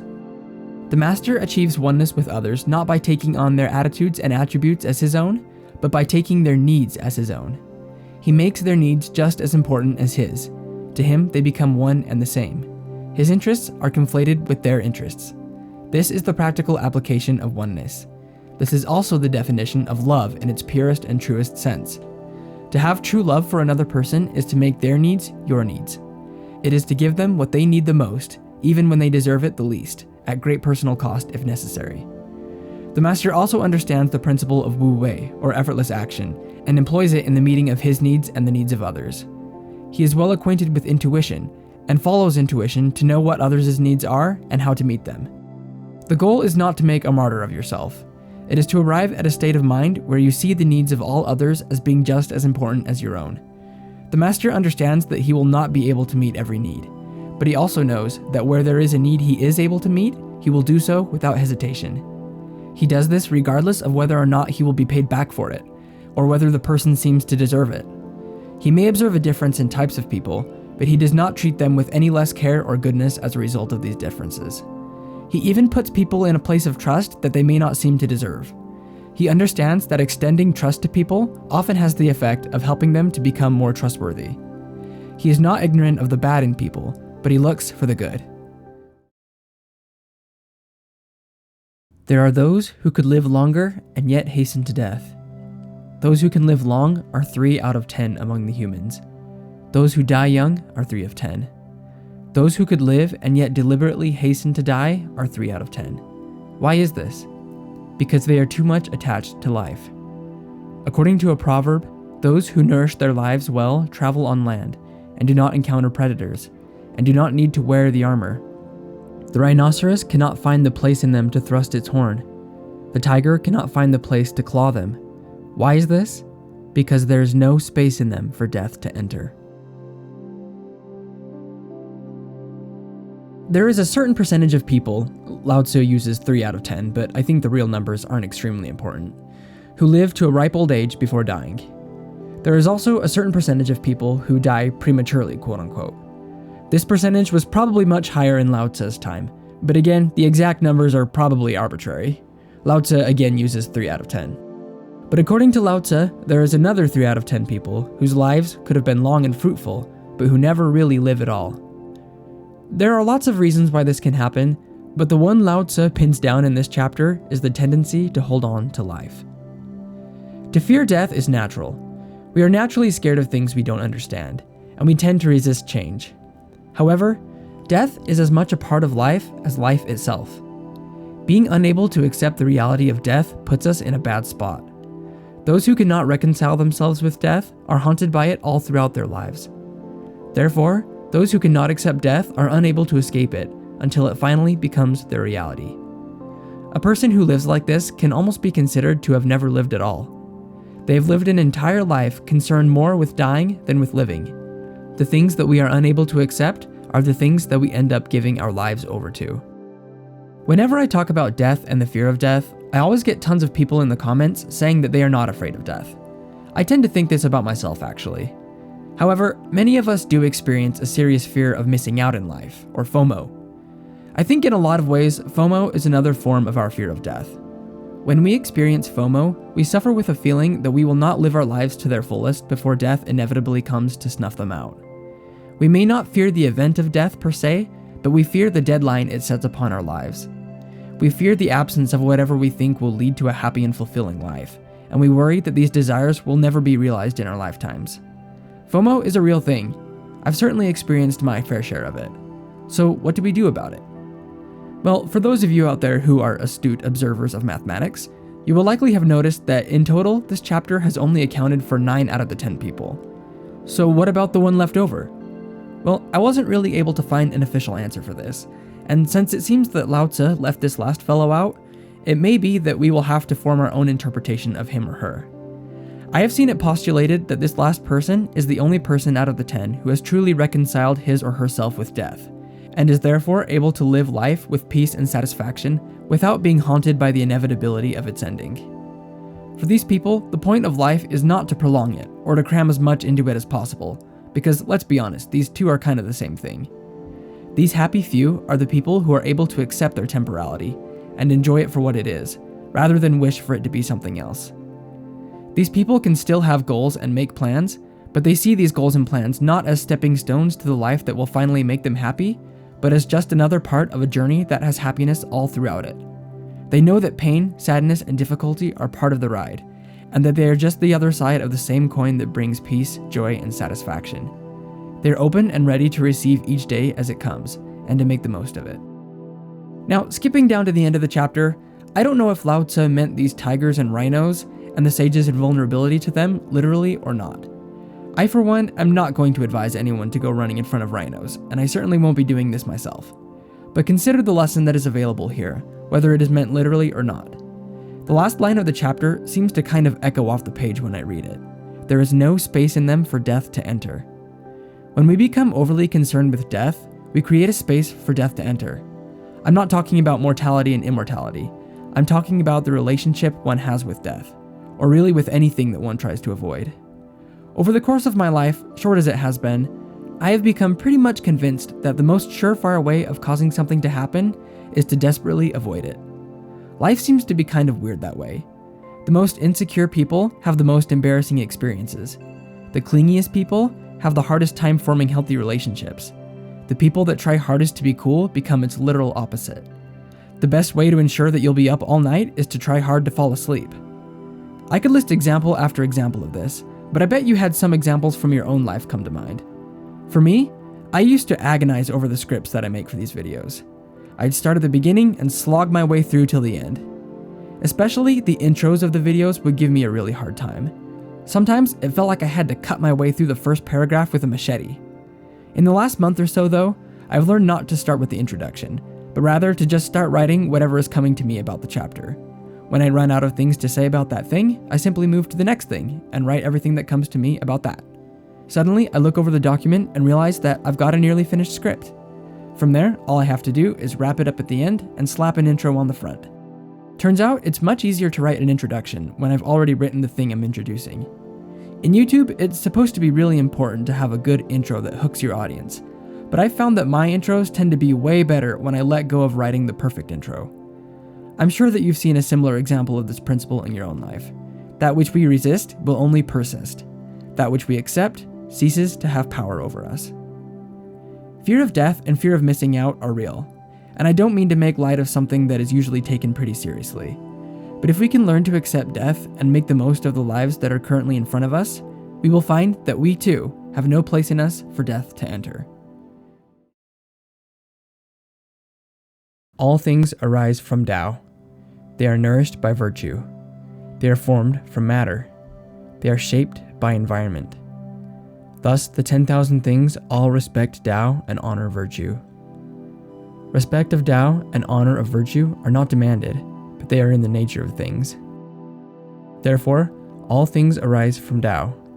By virtue, they are nourished, developed, cared for, sheltered, comforted, grown, and protected. Creating without claiming, doing without taking credit, guiding without interfering.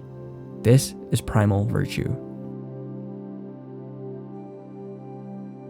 Those of you who have followed this series pretty closely may have noticed this chapter honors the concept of virtue, while in previous videos we have spoken of virtue as sort of a slightly less optimal substitute for following Tao, and I'm thinking more specifically about the chapter 38 video.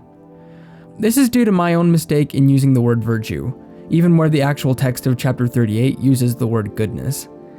This might be hair-splitting, to be honest, but although the words virtue and goodness do have largely the same definitions if you were to look them up in the dictionary, we're using them here to refer to completely different concepts. The virtue that I referred to in chapter 38, which I really ought to have called goodness to stay consistent with the text, is a person's own ideas of what is right and wrong. The virtue referred to in this chapter is something different. It all gets even more confusing when we notice that other translations of chapter 38 translate goodness as virtue. Sure makes me wish that I could read Chinese. If anyone does have a knowledge of the different words in Chinese used for these different concepts, I would love to hear about it. However, for our purposes, just know that in chapter 51, we are dealing with virtue in the sense of what is meant by Te, as in Tao Te Ching, or the classic book of the way and virtue. This virtue is more than just people's ideas of right and wrong. The chapter tells us that all things are nourished by virtue.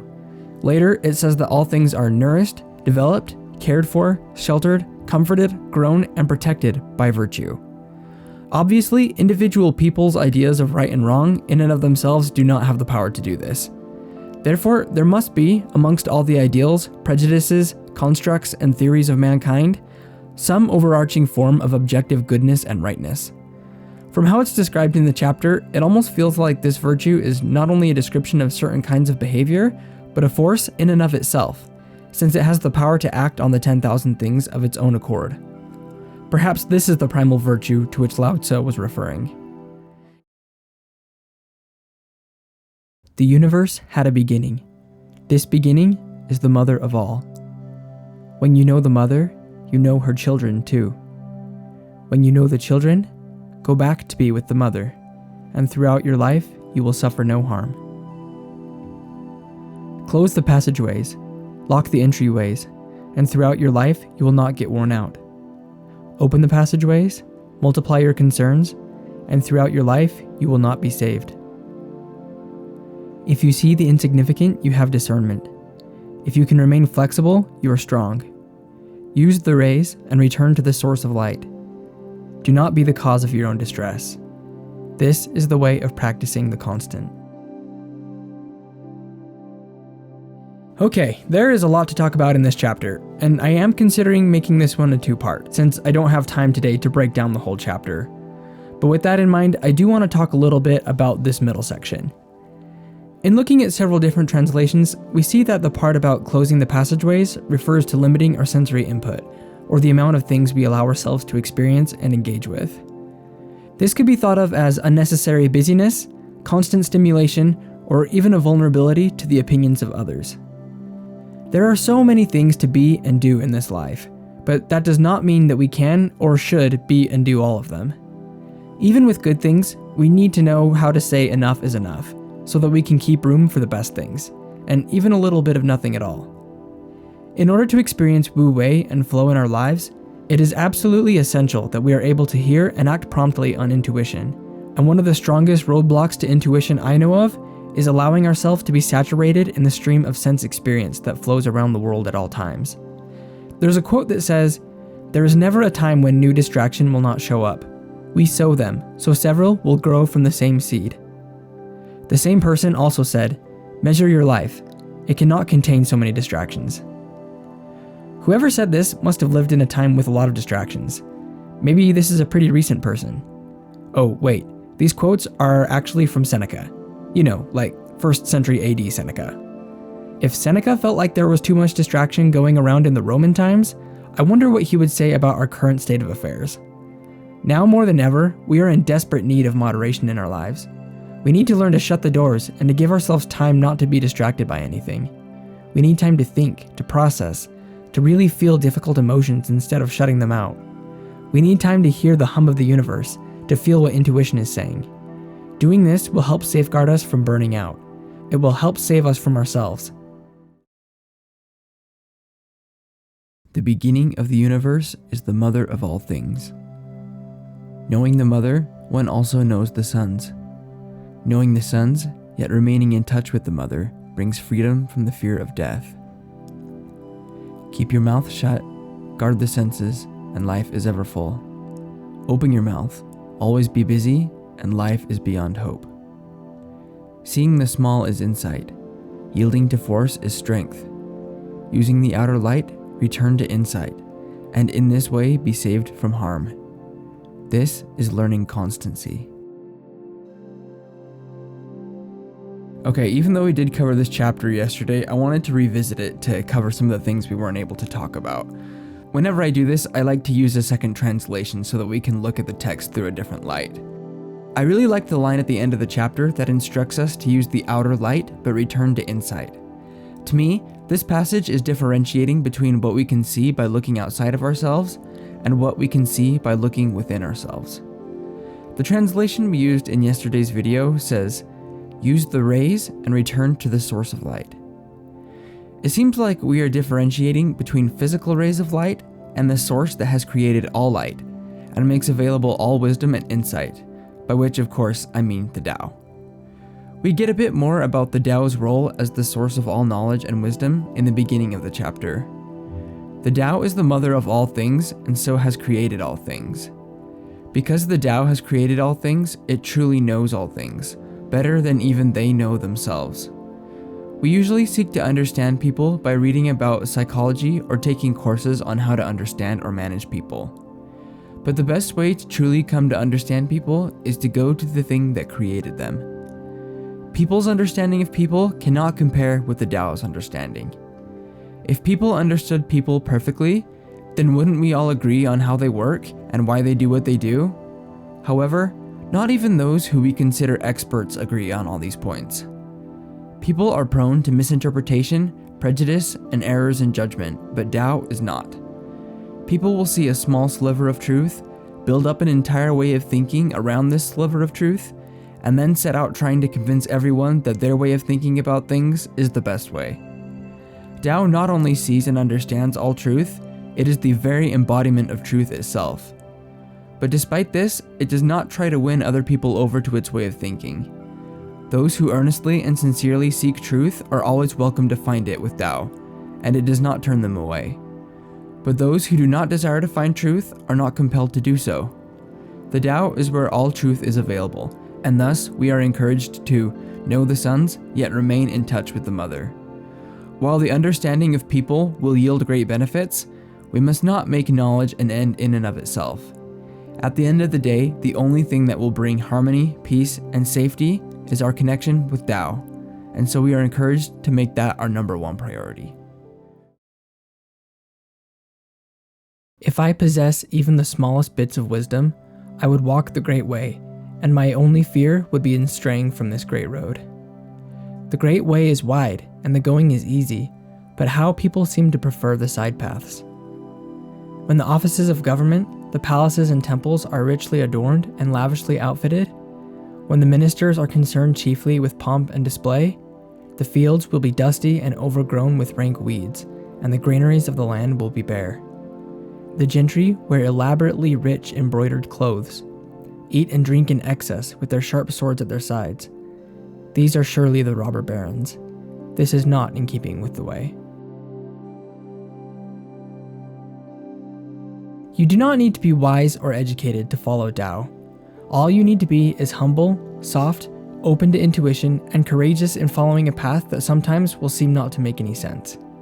In the world we live in, it is often taken for granted that the more intelligent a person is, the better their prospects in life will be. Lao Tzu, however, does not subscribe to this idea. Following the way is not complicated. It does not require great intelligence. It is actually incredibly simple. Let go of your desires and plans for what you think should happen. Respond to the pushes and pulls of intuition. Contrary to how it may sometimes seem, this path is actually incredibly easy. The only thing that makes it difficult is our inability to put aside our ideas of what we want to do, or what should happen in our lives. The only thing that can get in our way is ourselves. As a human race, we are naturally inclined to follow our instincts for planning, striving, and ambition. The way is plain and simple, but our own nature constantly calls us off to side paths that lead nowhere.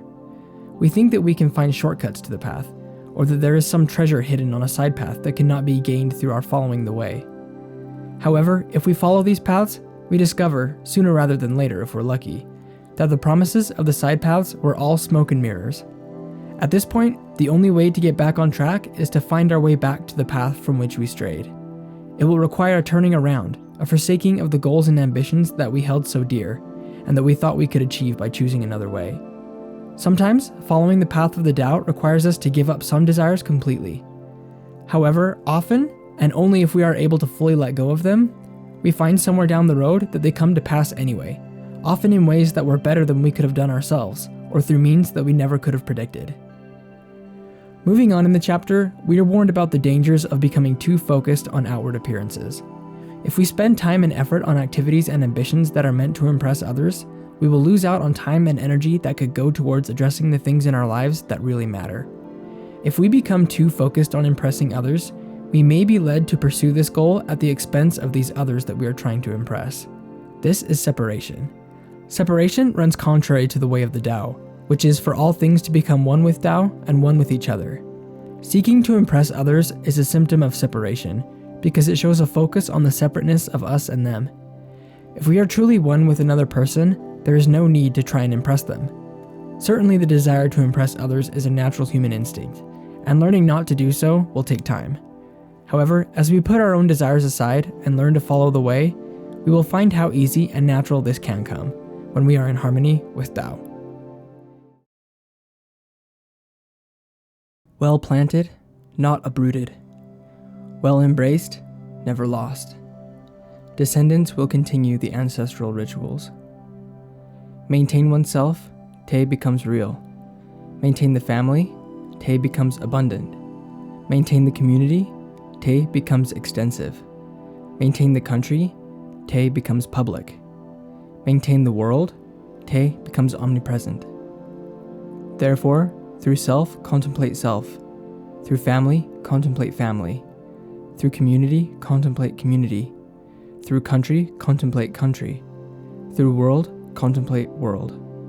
How do I know the world? Like this. When people set out to try and do good, They often start right away by rolling up their sleeves with dreams of changing the world. This is a serious mistake. Note the order prescribed in this chapter of the Tao Te Ching for dealing with Te, or virtue. First comes the self. Before we are bothered with the virtue of anyone or anything else, we first need to be concerned with the virtue of the self.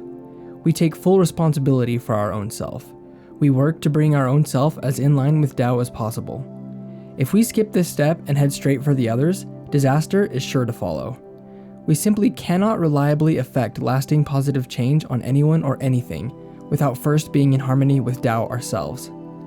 If we are not in line with Tao, our efforts to benefit the world are pointless, often even harmful.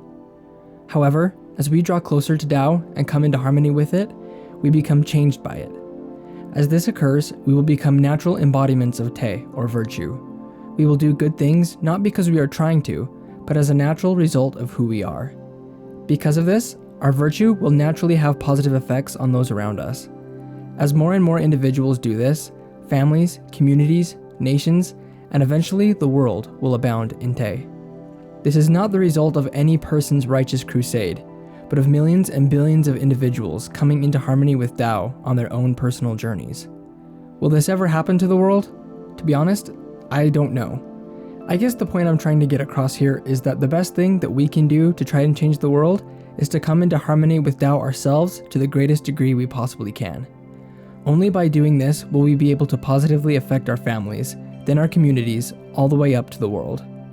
In all my study of history and human behavior, I am becoming more and more convinced that no government, no laws, no institution can solve the problems caused by a deficiency of Te among the people they govern. It's kind of like how they say you can't exercise enough to compensate for a bad diet. I don't think that you can govern enough to compensate for a populace's tendency to choose greed, ambition, pride, and fear over oneness and harmony. Any system that tries to do so will not succeed. Now remember, at the end of the day, I'm not a political scientist. I'm not a professional anything, really. I'm just a guy with a computer that likes Taoism. If you also have a computer and also like Taoism, I think that you would also like my Discord. Every time I put one of these videos out breaking down a chapter of the Tao Te Ching, I open up a thread for discussion about the chapter. It's a great place to learn, get different perspectives, and find other cool people who are passionate about philosophy. The one who has virtue in its fullness is like a newborn babe. Hornets and snakes do not sting him. Savage beasts don't attack him. Birds of prey don't pounce on him. His bones are soft and his muscles weak, but his grasp is firm. He knows nothing yet of mating, but his organ stirs, for his vigor is at its height. He will cry all day, but his voice will remain loud, for his harmony is at its height. If you know harmony, you know what is constant. If you know what is constant, you are enlightened. If your mind forces your breath, you misuse your strength. You misuse your strength.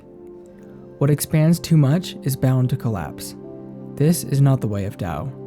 What goes against Tao soon declines. There are many instances in the Tao Te Ching of Lao Tzu taking inspiration from infants. Actually, this is a common theme in many other philosophies and religions as well. Many of these regard the infant as pure and innocent, and they propose that later problems develop from experiences and influences the child is exposed to as it matures. These schools of thought often parallel the process of self-actualization as returning to the innocence and inherent goodness of the child, while maintaining the wisdom and perspective that were gained along the way. It is interesting also to note the nature of the human life cycle. When a human is born, it progresses gradually from lack of activity and total dependence on others to abundance activity and relative physical independence. Then, as it nears the end of its life cycle and becomes old, it increasingly begins to revert back to less activity and increasing physical dependence on others. Perhaps this is a physical manifestation within the human life cycle that we can learn from. While there are many aspects of childhood that we necessarily leave behind as we mature, there are aspects that perhaps we would do well to adopt all throughout our lives. Lao Tzu highlights several of these throughout the chapter. Starting with the beginning of the chapter, it does seem a bit odd to claim that newborn babies are not attacked by wild animals, when we see in nature that actually predators seem to prefer attacking infants because of how vulnerable they are. I saw several different explanations for this as I did some research for the video. Some sources propose that Lao Tzu is speaking only figuratively, and that the predators mentioned in the chapter are representative of the many worries and cares that plague us as adults. Other explanations have theorized that Lao Tzu was not actually referring to a child at all, but to the sage who has cultivated the pure and innocent mind of a child. These are all certainly possible explanations, and I don't know that there really is any way to say for sure what Lao Tzu meant by this, although to me the second explanation does seem especially plausible. I've also seen people say that perhaps Lao Tzu was just engaging in a bit of wishful thinking, but I do personally find this idea pretty unlikely, since Lao Tzu is so characteristically concerned with observing the universe as it is, and not as the self wants it to be. If you'll indulge me, I think I might venture so far as to add a theory of my own. If you think about it, while some infants do perish to wild animals, and certainly this would have been much more common in Lao Tzu's time, many do not. In fact, I think it would be pretty fair to say that the majority do not. What is the reason for this? Among other things, it is because they are able to count on the protection of individuals stronger and more capable of dealing with these dangers than they are. In the infant's case, this usually takes the form of parents, but in the lives of us adults, I'm inclined to assign this protectoral role to the Tao. Babies don't try to train with weapons or kung fu or build elaborate houses to protect themselves from animals. Firstly, because they're incapable of doing these things, and secondly, because they are able to depend on others who are capable of these tasks. Similarly, while we adults are capable of defending ourselves from wild animals, there are many dangers out there that just kind of happen to us, and we are more or less powerless to fight, such as disease, famine, civil unrest, economic conditions, and many others. While modern developments in medicine, government, and economics strive to overcome these challenges, they will probably never go away completely. While I'm not suggesting that we live with our heads in the sand, I do believe that there is a lot of the world that is just out of our control. Therefore, rather than constantly worry about persistent dangers that we can do very little about, I think we're much better off trusting these things to the universe, and concerning ourselves primarily with following our intuitions and drawing closer to Tao. Paradoxically, our resolve to do this, even in the face of growing global concerns, may even be the thing that allows us to act in ways that will go great lengths in solving the problems that we would otherwise be worrying about. People who are in harmony with Tao will do good and overcome opposition naturally. People who concern themselves too much with complex problems act in fear and self-preservation, and tend to only make these problems worse. As in so many areas of life, the only way to really be free from these problems is to first let them go. Once we have done this, we will be in a position to really do something about them, if that's what our intuitions inspire us to do. Striving for solutions is not the answer. Being in harmony with Tao is the answer. This harmony will foster solutions naturally, but in order for this to happen, we need to make harmony the goal. The chapter says, if you know harmony, you know what is constant. If you know what is constant, you are enlightened. The world does not need more extensively thought out programs or agendas. The world needs more enlightened individuals. If you're following the channel closely, I know that I keep coming back to this theme, and I do apologize if it's getting redundant. I guess it's just been on my mind a lot lately. Those who know do not talk. Those who talk do not know. Keep your mouth closed. Guard your senses. Temper your sharpness. Simplify your problems. Mask your brightness. Be at one with the dust of the earth. This is primal union. He who has achieved this state is unconcerned with friends and enemies, with good and harm, with honor and disgrace. This, therefore, is the highest state of man. You know, it's funny. As I looked at a few different translations for this chapter, so many of them kept the wording of the first two lines almost exactly the same. It's almost like nobody felt like this idea could be any better worded than the way that it is. Those who know do not talk, and those who talk do not know. While we maybe do not always state this outright, we all feel this intuitively. We feel the insecurity of someone who can't stop talking. We often smell their incompetence through all the flowery language. Those who truly know do not do this. They have nothing to prove to anyone else. They don't have to assert that they know things. They know that they know things. So what is the point in trying to prove it to anyone else? On a more personal note, this is something that I'm trying to work on in my own life. I do recognize the irony of having a whole channel of me talking about chapters of the Tao Te Ching like this one that say don't talk too much. I'm kind of trying to figure out where that middle ground is. Lao Tzu himself wrote the Tao Te Ching, But when we read the Tao Te Ching, it is extremely concise. He focuses on saying a lot with only a few words. This kind of goes contrary to how that YouTube algorithm is supposed to work. With the algorithm, the two most important things are supposed to be click-through rate, which is the percentage of people that see your videos and choose to click on them, and watch time, which is how much time people spend watching your videos. Therefore, there's part of me that feels like I should be making these videos as long as possible to maximize my watch time, and there's another part of me that feels like this is kind of contrary to Lao Tzu's formula. Then there is another very real part of me that recognizes that there's only a certain amount of work that I can sustainably put into these videos without becoming consumed by them and going insane. And inevitably, that part of me ends up tipping the balance.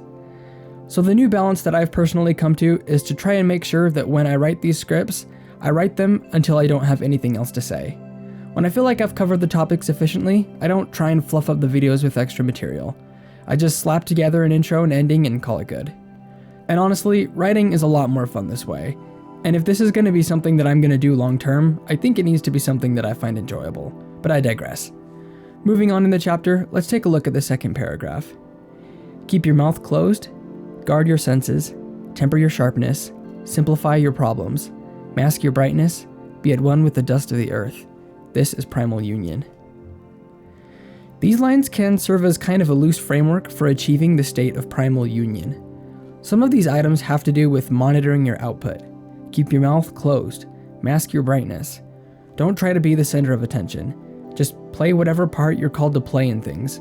Be content with observing events as they unfold and only act when it is time for you to act. There is also advice here for monitoring our input. Guard your senses. Don't get caught up in unnecessary distractions. There are many good things to learn and observe, but there is also a lot in the world that is just noise. Cut out the noise as much as you can. Live in the world, but choose your influences carefully. Take time to be quiet and be alone with yourself. Ponder and meditate often. Eliminate excess distractions so that you can easily hear and respond to intuition. Use meditation to cut out the excess noise in your own thoughts. The last section describes the benefits and attributes of the state of primal union. One who has achieved primal union does not live for the approval of others. They don't hold on to things. They accept that quote-unquote bad things and quote-unquote good things will both happen to them, and they don't try to prevent one or hold on to the other. They follow their intuitions and keep a loose grip on their plans and goals, always ready to let go of them if need be, because they trust that the universe ultimately has a better plan for their lives than they could ever make for themselves. This is the goal of Taoism. This is the state for which we all aim. Rule a nation with justice. Wage war with surprise moves. Become master of the universe without striving. How do I know this is so? Because of this. The more laws and restrictions there are, the poorer people become. The sharper men's weapons, the more trouble in the land. The more ingenious and clever men are, the more strange things happen. The more rules and regulations, the more thieves and robbers. Therefore, the sage says, I take no action and people are reformed. I enjoy peace and people become honest. I do nothing and people become rich. I have no desires and people return to the good and simple life. In my study of history, one common theme that I have often seen in many of the revolutions that have occurred around the world is that things so often get escalated by those who are in power taking too hard a line on some matters. Things can all be going great. Maybe the people are putting together a peaceful petition for reform, and suddenly the king snaps and cracks down way harder than necessary. The populace predictably retaliates, and things spiral out of control. One classic example of this is Charles Stuart of England, who was so inflexible and uncooperative that he more or less forced his subjects to execute him against their will, out of sheer obstinacy. As a parent of small children, I've really begun to see these issues of freedom versus authority come to the point. As a parent, it is my job to protect my kids, and to enable them to live positive and constructive lives when I'm gone and they've moved on. I cannot do this without having some sort of structure for establishing boundaries, and teaching them appropriate skills and behavior. For me not to do this would be against their best interests. However, it is also not in their best interests to crush their sense of freedom, autonomy, and personal power. This is a difficult balance to learn as a parent, to say the least. When faced with one of these distinctions, a question I have often asked myself is, what freedom can I give my kids? or what can I say yes to? Often as parents, we get to a place where we just say no offhand without really considering. There are times when I've told my kids no about something, only to realize upon further reflection that I really probably could have told them yes. This doesn't mean that I tell them yes to everything. Setting healthy boundaries for your child is an important part of being a parent. But I do try to make sure that when I say no, I have a good reason for it. One of the hardest things about parenting is learning not to get caught up in power struggles. A lot of times, if you honestly self-evaluate, you'll be able to differentiate between the times when you insist upon something because it's a boundary and it's for your child's own good, and times when you insist upon something because you feel the need to assert your dominance as a parent. Now, don't get me wrong, I do believe that kids should be taught to respect or at least obey their parents, not necessarily as a service to the parent, but because learning respect for authority is a part of life, and they will need to understand at least a measure of this in order to get along in the world. But I also believe that the kind of authority figure I represent to them as a child will influence their relationship with authority down the road. As they look back on their childhood, will they remember a parent who lovingly corrected them and was stern with them when necessary in order to facilitate their safety and development? Or will they remember a parent who was domineering and authoritarian, who took fierce stances on matters for the sake of winning arbitrary power struggles? If I parent in this way, I am not invoking authority for my child's benefit. I'm invoking it to protect my own ego and to hide my insecurity as a parent. This is a really difficult thing to navigate as a parent. It takes a lot of time and learning, and I don't pretend that I've got it all figured out. Please remember and understand that I am not a qualified parenting expert, and this all just comes down to my own personal opinion and worldview. I guess the main point I'm trying to get across here is that when we lead people, in whatever capacity it may be, we should try to give them as much opportunity to exercise their personal freedom as possible. When situations necessitate our interference as authority figures, we need to make sure that we are interfering for the right reasons, and that everything is done from a place of love and respect, not pride, insecurity, or authoritarianism. When we lead, the Taoist principle of non-doing is super relevant, because we find that people who are given autonomy within healthy boundaries often learn to lead themselves. If a government is unobtrusive, the people become whole. If a government is repressive, the people become treacherous. Good fortune has its roots in disaster, and disaster lurks with good fortune. Who knows why these things happen, or when this cycle will end? Good things seem to change into bad, and bad things often turn out for good. These things have always been hard to comprehend. Thus, the master makes things change without interfering. She is probing, yet causes no harm. Straightforward, yet does not impose her will. Radiant and easy on the eye. So at the beginning of this chapter, we get a bit of a continuation on the theme of last chapter. If those who rule give their subjects autonomy and respect their rights, then things tend to go well with society. But when rulers impose harsh restrictions and seek to micromanage and establish strong degrees of control over their people, the people inevitably begin to retaliate. History has supplied us with more than enough examples of this theme. The chapter then seems to switch gears, and we get a bit on non-duality. For those of you who may not have heard this term before, non-duality, or non-dualism, as it applies to Taoism, is the understanding that things that appear to be in opposition to one another often stand in a complementary relationship to each other. Another way of saying this is that many things that appear to be opposites are only two parts of the same whole. Often, we tend to think of events in our lives as being either fortunate or unfortunate, but Taoism urges us to be careful about applying such distinctions to events that we admittedly understand very little about. Taoism acknowledges that our limited perspectives are often very inadequate for identifying the goodness or badness about any given situation. Many misfortunes have the effect of causing good fortunes later down the road, and many good fortunes have the effect of eventually leading to disaster. As Lao Tzu reminds us, these things have always been hard to comprehend. Therefore, rather than holding on to some things and resisting others, we are much better to accept and try to flow with circumstances in our lives that live outside of our control. The master who understands this concept gains much. He or she discovers the ability to influence the direction of events without forcing them directly. Although the master is skilled in their art, they are also harmless. They may be dangerous in their own way, but their self-control and good nature allows them to use careful discernment in employing their talents, and they use them prudently to produce the best outcomes.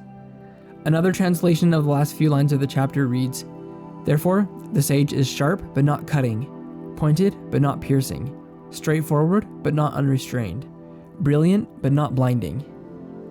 I like the distinction of pointed but not piercing. To me, this means that the master is capable but controlled. He or she is not impotent. The master has great strength and ability, but this strength and ability is tempered by wisdom, patience, and intuition. As the master follows this intuition, they will be led to employ their abilities benevolently. In caring for others and serving heaven, there is nothing like using restraint. Restraint begins with giving up one's own ideas. This depends on virtue gathered in the past. If there is a good store of virtue, then nothing is impossible. If nothing is impossible, then there are no limits. If a man knows no limits, then he is fit to be a ruler. The mother principle of ruling holds good for a long time. This is called having deep roots and a firm foundation. The Tao of long life and eternal vision. I had a bit of a hard time getting started on this video. The reason for this is that this chapter of the Tao Te Ching is one of the most important chapters in the whole text, and honestly, I feel a little intimidated to tackle it, for fear that I won't be able to do the chapter adequate justice. But if there's one thing I've had to internalize throughout this Tao Te Ching challenge, it is that done is better than perfect. So I'm just gonna give it a shot, and who knows, maybe I'll come back and revisit it in a couple years from now and I can do it more properly then. The reason why I feel like this chapter is so important is because this chapter to me is the summation of everything we've talked about up to this point surrounding the concept of virtue and following the Tao. I think that this is all really, really important. So today I want to break down this chapter in pretty good detail to pull apart what's being said. So with that, let's start at the first couple lines. In caring for others and serving heaven, there is nothing like using restraint. In this particular translation, we talk a little bit about restraint. Another word that comes up in a lot of other translations is moderation. Whichever word you prefer to use, we are talking about the concept of not going too far, not trying too hard, not pushing your own agendas too extremely. We're talking about wu wei, about acceptance, the ability to discern between the time to act and the time to merely observe. The chapter tells us that developing restraint starts with the ability or the determination to give up one's own ideas when necessary. This doesn't mean that we can never have goals or plans, but it does mean that we are quick to let go of them when a situation calls for it, and that we are intuitive and discerning enough to know when this is necessary. We may have our own ideas or agendas, but we do not remain attached to them. We hold them loosely, and quickly and easily discard them when the situation calls for it. The next line tells us that the ability to do this depends on virtue gathered in the past. But what does this mean? When we make a conscious decision to follow the Tao, we gather virtue. Every time we follow our intuitions bravely, we gather virtue. Many people think that we become virtuous by trying hard to do good things, or trying hard to change ourselves to become more virtuous by sheer force of will. While the path to virtue does require us to change, and while it certainly does involve our willpower, it is not quite the same thing as this. The path to virtue primarily involves being close enough to Tao to hear our intuitions promptly and powerfully. The first step on this path is an intention to draw closer to Tao. As we make this our intention and make time for quiet contemplation and meditation, we will begin to notice our intuition starting to take effect. New ideas will begin to form in our heads. We will begin to have feelings about what we should do next. These feelings will usually be small, and often they will be easy to ignore if we choose to do so. They will also often be inconvenient and may not seem to make any sense at all. Often, they will urge us to act completely contrary to what we want to do with our own self-will. But we can recognize them because even if they don't feel like something we want to do, they will somehow feel right. Acting on these urges will cause us to act in the best ways, even if they don't seem like the best at the time. If we postpone or ignore these feelings and urges, they will start to diminish, and we may even lose them completely. However, if we follow them immediately and courageously, over time they will start to come more often, and we will get better at understanding and interpreting them. As we continue to follow them, they will direct us to act in ways that will bring us closer to Tao. As we get closer to Tao, we will start to naturally change to become more like Tao. If you've ever felt like Wu Wei feels too nebulous or ethereal to be useful, then this is what it looks like in a practical, actionable sense. This is how to use Wu Wei in your life. This is also what is meant by virtue being gathered in the past. All of our past determinations to follow Wu Wei, as indicated by our intuitions, bring us closer to Tao, which naturally causes us to increase in Te, or virtue. This store of virtue that we have built up over time lends to us an increasing ability to give up our own desires. As we increasingly give up our desires, we are able to act on higher levels of intuitional urges. As we receive and act upon higher levels of intuition, we attain to higher levels of virtue. Higher levels of virtue allow us greater levels of giving up our own desires, and the cycle goes on and on and on until we eventually become one with Tao. And we become one with Tao because we are like Tao. The further along we are on this path, the more we realize that nothing is impossible. The more things cease to be impossible, the less we are bound by the pitfalls and limitations that impede most people. The less we are bound by human pitfalls and limitations, the more fit we are to take care of others. Our virtue and our nature becomes grounded and rooted in Tao. Our foundation is that of Tao. This is the whole point of Taoism. This is the whole point of spirituality. This is the whole point of everything. Rule a big country the way you'd cook a small fish. If Tao is used to govern the world, evil spirits have no power. Their power is not gone, but it does not harm the people. Their power does not harm the people, and it does not harm the sage. As they suffer no harm, their virtues unite and return to them. To start our breakdown of this chapter from the Tao Te Ching, I want to take and examine these first two lines. But as we look at these two lines, in order for us to be able to understand the philosophical theory, we first need to understand some culinary theory. That's right, we need to talk about how to properly fry a fish. Now, I, for one, have almost no experience with this whatsoever. So in preparing to write this script, I found myself falling down a rabbit hole of cooking videos and blogs. I actually found some pretty cool stuff, but there was one paragraph in particular from a blog post that caught my attention.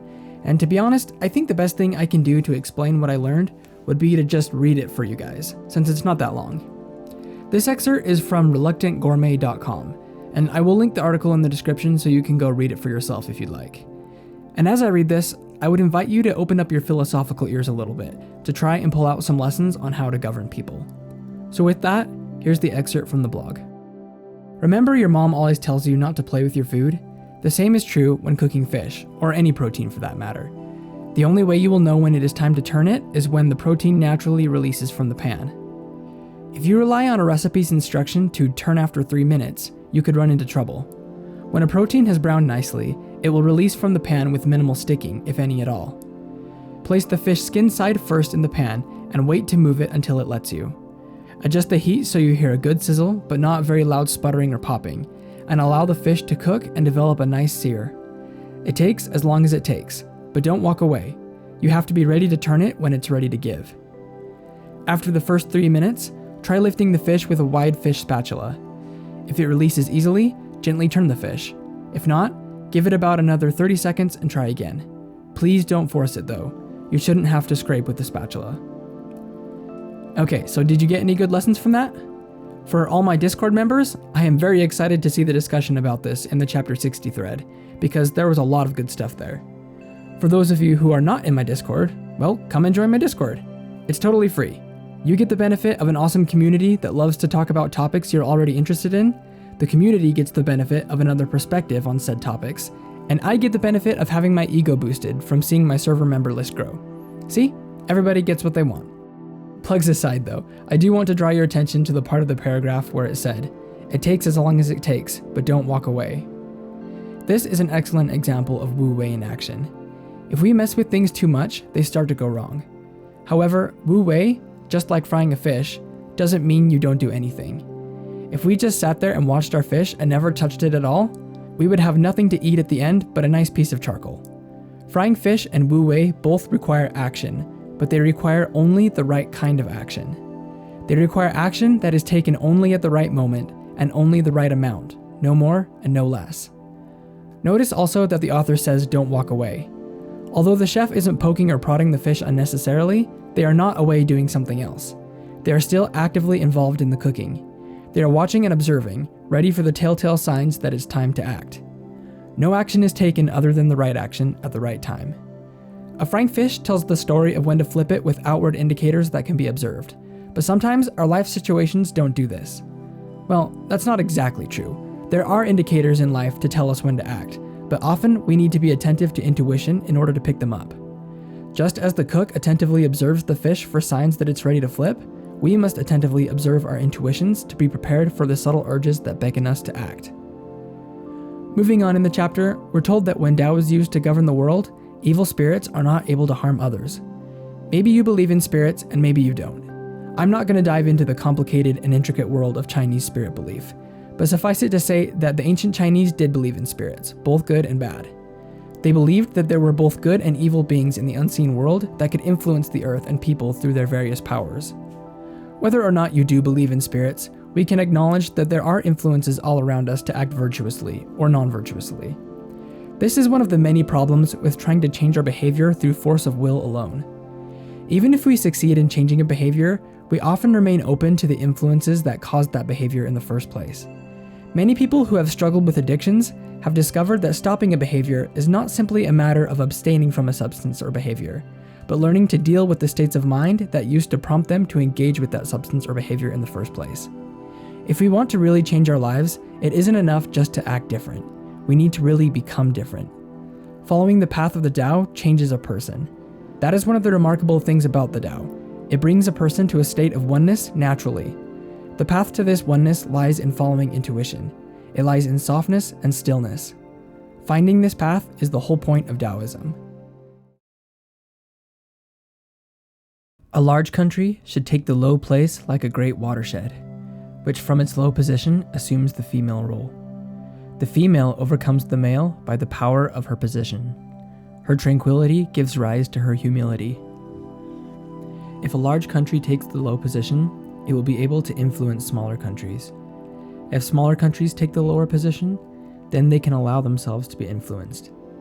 So both seek to take the lower position in order to influence the other or be influenced. Large countries should desire to protect and help the people, and small countries should desire to serve others. Both large and small countries benefit greatly from humility.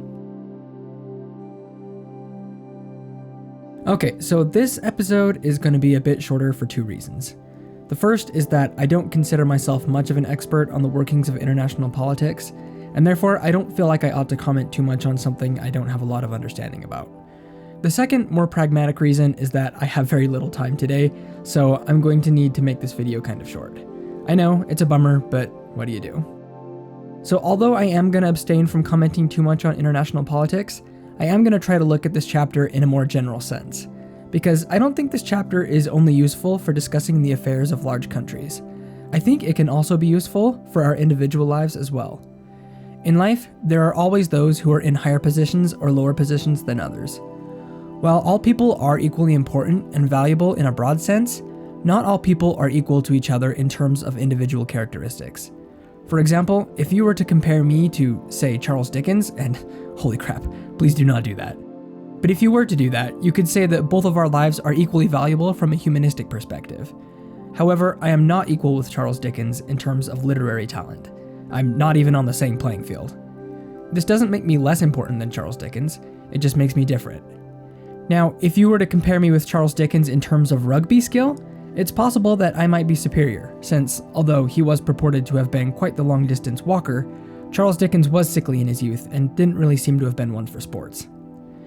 Neither of these comparisons make Dickens or me more important, but they do make us different.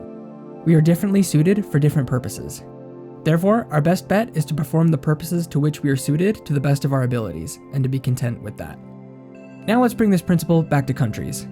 Large countries and small countries have different strengths and roles to play in the world. One is not more important than the other. If we think that one is more important, it's because we're only comparing specific characteristics, and we are not looking at the whole picture. Therefore, countries, as well as people, would do well to understand the role they play in the greater scheme of the world, and to play that part contentedly. The Tao is the tabernacle of creation. It is a treasure for those who are good, and a place of refuge for those who are not. How can those who are not good be abandoned? Words that are beautiful are worth much, but good behavior can only be learned by example. When a new leader takes office, don't give him gifts and offerings. These things are not as valuable as teaching him about the Tao. Why was the Tao esteemed by the ancient masters? Is it not said, "With it we find without looking, with it we find forgiveness for our transgressions"? That is why the world cannot understand it. I really like these lines about how the Tao is a treasure for some and a refuge for others. The Tao is for everyone exactly the thing that he or she needs in that specific time of their life. For those who are living a fairly actualized life, they see the value of closeness with the Tao. It becomes to them a priceless treasure that they value above all others. For those who are not currently living in harmony or closeness with Tao, the Tao calls out to them as well. It doesn't force anyone to follow it, but it softly urges all people and things in its direction if they will listen. There are those who may be farther separated from Tao, but who desire closeness with it. Maybe they don't call it Tao or the universe or God. Maybe they don't call it anything. It may be that they only desire a feeling of peace and closeness, and are willing to give up their own desires and ambitions in order to attain it. Many people experience this as just a feeling that there is something more to life. The first step to finding this something is for them to either consciously or subconsciously make up their minds to find that thing, whatever it is, and that it is more important than any other desire or ambition they may have. They may have to give up on trying to find satisfaction and contentment in worldly pursuits and pleasures. Many people come to this point after years of trying to find happiness in their work, relationships, entertainment, substances, or behaviors, and being finally just fed up with it all. Some people find it through their respective religions, or through the pursuit of truth, or thoughtful study of philosophy and life improvement. There are as many different ways to find the path to Tao as there are people in the world. But at the end of the day, they all lead to that critical first step of letting go of one's own desires in favor of something greater than the self. When those who have not experienced the Tao begin to experience it, one of the feelings they will feel is an immense sense of relief. When we have come to experience this sense of relief, this sense of belonging and oneness, we are then in the position to help others to find it. However, often the best way to do this is to show others the path by our own examples. There is a place for words, but as we have learned in previous chapters, words are imprecise and often inadequate for things like describing and pointing the way to Tao. I'm learning this more and more every day as I write these scripts and find how difficult it is to adequately describe my own experience with Tao in a way that can be understood and made use of. Better than words is to let people get the feel of what Tao is by seeing how we live our lives. This is certainly the most difficult way to teach. It's much easier to try and describe the way than to actually live it. However, this is the most effective way of teaching others. And at the end of the day, if we're not living the way ourselves, isn't all our fancy talk just that, fancy talk? The greatest gift we can give to our leaders, or anyone really, is to set for them the example of following Tao. The beauty of this is that it's a gift that we can give just by the way we live our lives. That's what we should be doing anyway. The best examples are set by a person living a virtuous life naturally, and not to show off or to do other people good. People feel stuff like that, and nobody likes insincerity. Finally, in the last paragraph, we are told that with Tao, we find without looking and find forgiveness for our transgressions. This is another one of those sections of the Tao Te Ching that really just shows how Taoism, far from running contrary to many religions, such as Christianity for example, actually pairs with them so well. The way I see it, if you're religious, Taoism really just serves to deepen and enrich the understanding that your religion has already given to you. There is so much truth out there, and you can find it in many different types of places. The funny thing about truth, so far as I see it, is that no matter where you find it, it all just seems to kind of fit together, like an ever-expanding puzzle. Whether you're religious or not, I really encourage you to go about your life collecting pieces of truth wherever you happen to meet them. Taoism, as with anything, should be a means to an end, not an end in and of itself. Learning about Taoism is not the purpose of life. The purpose of life is to become one with Tao, Source, the universe, God, whatever you want to call it. And the teachings of Taoism, at the end of the day, are just tools for doing that. But going back to the chapter, many religions have some sort of belief in forgiveness of sins. If you're religious, you probably have your own take on this already, and to that I say great. But if you're not religious, maybe I can offer a perspective to make this concept seem a little more practical. We all make mistakes. We all screw up. This is a part of life and we accept this. But we also accept that in order to have better lives or to be better people, somewhere along the line, we have to stop making these mistakes. Our lives only change if we change. This is the whole point of self-help. Yet so often our efforts at self-help fall short. How many unfinished diets, unread books, and uncompleted programs are there scattered throughout the pages of your life story? I know that in mine, there's a ton. We can try to change by ourselves, but at the end of the day, if we are able to change at all, these changes are often only superficial. Thus, the need for Tao, or whatever you want to call it. When we make an honest intention to get closer or get right with Tao, a path begins to reveal itself to us, one step at a time. As we take one step, the next step becomes clear. Eventually, we follow this path until it leads us back to Tao, where real and lasting change is truly possible. That's all the time I've got for today. Just think on what we've talked about for a bit, and see if anything from it feels like something that you can take in using your own life. Act without taking action. Be busy without busyness. Taste what cannot be tasted. Magnify the small, multiply the few. Repay injury with kindness. Prepare for the difficult while it is still easy. Work on the big thing while it is still small. The difficult things of the world are initially easy. The big things of the world are initially small. The sage does not strive to achieve great things, so he is able to achieve greatness. Those who are quick to make promises are bound not to be trusted. What may seem easy is bound to become hard. The sage accepts his tasks as difficult. Therefore, they all become easy for him.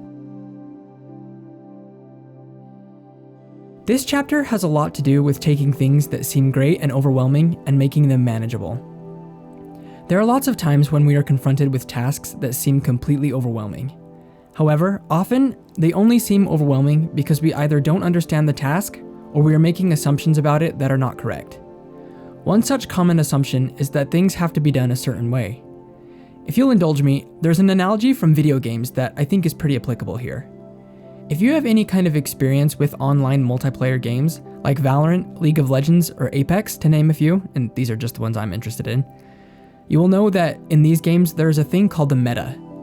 If you don't have much experience with these kinds of games, the word meta is just an acronym for most effective tactics available.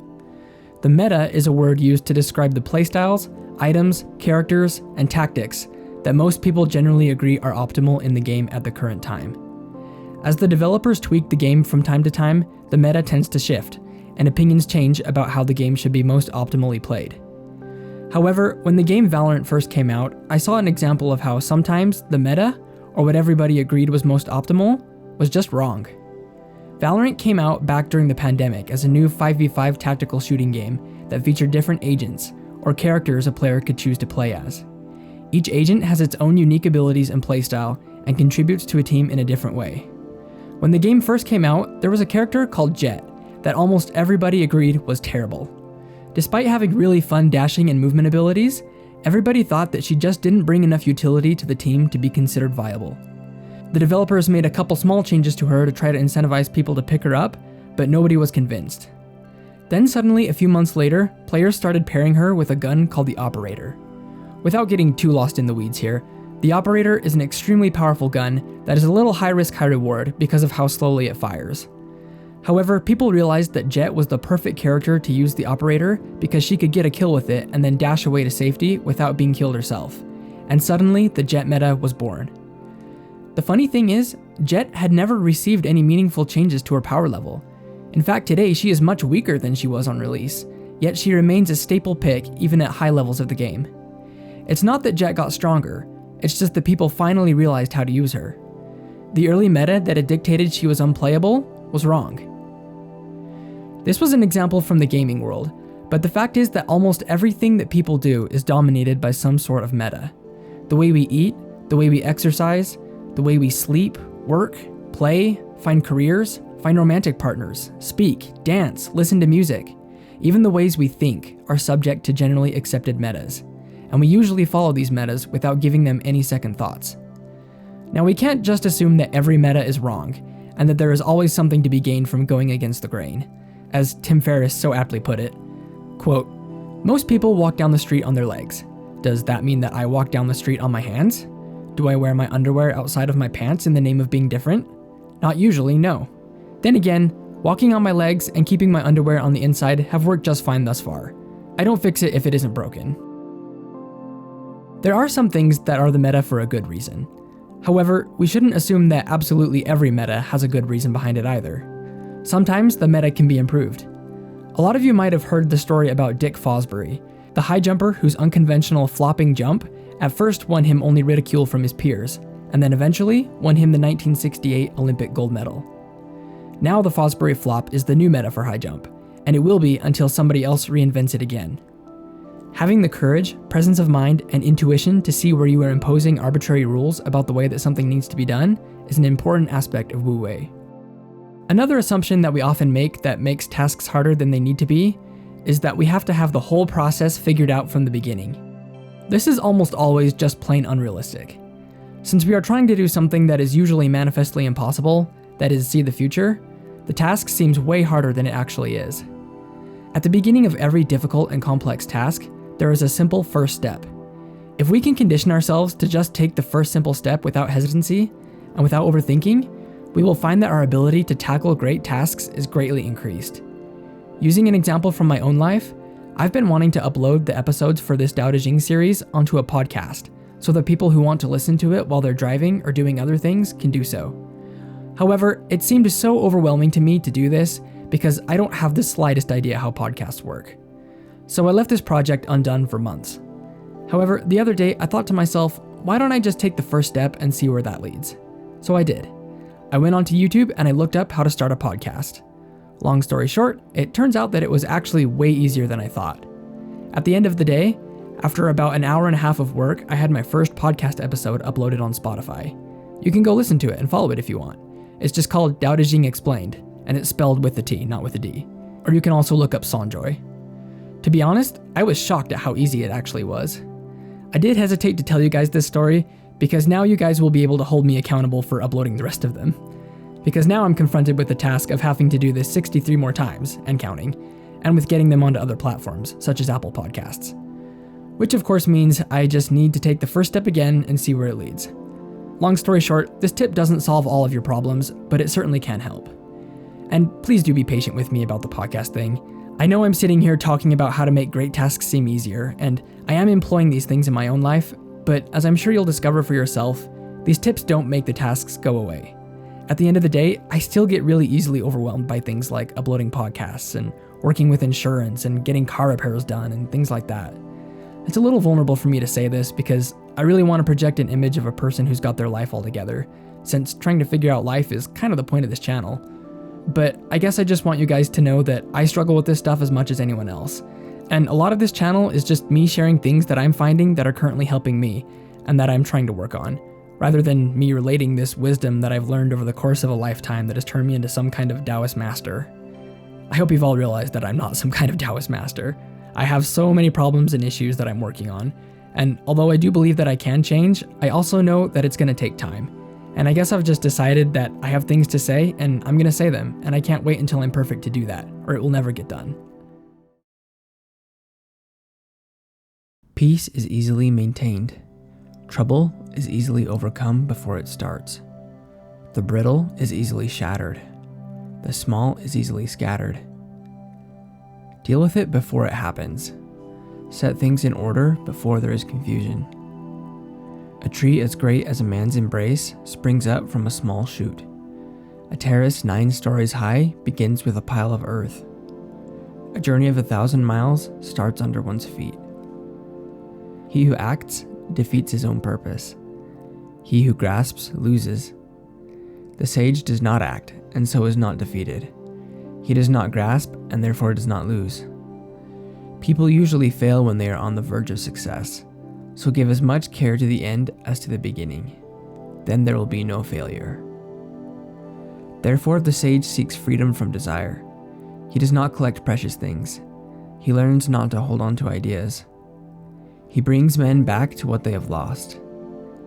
He helps the 10,000 things find their own nature, but refrains from action. All the most complex things in life come from simple beginnings. Great trees begin as tiny seeds. Great journeys begin with one step. Human beings start as a single cell. Complex problems also usually come from simple beginnings. Huge arguments often begin as disagreements over trivialities. Big health problems often start as minor issues. Problems are much harder to get a handle on once they've had time to grow and mature. Often, it makes things much easier to just deal with them when they are small. As we go on in the chapter, we talk about seeing our tasks through. Often when we're close to finishing a task, we try desperately to finish it up so that we can move on to other things. In contrast to this, Lao Tzu recommends a steady, even pace, with great care taken every step of the way. The ancient masters who understood the way of the Tao did not educate people, but made them forget. Smart people are difficult to guide because they think they are too clever.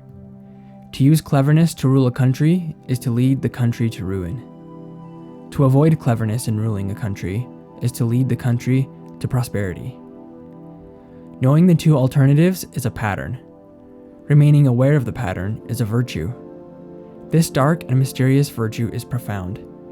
It is opposite our natural inclination, but leads to harmony with the heavens. This chapter seems a little bit odd, especially to those of us who were raised in Western culture, on ideas of democracy and the power of individuals in government. Is Lao Tzu indicating that rulers should keep their subjects intentionally ignorant so that they cannot interfere in politics? It does kind of seem to read that way. I think it is fair to acknowledge that Lao Tzu probably never had any contact with any sort of democratic system of government before. If he had had any kind of exposure to democracy, would his position have been different? Obviously, it's impossible to say. Is it better for a ruler to keep the subjects ignorant? I don't know. I do think it is fair to say, however, that Taoism often teaches us that knowledge is not all it's cracked up to be. Although knowledge does have its benefits, it often leads a person astray. Probably one of the biggest issues with knowledge is that it often leads to pride and self-righteousness. When we think that we know a good deal about things, we often try to play God with them, and this can lead to terrible results. I watched a super interesting video a while back from Veritasium about the man who invented the process of synthesizing ammonia to make nitrogen fertilizers, Fritz Haber. You should go and watch this video if you have some free time, because I think it's really worth taking a look at. Haber was prompted towards this invention by a panic caused by the realization that global population growth was beginning to outstrip global food population. It's probable that this invention prevented an incalculably disastrous human crisis. In fact, it's estimated that around half of all people alive today simply could not have been if nitrogen fertilizers had never been invented. However, the story isn't all that black and white, because Fritz Haber later brought forth another invention that had a dramatic impact on humanity: chlorine, phosphine, and mustard gas. If you know even a little bit about World War I, you'll know that being exposed to these kinds of gases was one of the most horrific things a soldier could experience in battle. Chlorine gas damages the air tract, causing buildup of fluid in the lungs, and eventually can cause a person to basically drown on dry land. Mustard gas causes severe chemical burns wherever it touches skin or tissue. Both are terrible ways to die. Haber justified the research and use of chemical weapons because he claimed that the quick and decisive victory they would ensure would in the long term save thousands of lives. However, he was wrong. Chemical weapons were used by both sides, and did not prove decisive for either. World War I lasted 4 years, with an estimated total 40 million military and civilian casualties. It is estimated that chemical weapons such as chlorine gas, phosphine gas, and mustard gas were the cause of over 1.3 million casualties, and around 90,000 deaths. Incredibly, these chemical weapons have even been used more recently in Yemen, Iraq, Iran, and Syria, often against civilians. Unfortunately, this is one of those genies that never really gets back into the bottle. The tragedy doesn't even end there, however, because the Nazis later used a variant of pesticide gas invented by Haber to exterminate millions of Jews during the Holocaust. Fritz Haber was himself a Jew. Now, breaking this all down, I think we need to be careful about making judgments about people who we have never met and who lived under circumstances we never experienced. But I think this sobering story can serve as a pretty stark warning about how knowledge is a bit of a two-edged sword. We shouldn't assume that greater knowledge always leads to greater outcomes. Knowledge is dangerous if it's not paired with intuition and a closeness with Tao. You know how Fritz Haber invented those fertilizers that saved all those people? Well, even this invention isn't without downsides.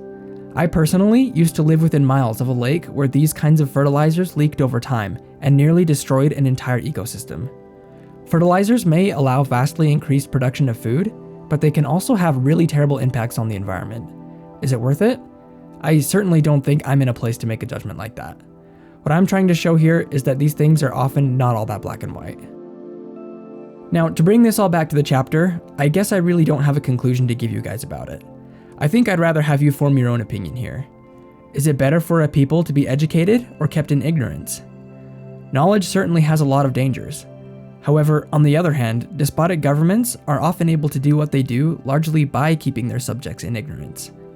Maybe the benefits of knowledge outweigh the cost. What I'm really trying to do here is give you guys some food for thought, and to impress upon you that there are costs for ignorance as well as costs for knowledge. Everything comes at a cost. Maybe there is no right answer. Maybe there is a lesser of two evils. You're gonna have to decide that for yourself. At the end of the day, I think the best thing we can do is to stay close to intuition so that we can be guided on how to use and how not to use knowledge in our own personal lives. Rivers and seas are rulers of the streams of hundreds of valleys because of the power of their low position.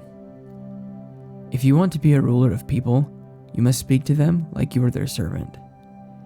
If you want to lead other people, you must put their interest ahead of your own. The people will not feel burdened if a wise person is in a position of power. The people will not feel like they are being manipulated if a wise person is in front as their leader. The whole world will ask for her guidance and will never get tired of her. Because she does not like to compete, no one can compete with the things she accomplishes. We sometimes hear about the concept of servant leadership, the idea that leaders aim to serve those who they preside over. Some have called this idea revolutionary because it turns the classical hierarchies of leadership upside down. However, this idea is not all that revolutionary at all, because Lao Tzu was talking about this idea more than 2,000 years ago. This idea may not have originated with Lao Tzu, but it has been passed down all throughout the ages. Jesus said, "Whosoever will be great among you, let him be your minister, and whosoever will be chief among you, let him be your servant." In feudal times, the idea of a king was often conflated with that of a father protector. Under feudalism, the king's purpose was to watch over his subjects and to protect them from outside threats, and they in turn would offer their labor for the maintenance of the kingdom and would rally to his aid when needed. This was the theory behind the system anyway. Sadly, we know that throughout history, many leaders have failed to fill this role, choosing instead to abuse the power that fortune has laid upon them for their own personal gain. The solution to this problem is not to do away with leaders altogether, and Lao Tzu never proposed this. Instead, he urges all leaders to play the part that is given them with humility and kindness. This is another one of those paradoxes you see in the application of Taoism to life. The more you put others before yourself, the more respect you will garner as a leader and the more secure your position will be. On the other hand, the more you strive to make your position over others secure, the more people will begin to resent you, and the shakier your hold on that power becomes. A wise ruler makes it his or her business to give the people as much autonomy as possible. Therefore, the people do not feel micromanaged, and they don't chafe under the heavy hand of an authoritarian system. They become self-reliant rather than needing to be instructed and provided for at every turn. They feel empowered to provide for themselves. The wise ruler ultimately is secure in their position, and the people feel this. Therefore, there is no need to compete or perform in order to try and win the loyalty of those being ruled. They offer it gladly, because they know that they can trust the ruler to look out for their best interests and to respect their rights. Everyone under heaven says that my Tao is great and beyond compare. Because it is great, it seems different. If it were not different, it would have vanished long ago. I have 3 treasures which I hold and keep. The first is mercy. The second is economy. The third is daring not to be ahead of others. From mercy comes courage. From economy comes generosity. From humility comes leadership. Nowadays, men shun mercy, but try to be brave. They abandon economy, but try to be generous. They do not believe in humility, but always try to be first. This is certain death. Mercy brings victory in battle and strength in defense. It is the means by which heaven saves and guards. So this chapter stands out to me a lot, largely because of the section where Lao Tzu states that there are 3 treasures which he holds and keeps. To put this in context, remember, this is Taoism we're talking about here. You know, Taoism, that philosophy that's all about letting go of things. And here we're told that even with that in mind, there are 3 things that Lao Tzu considers to be so important that they are not subject to this rule of letting things go. What are these things? Mercy, also translated as compassion, economy, also translated as moderation, and daring not to be ahead of others, also translated as humility or daring not to take the lead. It seemed to me that these 3 attributes were so important that they really needed to be addressed individually. And so to accomplish this within the demands of my time, I decided to make this chapter into a 3-part, 1 video for each attribute, and each video taking a look at a different translation of the same chapter. So with that, we'll waste no more time and dive into the first attribute, mercy. So the translation I used for this chapter was the Jia Fu Fang, I hope I'm saying that right, but the Jia Fu Fang and Jane English translation, which I appreciate because of its clarity, conciseness, and tendency to adhere to the overall average of what all the other translations are saying.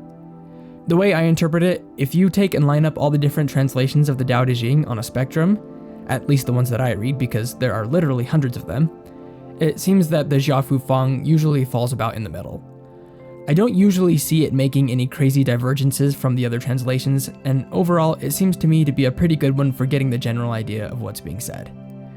So with that, this translation renders the first attribute as mercy, but other translations that I will use for this chapter call it compassion.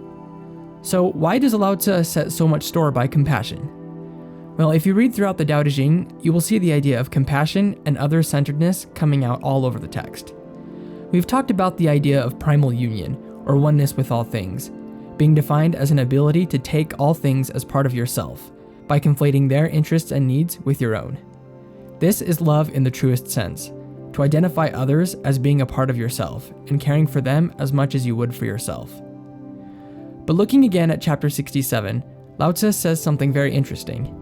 He says, "From mercy comes courage." Another translation says, "With compassion you will be able to be brave."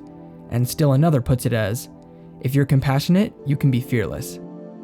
But what does this mean? How does compassion lead to bravery? To figure this out, let's consider the idea of courage for a minute, and examine the different motivations for courage. There have been many brave and courageous acts done in the world, but they have been done for many different reasons. I think that when we really examine these reasons though, we can largely divide them into 2 categories: courage for the sake of the self, and courage for the sake of others. A person may do a brave thing in order to get something they want, courage for the self. They may also be brave for the sake of impressing others, also courage for the self. On the other hand, they may be brave for the sake of helping others to be brave, which I suppose would go under courage for others. Or they may be brave in order that somebody else might gain something or be saved from something, which obviously goes under courage for the sake of others. There may also be times when a brave act serves both the person acting and somebody else, but I don't think this deserves its own category, since this instance only borrows from the other 2 categories, rather than bringing something else to the table. So now let's examine these 2 categories a bit more. Courage for the sake of the self can be motivated by desire, ambition, lust, greed, or selfishness. Bravery on behalf of others is motivated exclusively by true love. You cannot do anything for anyone else for any reason other than love. If you do something for someone else and you are motivated by pride, glory, or a desire to look good, or even a desire to be the kind of person that does things for others, you are not doing things for others at all. You're doing it for yourself. This action may serve someone else, but at the end of the day, it wasn't for them that you did it. In doing the action, you were thinking primarily of the self. Therefore, bravery that truly occurs for others can only be motivated by love. Now, when a person does a brave thing, it does in fact matter where the motivation comes from. If a person is brave in doing something on behalf of the self, their bravery will only last until the desire they are being brave for is overcome by a stronger selfish desire. Let's say hypothetically that you want to attack another person to take their money. It does take a certain amount of courage to attack another person head on. You're willing to muster this courage in order to gratify your desire for this person's money. However, let's say that you run over to attack them and realize that they are holding a weapon and you have none. Will you proceed to show bravery in the face of danger to gratify your desire for their money? You probably won't. You'll probably get out of there as quick as you can. Why? Because your self-serving desire to avoid injury or death is greater than your self-serving desire to have their money. Bravery that is motivated by a selfish desire always runs the risk of being overcome by another selfish desire. Bravery that is motivated by love, however, seems to have the power to overcome even the greatest self-serving desires. Perfect love has the ability to overcome fear. History is full of people, known and unknown, who are able to show spectacular bravery in the face of danger and opposition because of love. When you choose to put someone else's needs above your own, and you go to great and courageous lengths in order to meet them, you have access to a greater courage and power than can be harnessed by a person acting under selfish desires alone. This is the power of Tao. Love, compassion, oneness with all things. This is the nature of the Tao's influence on the world. The end of the chapter tells us, mercy brings victory in battle and strength in defense. It is the means by which heaven saves and guards. All that the Tao does is done by love. It cares for everyone and everything, and it does so without any desire to be recognized or compensated. In short, the Tao takes care of all things by compassion, mercy, and love. The closer we get to Tao, the more we likewise come to embody this same kind of selfless love for all things. I don't know if the order is significant when Lao Tzu names his most prized treasures, but I do find it interesting that he makes mention of this one first. May we all come closer to Tao, so that we can likewise possess this same love. The world talks about honoring the Tao, but you can't tell it from their actions. Because it is thought of as great, the world makes light of it. It seems too easy for anyone to use. There are 3 jewels that I cherish: compassion, moderation, and humility. With compassion, you will be able to be brave.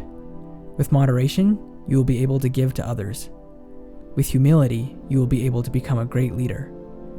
To abandon compassion while seeking to be brave, or abandoning moderation while being benevolent, or abandoning humility while seeking to lead, will only lead to greater trouble. The compassionate warrior will be the winner, and if compassion is your defense, you will be secure. Compassion is the protector of heaven's salvation. Today, we're going to be talking about the second of the 3 jewels that Lao Tzu claims to cherish. This video is part 2 of a 3-part mini-series, so if you haven't watched yesterday's video yet, I would recommend pausing this video and going to watch that video first. Yesterday, we talked all about compassion, its benefits, and how it leads to bravery. Today, we will be talking about moderation.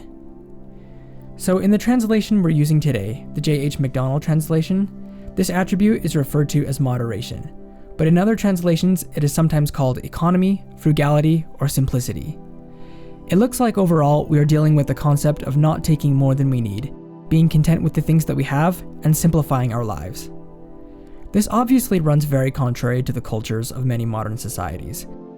However, for much, if not the majority of human history, frugality has not just been a nice quality to improve your life, but an absolute necessity for preserving your life. For much of the human existence, and for many humans even today, food and resources are scarce, and frugality is a survival skill. I remember hearing stories about my great-grandparents who lived through the Depression, stories about how they would do weird things like wash plastic forks and reuse paper plates. I've at times been annoyed by older people who have seemingly tried to guilt-trip me into eating every single morsel on my plate, no matter how questionable it looked. These habits look strange and even obnoxious to us now, but back then, they helped our great-grandparents survive. Part of me wonders if there ever were to be a similar depression, how my generation would fare. Would we be able to adapt to the new scarcity? Or would a lifetime of being used to having more than enough of everything come around to bite us? Who knows? Frugality isn't just a survival skill, though. For those of us who currently live under circumstances where we are not constantly faced with starvation or poverty, simple living still makes a big difference. I know there are a lot of people watching these videos who are from large cities, and maybe many of you have never had the chance to go camp out in nature by yourself. This makes me kind of sad because I was really lucky to be born in a place where nature was really close, and where regular or at least semi-regular camping was more or less the norm. This was probably partly because I'm from a small town where there wasn't much else to do other than camp. For those of you who haven't been camping, I encourage you to give it a try sometime if you can. It's really great. And you know what makes it great? Well, being out in nature is always good, and it's fun to do the things that come along with camping, like hiking, biking, and fishing. But you know the best part about camping? It's the fact that you are out away from the rest of your life.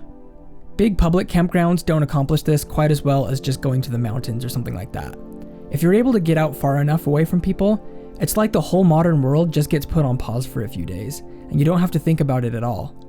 Your school or job is miles away, you don't have to talk to anyone, and if you're really lucky, your phone doesn't even have service. Or I guess you could just turn it off.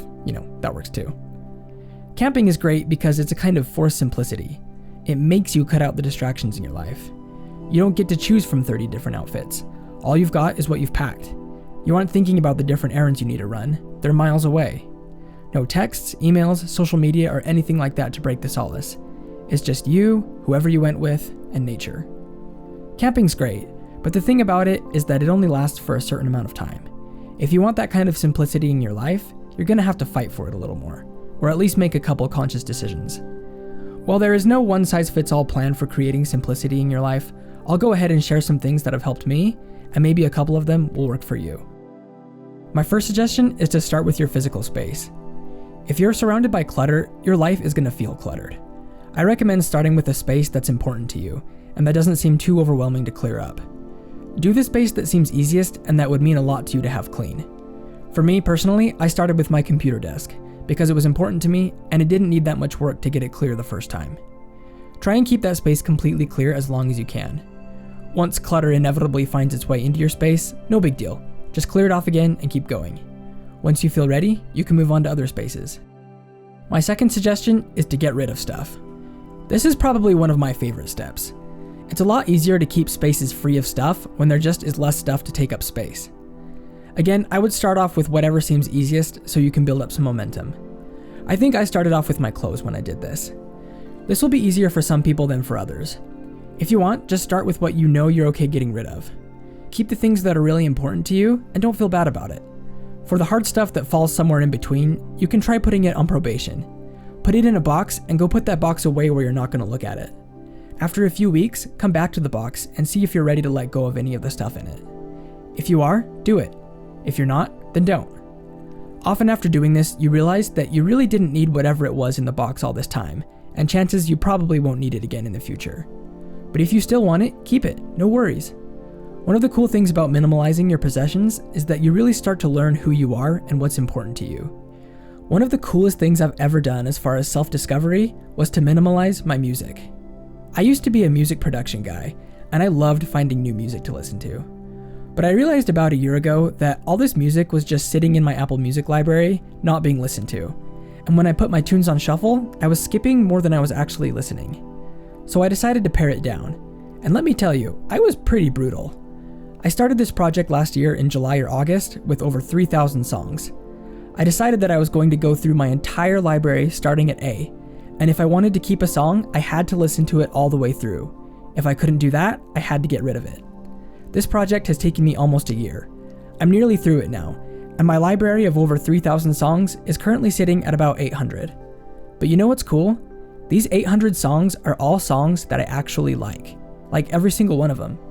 I learned so much about myself through this process. I realized how much my choice of music, as well as my life in general, has been dictated by what I thought all the cool people were doing. I realized there was a lot of quote-unquote cool music out there that I honestly just didn't like. Now that I'm almost done with this, I know what I like, and I'm okay with it. I don't need to curate my music library to impress anybody else. It's my library.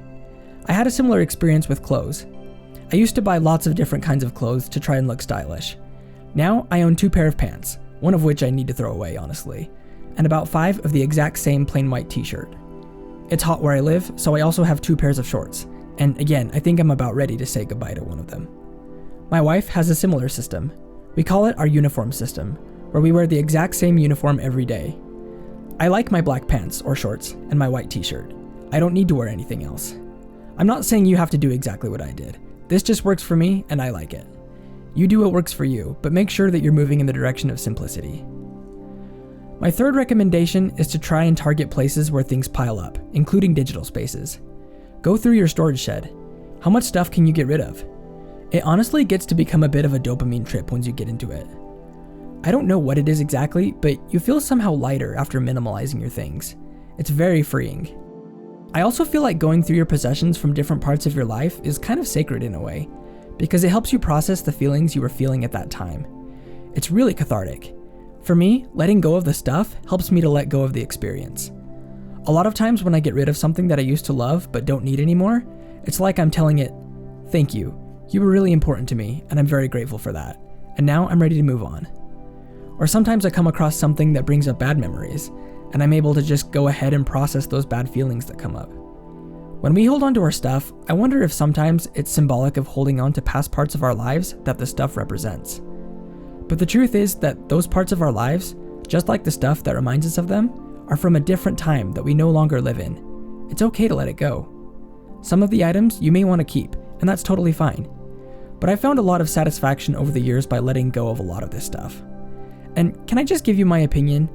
I really would recommend not selling the stuff you get rid of. Just give it away to someone who can make use of it. If you can think of someone in your life who would really like the thing you're getting rid of, send them a text and offer it to them. Don't take any money for it. If you can't think of anyone, or if nobody seems to want it, don't keep badgering people about it.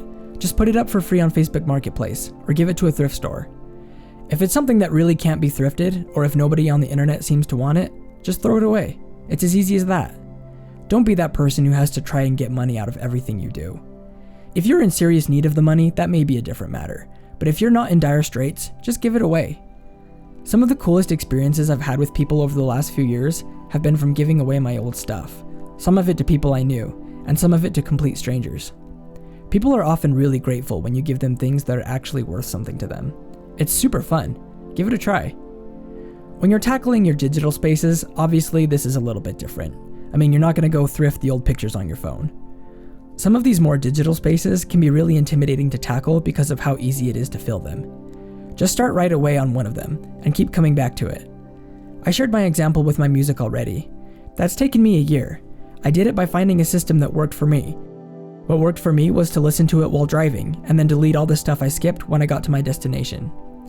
Other digital spaces I've begun to tackle are my audiobooks, podcasts, and even my video games. I've limited myself to listening to 3 audiobooks at a time.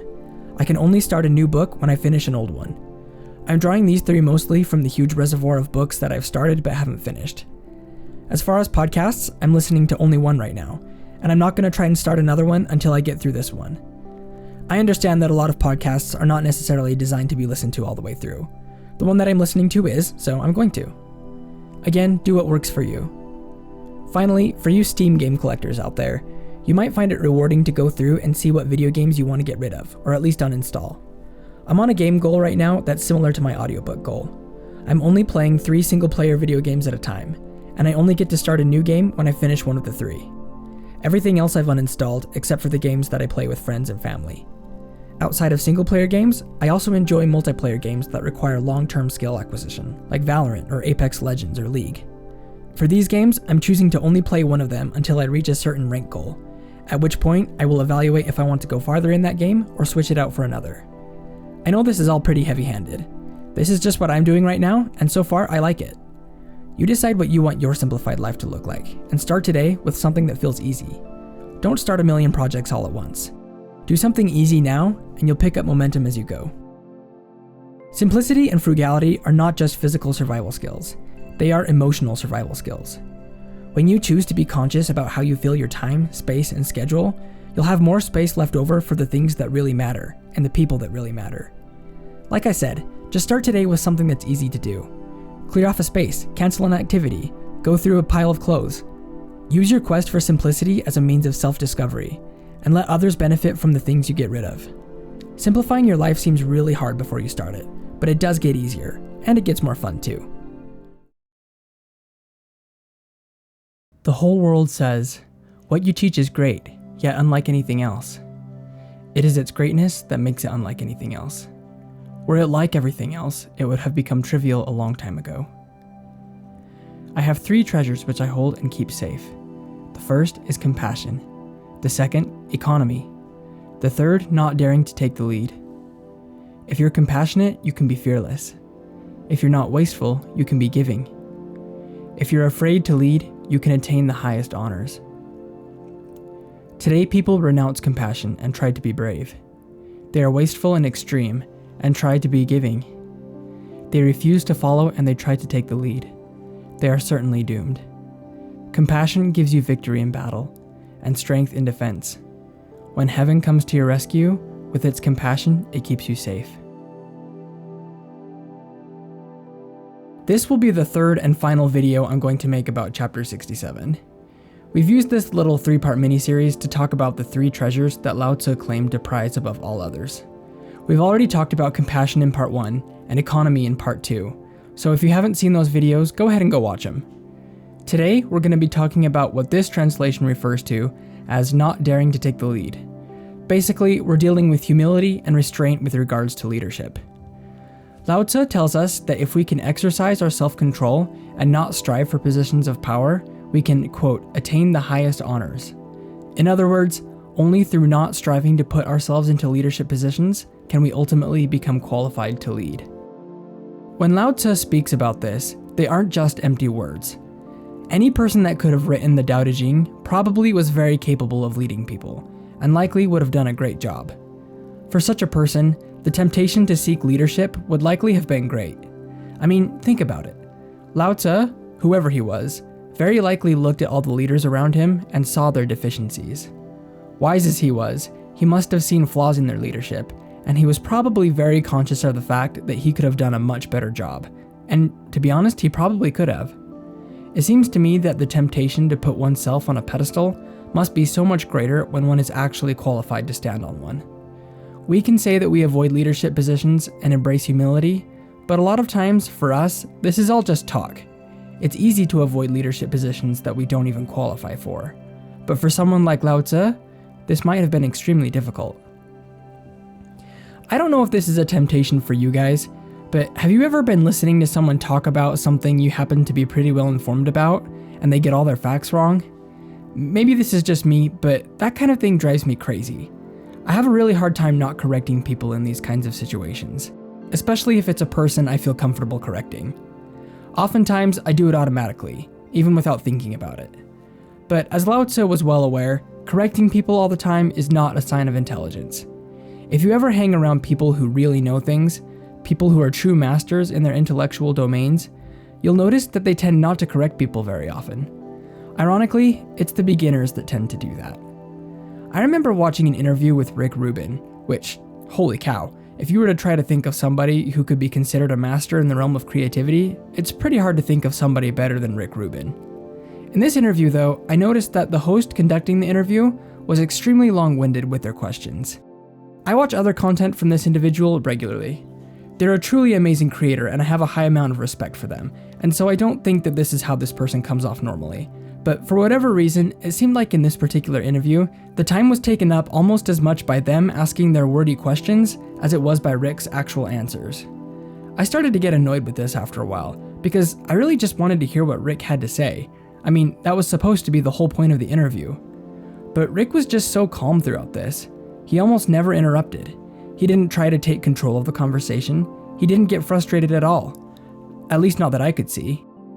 He really didn't seem to have his own agenda or plans for what he wanted to cover. He just calmly and concisely answered the interviewer's questions and allowed the conversation to go in whatever direction the other person steered it.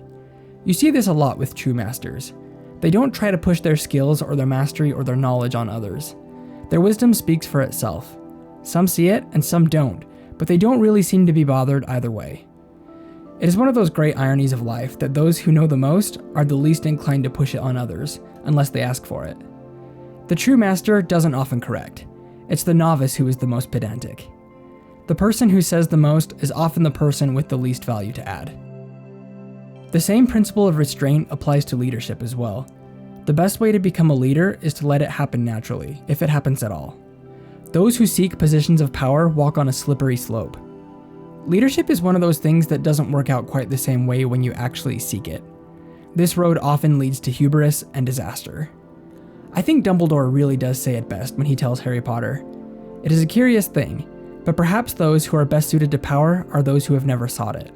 Those who have leadership thrust upon them, and take up the mantle because they must, and find to their own surprise that they wear it well." This attribute of restraint and humility was so important to Lao Tzu that he would rather watch other rulers make mistakes than violate this most prized possession by stepping up to correct them. Perhaps mistakes were made that could have been prevented. Perhaps harms were done that needn't have been. However, the master understands that the point of life is not to stop every bad thing from happening, nor is this even possible. The master realizes that fate is a tricky business, and we put ourselves and others in jeopardy when we try and play God. There are times to interfere and act, but we must know when these are by using our restraint and our intuition. The Tao, our ultimate example, allows quote-unquote bad things to happen all the time. But the Tao possesses ultimate perspective, and the understanding that just because we think a bad thing is bad does not mean it is necessarily so. In nature, herds of deer will die out without predators to keep their populations in check. Some trees literally cannot reproduce unless there's a forest fire. Some ultimate goods can only be brought about by temporary bads. This is not a process that can be controlled, simulated, or positively affected by the efforts of people. This is a reality that has been at play eons before humans existed, and will continue to exist forever after humans leave the picture. To think that we can improve such a cosmic interplay is the height of foolishness, and it is all too characteristic of the narcissistic short-sightedness that plagues our species. If we can have the patience and the wisdom to let events take their course, not striving to lead or to be in charge of others, we will find that our closeness with Tao puts us in a position to act, often by leading others, without our even asking for it. The best warriors do not use violence. The best generals do not destroy indiscriminately. The best tacticians try to avoid confrontation. The best leaders become servants of their people. This is called the virtue of non-competition. This is called the power to manage others. This is called attaining harmony with the heavens. In this chapter, Lao Tzu lays out various occupations and describes what constitutes excellence for each of them. All of these examples he makes mention of reinforce the common theme of moderation, self-control, and lack of ego. Basically, to me, the idea at play here is that we should cultivate ourselves not to rely on the affirmation that comes from beating others at what we do. Soldiers, generals, tacticians, these are all occupations that are competitive by nature. A soldier cannot be a soldier if there is never anybody to fight. Lao Tzu recognizes that some battles are inevitable. There are times when competition becomes necessary. What he seems to be concerned with here is how we conduct ourselves when these competitions take place. How do we respond when we win? How do we respond when we lose? Are we pompous, arrogant, or vainglorious? Do we demonize or ridicule the people we compete against? Or do we recognize and respect their humanity even as we compete against them? Do we seek out engagements to gratify our egos? Or do we try to accomplish what needs to be done without causing harm to others whenever possible? So many of these principles operate on seeming paradoxes. A good tactician can plan a victorious battle, but a great one can sometimes win while avoiding a battle altogether. A good leader can successfully lead the people, but a great leader sees him or herself as their servant. For those of us who aren't soldiers or tacticians, these analogies still apply to us. We should monitor ourselves carefully, taking care lest we do the things we do to satisfy some ulterior motive for self-gratification. There is an old saying, "It is better to become the passive in order to see what will happen. It is better to retreat a foot than to advance only an inch."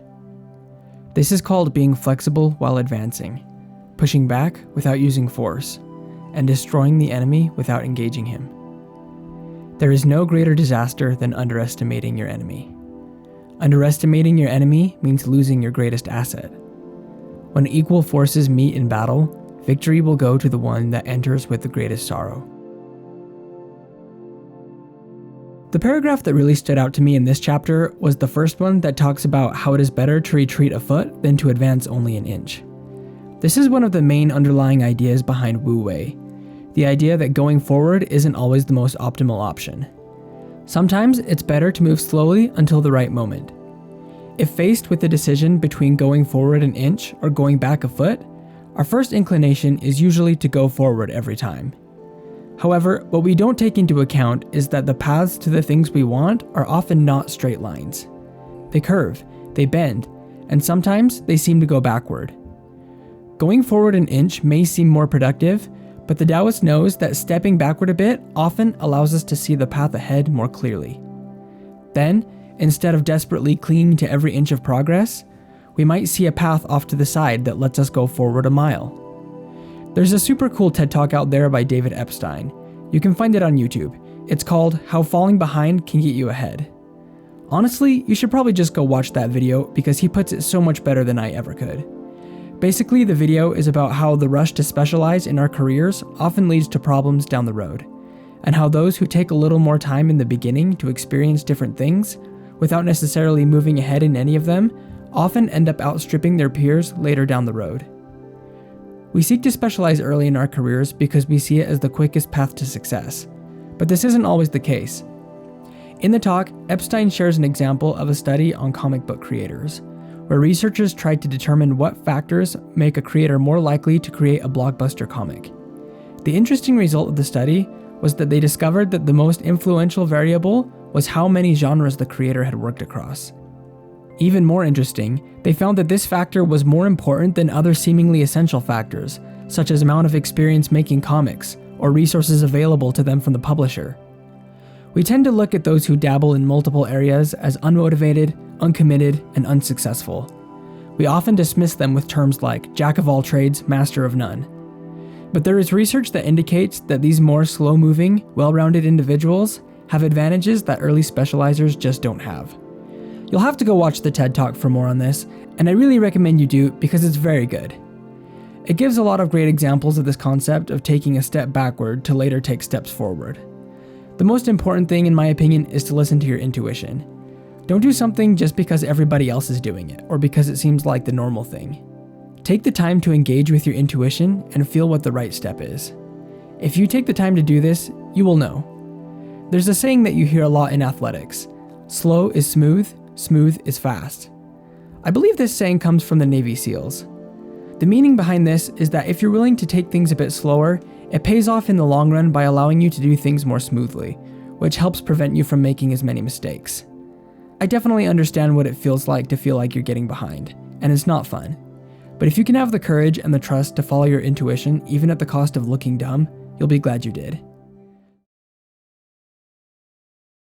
My words are easy to understand, and it is easy to follow them.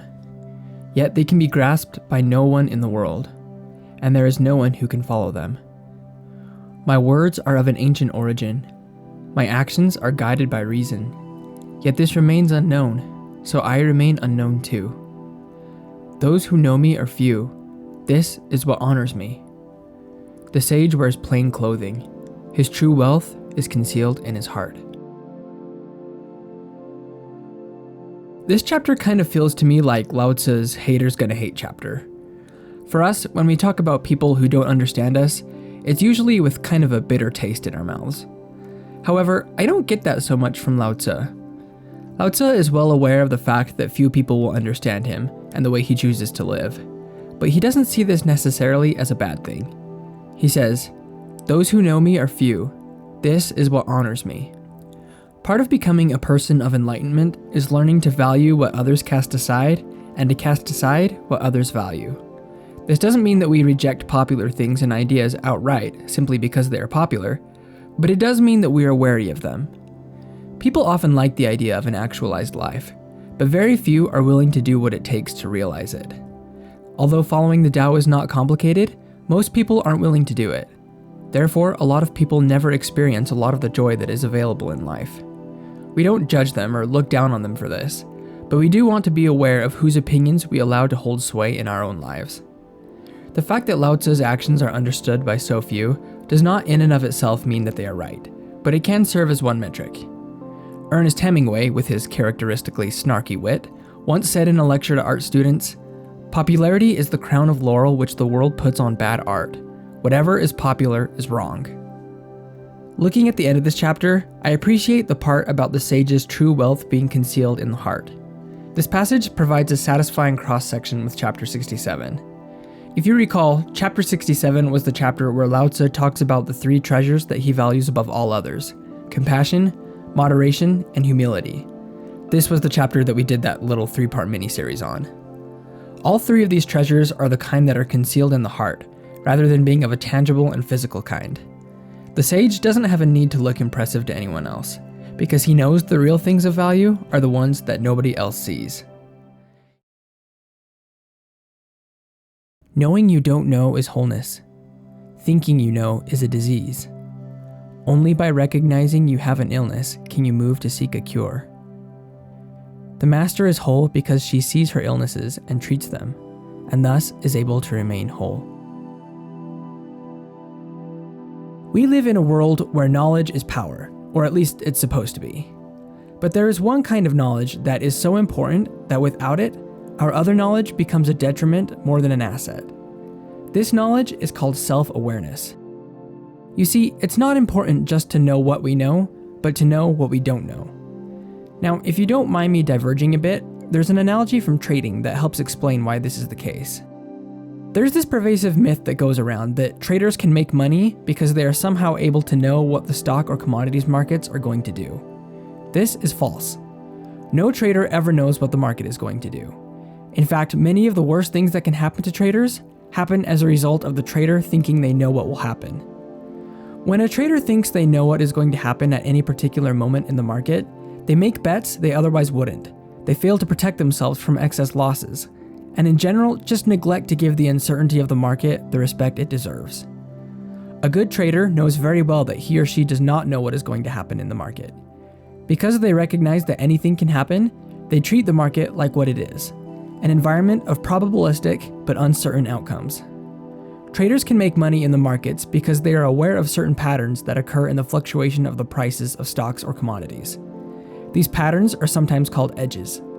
Good traders are good traders not because their edges can predict the market with impunity, but because the traders are able to put on disciplined trades based on their edges, which gives them a slightly higher chance of success.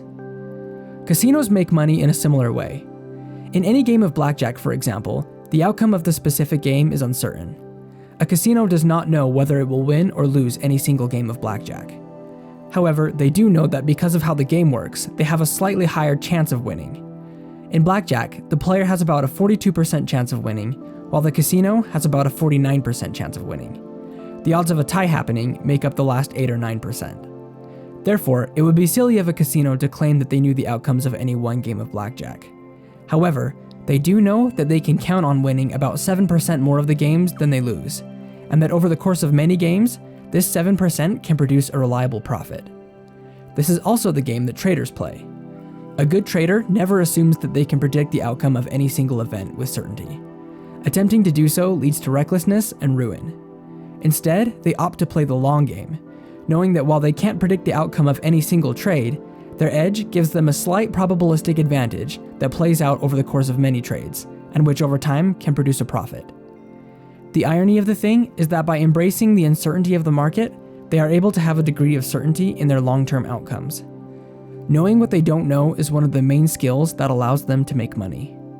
Learning to think in probabilities instead of in certainties is an essential skill for a trader, and frankly, in my opinion, is one of the most underrated skills in life. Knowing what you don't know is not just a skill for traders. Knowing what you don't know helps us to steer clear of classic and catastrophic human pitfalls, such as hubris and arrogance. It also allows us to be aware of problems in our lives that need our attention. Often, we don't like to be aware of our shortcomings, because being aware of our weakness is uncomfortable, even emotionally painful. We avoid it for the same reason we avoid physical pain. But think about what the point of pain is in the first place. Physical pain acts as a signal that something in our body is out of order or has been harmed in some way, and may require our attention so that our bodies can continue to function properly. It's like an indicator on the dashboard of your car, telling you that something needs checking. Emotional pain has much the same purpose. When we feel the emotional pain that comes from being aware of a weakness, we shouldn't run away from it or deny that it exists. Can you imagine what would happen if your body was telling you that your appendix was rupturing, and you just tried to act like nothing was wrong? This would obviously be really bad. But the effects of ignoring or running away from emotional pain are just as detrimental to our emotional and spiritual health as ignoring physical pain is to our physical health. The master does not do this. He or she realizes that being aware of his or her deficiencies is an advantage. Chapter 33 of the Tao Te Ching tells us, "Those who know others are intelligent. Those who know themselves are truly wise. Those who master others are strong. Those who master themselves have true power. Just like the trader is profitable by knowing what he or she doesn't know, the sage is whole by knowing where he or she is weak. When men lack a sense of awe, there will be disaster. Do not intrude in their homes. Do not harass them at work. If you do not interfere, they will not weary of you. Therefore, the sage knows himself, but makes no show, has self-respect, but is not arrogant. He lets go of that and chooses this. This chapter seems to be a bit of a grab bag of 3 different themes: the value of having a sense of awe, the value of governing with a light hand, and the balance of self-respect and others-mindedness. I think one of the great tragedies of our time is how much our sense of wonder and awe has declined as a human race. All throughout the history of mankind, humanity has always had a respect for something higher than the self. Whether it was a god or gods or nature spirits or anything really. I just think it's really important for people to have something to look at that's higher than the self, and to hold some kind of respect and reverence for something bigger than them. It's one of the few natural checks on human narcissism, and I think that we're starting to feel the effects of its absence today. Many people go throughout life with no purpose other than to be born, make money, and then die. This is such a depressing outlook on life. From talking to people, it seems like most people do believe in something, whatever they choose to call it, or choose not to call it. What I think might actually be declining is the tendency of people to allow these beliefs to influence their actions in some kind of tangible way. If we really do believe in something, such as the Tao, this belief should affect the way we live our lives. Whether this is in decline or not, a sense of awe and respect for powers greater than our own is an important aspect of humanity, and Lao Tzu agreed. One of the reasons for this is that it can help to nourish humility. Now, I know that sometimes humility gets a bad rap in pop culture. I guess this is only natural in a culture that is so concerned with asserting your own individuality. Our culture tends to scream a lot of me, me, me, but I don't think Lao Tzu would have been very impressed by this. Also notice though that Lao Tzu doesn't advise us to get down on ourselves or to try to think of ourselves as worse than we are. This is not humility. Humility is not good-looking people trying to think they're ugly or smart people trying to think that they're stupid. Humility has more to do with just spending overall less time thinking about ourselves in general and spending more time and energy taking care for others. Humility means that you see yourself as objectively as possible and that you don't waste energy either aggrandizing or deprecating yourself. It's less about how you evaluate yourself and more about taking the focus off of yourself altogether. Did you do a really good job on that project? Yeah, you really did, and you should feel joy about that, in the same way that you would feel joy from seeing a sunset or hearing a piece of music you like. The joy isn't in the fact that you are the one that did it, but in the fact that it exists. You could have been just as happy if it were done by someone else. Did you screw something up? Acknowledge that it happened, feel what you need to feel, make it right, and move on. Understand that while your mistakes may indicate something about your current capacity and skill set, they do not indicate something about your value as a human being. You are not your mistakes. Your mistakes are not you. They are just steps along your journey toward the Tao. Keep a sense of awe about the Tao. If you don't feel that sense of awe, study and meditate on the nature of the Tao. This can help you to more rightly see your path toward the Tao and the place you can find in it. Being overbold and confident is deadly. The wise use of caution will keep you alive. One is the way to death, and the other is the way to preserve your life. Who can understand the workings of heaven? The Tao of the universe does not compete, yet wins, does not speak, yet responds, does not command, yet is obeyed, and does act, but is good at directing. The nets of heaven are wide, but nothing escapes its grasp. There are certainly advantages to being brave, but an excess of bravery without the temperance of wisdom and caution can lead to problems. All bravery is not created equally. I think one way to evaluate the nature of our bravery is to look at its motivations. Are we brave in order to gratify our egos? Do we do brave things from a sense of grandeur or self-importance? Or are we brave when the situation calls for it, simply because we understand that something needs to be done? Is our bravery brave for the sake of accomplishing something important, or for the sake of proving something to ourselves or others? The Tao certainly doesn't do anything in order to prove itself. Even though it takes care of everything in the universe, it does not resist obscurity. In fact, it chooses it. Moving farther down into the chapter, we read a couple of these interesting paradoxes of the Tao. The first of these paradoxes seemed to jump out at me a little bit. The Tao does not compete, yet wins. It is always triumphant, and yet it does not get caught up in competition or power struggles. It accomplishes everything by virtue of what it is. I heard an interesting perspective this last week, and I think it was from an interview between Malcolm Gladwell and David Epstein, where someone said something to the point of when a person is well matched to their work, it will often seem like they have a lot of grit, but to them it doesn't feel like grit. It feels natural. I think that this is a pretty decent representation of what it is like to follow the Tao. Just as the Tao does not accomplish its ends through strenuous competition, if we are following the personal path laid out for us by Tao, there will be a lot of times when it will seem like we are working really hard because of all we're getting done, but in actuality, it doesn't feel to us like we're working hard at all. I've seen this dramatically in my own life over the course of this Tao Te Ching daily upload challenge. I've worked many different jobs in my life, mostly revolving around IT and computers. My last quote-unquote real job was as a network technician at a local school district. Although I didn't mind the people at the job, and there were some things I liked about it, one thing I noticed was that it always felt like I had to just force myself through the work. Like I was always having to just put my head down and slog through it. I noticed this with a lot of the jobs that I've held in the past. During the course of this challenge, I've noticed an interesting thing though. I recently was just listening to a presentation from Mike Duncan at a book signing he did a few years back. Now, if you don't know who Mike Duncan is, in my opinion, he is one of the greatest history writers and podcasters I know of. I've been pretty engrossed in his Revolutions podcast for about 2 years now, and I really admire him for the detailed, well-informed, and well-spoken narratives he uses to lay out so many of the amazing stories throughout history. He really just makes you feel like you're reading a great book of fiction, but the stories are real. Anyway, I remember hearing him say how much he writes in a given week for the podcast, and suddenly realizing that I write about the same amount for the Tao Te Ching challenge, which is crazy to me because that's his job, and for me it's just kind of a hobby. But when I write, it usually doesn't feel like hard work. Often, I'll work straight through meals without even realizing. Some days, I just get so caught up it doesn't feel like work at all. Now, I do need to add some caveats here, lest any of you take this out of context. I am not telling anybody that they should quit their job to go change to something else. That is a very personal decision that is so dependent on individual circumstances and intuition that it would be incredibly irresponsible of me to make a recommendation like that. I'm also not making some kind of claim that if you just find your true calling, it'll always be easy, and it'll never feel like work, and everything will always go great. Writing comes pretty easy to me now, but it wasn't always like that.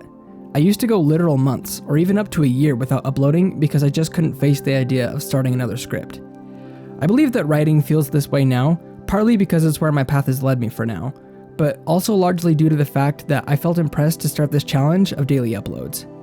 Before this challenge, I was never very consistent about uploading, but I do think that the exposure of just writing every single day, no matter what, has helped to make it so that it feels a lot easier now. Writing hasn't always been easy, but through following my intuition and walking my own personal path that Tao has shown me, it now feels that way.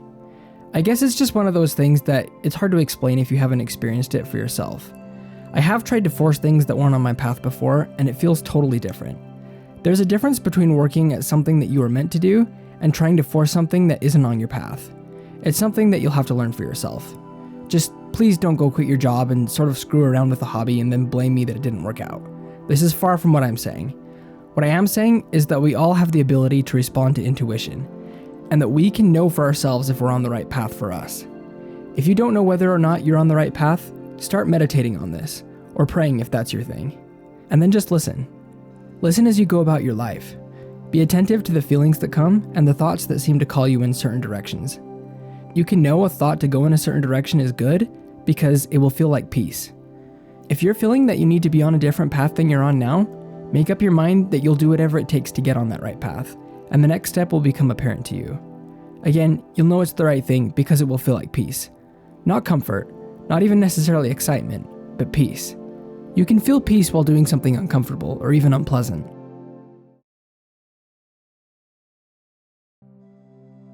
If men are not afraid to die, it is no avail to threaten them with death. If men live in constant fear of dying, and if breaking the law means that a man will be killed, who will dare to break the law? There is always an official executioner. If you try to take his place, it is like trying to be a master carpenter and cutting wood. If you try to cut wood like a master carpenter, you will only hurt your hand. This chapter is a bit interesting because it isn't super clear how it is meant to be interpreted. Some say that this chapter is Lao Tzu advocating for the death penalty. Others say that it is Lao Tzu discouraging it. For those who see this chapter as supporting the death penalty, the first part of this chapter is taken as saying that if people are in constant fear of death from breaking the law, then nobody will dare to break it. They then look at the second part of the chapter, the part about the executioner, and see in it the meaning that there is always an official executioner appointed by the government, and that this person is a master in his craft, and that those who are not experienced in it should not attempt it. So there's one interpretation. On the other hand, it is possible to interpret this chapter in a largely opposite sense, as a criticism of the death penalty. Those who see this meaning in the chapter look to the first few lines. If men are not afraid to die, it is no avail to threaten them with death.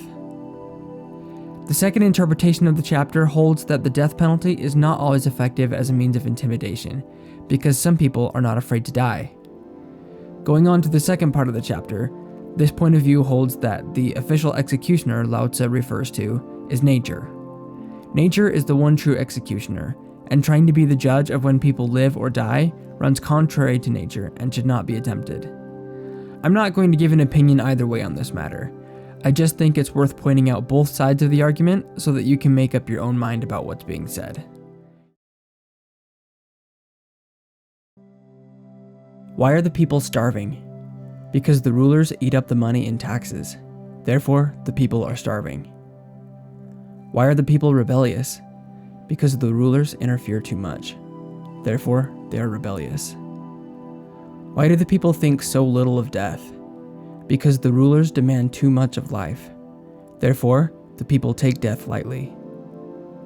Having little to live on, one knows better than to value life too much. This chapter builds off the one before it. Whereas yesterday, Lao Tzu discussed how complicated the death penalty can be, this chapter builds on this theme of taking death lightly. There are many reasons why a population goes hungry, but one reason, especially in ancient times, or under authoritarian governments, is overtaxation. I'd like to think that in our time, democratic mechanisms usually stop taxes from getting this bad. But in Lao Tzu's time, these political mechanisms did not exist, and rulers could sometimes become extreme burdens upon their people. This runs totally contrary to Lao Tzu's ideal, which is for a ruler to take responsibility for nurturing and protecting the people. This ideal fits in with the idea of the king as a sort of father protector, which was a big part of the appeal for having a king in ancient and feudal society.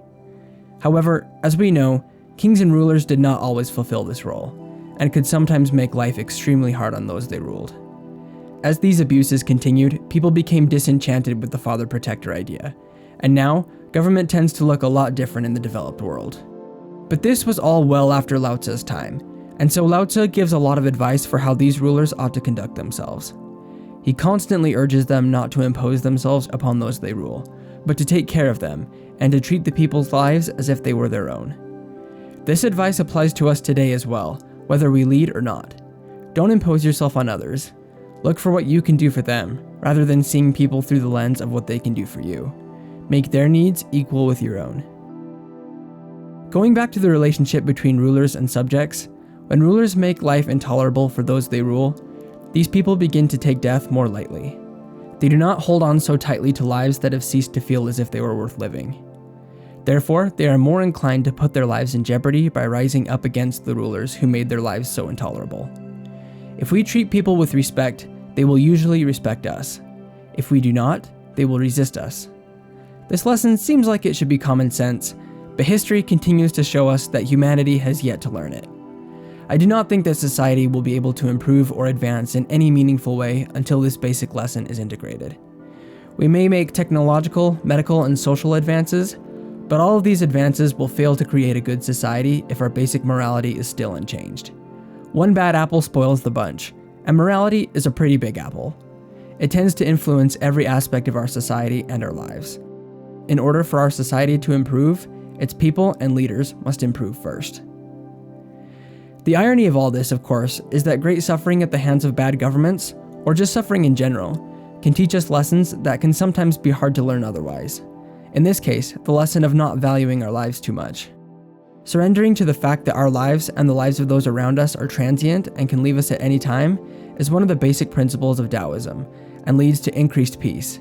But this lesson, ironically, is hardest to learn when our lives are going well. When our lives are pleasant, we hold on to them all the more. This is another example of how bad circumstances can sometimes bring about good outcomes.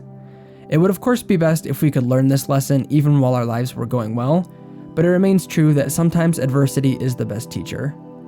The lessons we learn in the worst times of our lives sometimes are the ones that bring us the most benefit. So throughout our discussions of politics and society and how to make the best ones possible, we need to remember that perhaps suffering is not only unavoidable, but is part of the plan. Not that we shouldn't try to live our lives in ways that minimize our suffering and the suffering of others, but at the end of the day, we should remember that all political systems are imperfect because they make use of imperfect people, and every government will have issues. In politics, as in life, I don't think it's possible to avoid suffering altogether. Unlike some philosophies which seek to transcend or eliminate suffering, Taoism acknowledges the reality of suffering and teaches us not to resist it, but to accept it, adapt to it, and learn from it.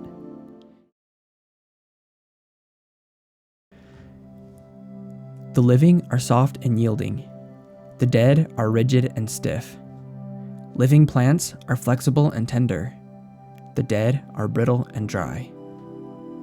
Those who are stiff and rigid are the disciple of death. Those who are soft and yielding are the disciples of life. The rigid and stiff will be broken. The soft and yielding will overcome. Okay, so as you guys know, we are nearing the end of the Tao Te Ching Explained series. Following this series, my plan is to transition to fewer, higher quality uploads, where I can go more in depth on topics that I think are especially important. I already have quite a few topics in mind that I'd like to cover in these deeper videos, and this topic is one of them. Because of this, I'm not going to go super deep into this subject now, because I'd like to cover it more in a longer and better produced video. So just know that one thing you can most likely look forward to at the end of the Tao Te Ching series is an in-depth, practical guide on how to use Wu Wei in your life. If you guys do have any requests about videos you'd like to see done, you can put them in the comments if you want, and I'll at least consider it. So with that said, let's talk a little bit about flexibility.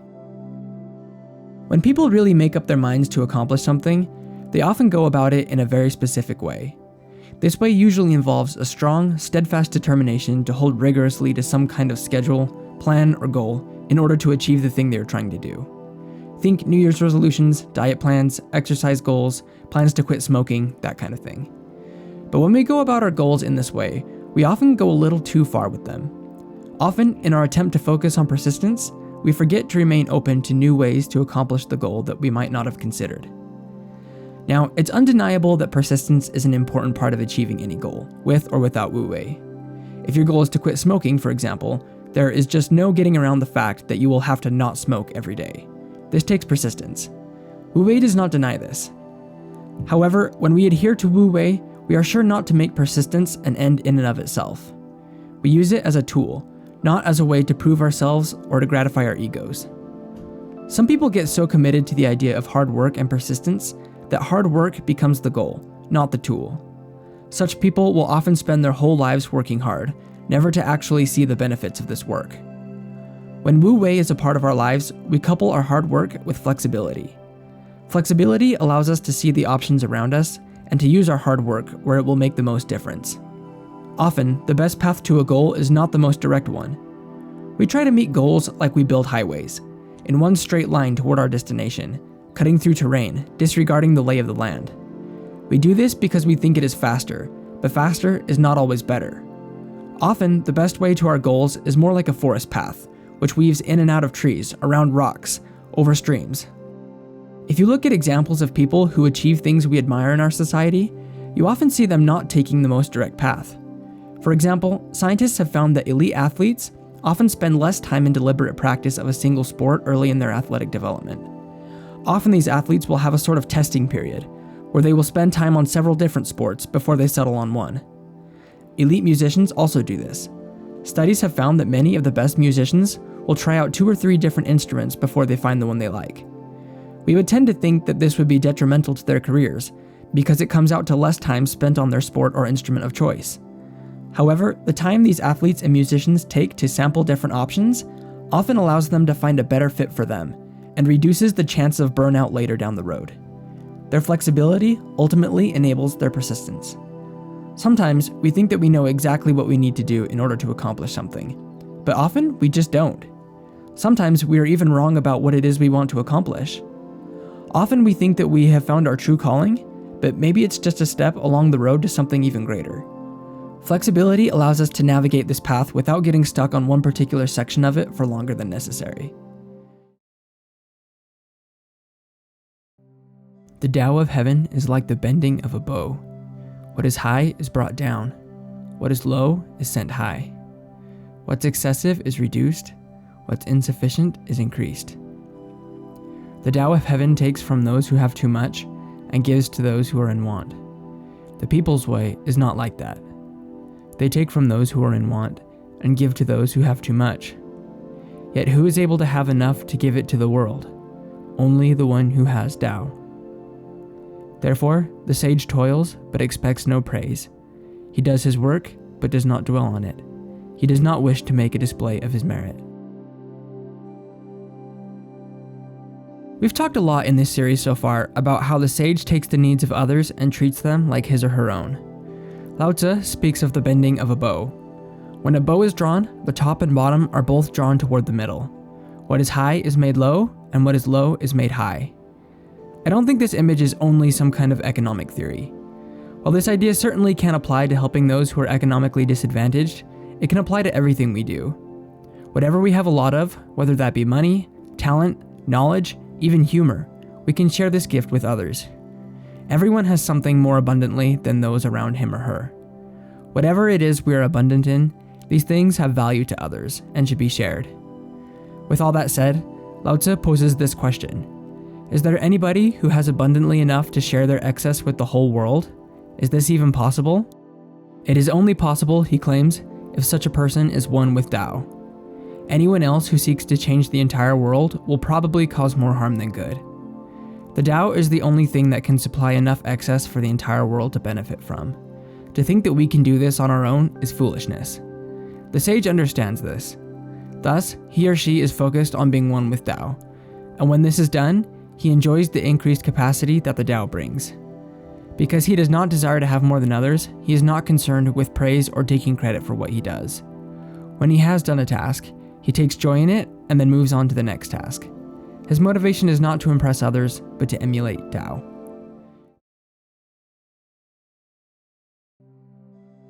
Water is the softest and most yielding substance. Yet nothing is better than water for overcoming the hard and rigid, because nothing can compete with it. Everyone knows that the soft and yielding overcomes the rigid and hard, but few can put this knowledge into practice. Therefore, the Master says, only he who is the lowest servant of the kingdom is worthy to become its ruler. He who is willing to tackle the most unpleasant tasks is the best ruler in the world. True sayings seem contradictory. Be like water, my friend. We all know the Bruce Lee quote, but it's much easier to recite the quote than it is to put it into practice. We usually like to cast ourselves in the anime protagonist role, as the character who overcomes impossible odds through sheer grit and determination. If things went our way, the entire world would be a canvas on which we'd paint our life's work, shaping and changing the world to suit our own opinions and desires. Water does the opposite. Lao Tzu praises the attributes of water through multiple chapters of the Tao Te Ching. Water does not resist change. When a stone falls into it, it moves out of the way and lets the stone pass. When it's cold outside, water freezes. When it gets very hot, it vaporizes. It's partially the changeability of water that allows it to support life on our planet. It allows itself to change states in order to condense, move around the earth, and fall into places where it's needed. Water isn't picky. It gives life to all people and all creatures, regardless of rank, nationality, or origin. It is very much like the Tao in this way. The Tao nourishes and supports all who seek it. Like water, it does not seek recognition or glory, yet it takes care of all things. The changeability and adaptability of water does not stop it from being strong, however. Water is one of the principal forces for shaping the world as we know it. Through erosion, water can eventually overcome entire mountains, carve out valleys, or make beautiful works of art. The crazy thing about water, though, is that it shapes and changes the world by first yielding to it. Raindrops erode rocks over time, but they do this by yielding to wind and gravity. Water generates no motion in and of itself. It is acted upon by universal forces, and through these forces does its work. When water carves out a valley, it is by running along the natural path as dictated by gravity.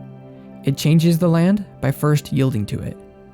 Human beings, unlike water, have the ability to generate motion, to act, rather than only to be acted upon. However, in all our acting, we would do well to remember the example of water, to temper our action with patience and softness. Only when we do this will we be able to act optimally.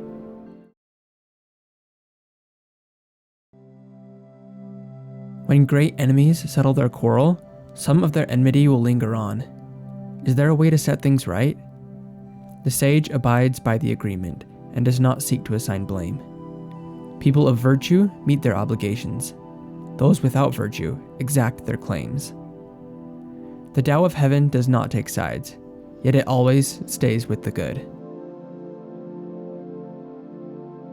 Some of the most difficult challenges to navigate in life are those that have to do with relationships. When you're dealing with relationships, you're not only having to deal with yourself and all your issues, but with a whole other person and all their issues. You have the challenge of having to reconcile two very different worldviews. Even the challenge of understanding the other person's point of view is difficult. Our opinions matter a great deal to us, and we will defend them, sometimes literally to the death. When two people are having a hard time reconciling their opinions, an argument often breaks out. These arguments can continue on perpetually if we do not take steps to resolve them. But even after an argument's resolution, deep-seated resentment can still remain. The Tao sets an example for us of caring for all things, and taking the needs and interests of others as our own. Therefore, Lao Tzu advised, when a resolution is reached, hold up your end of the bargain with exactness, and don't worry too much about what the other person does. As your mom probably told you when you were fighting with your sibling, mind your own business. But Sonjoi, you ask, isn't it my business if someone doesn't hold up their end of a bargain with me? Well, no, it's really not. What is your business? Is everything that affects you your business? Well, if that's the case, then pretty much everything in the world is your business, because pretty much everything that happens, no matter how insignificant, has a long cause and effect chain that will eventually end up affecting you. Oxford Languages defines business as 1. A person's regular occupation, profession, or trade. 2. An activity that someone is engaged in. 3. A person's concern. And 4.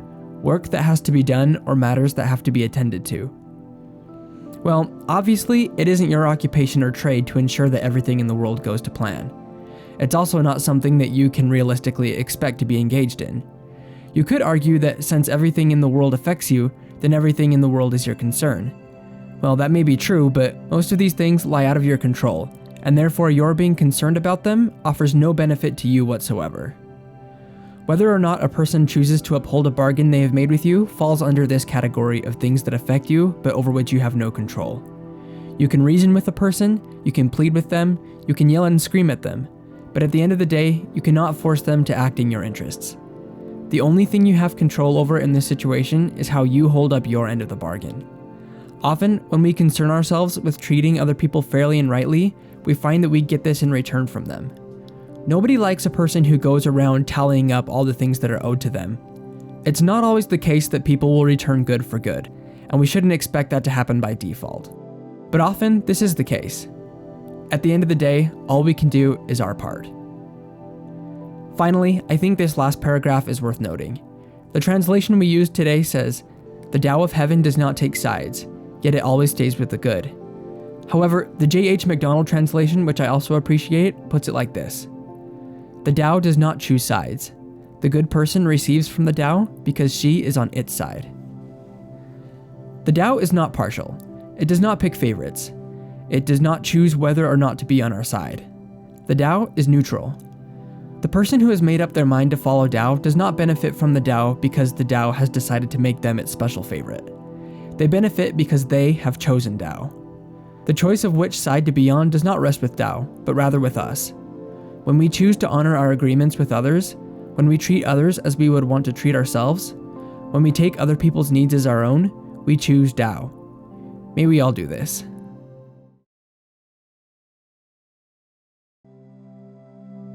A small country has fewer people. Though there are machines that can work 10 to 100 times faster than man, they are not needed. The people take death seriously and do not travel far. Though they have boats and carriages, no one uses them. Though they have armor and weapons, no one displays them. Men return to the knotting of rope in place of riding. Their food is plain and good. Their clothes fine but simple. Their homes secure. They are happy in their ways. Though they live within sight of their neighbors, and crowing cocks and barking dogs are heard across the way, yet they leave each other in peace while they grow old and die.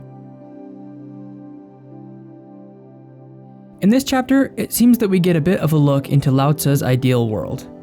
We see glimpses of a country where people are not rushed, and where they embrace the simplicity in life, and don't have a need to travel to different places. People renounce war and live in peace. Many political, economic, and philosophical theories have been made on how this could be achieved. However, every known attempt at a utopian society has failed, because they just keep running up against the same old problem of human nature. You can have the best social or economic theories around, but inevitably, some chump is just going to ruin it for everyone. Or, just kind of everyone ruins it for everyone.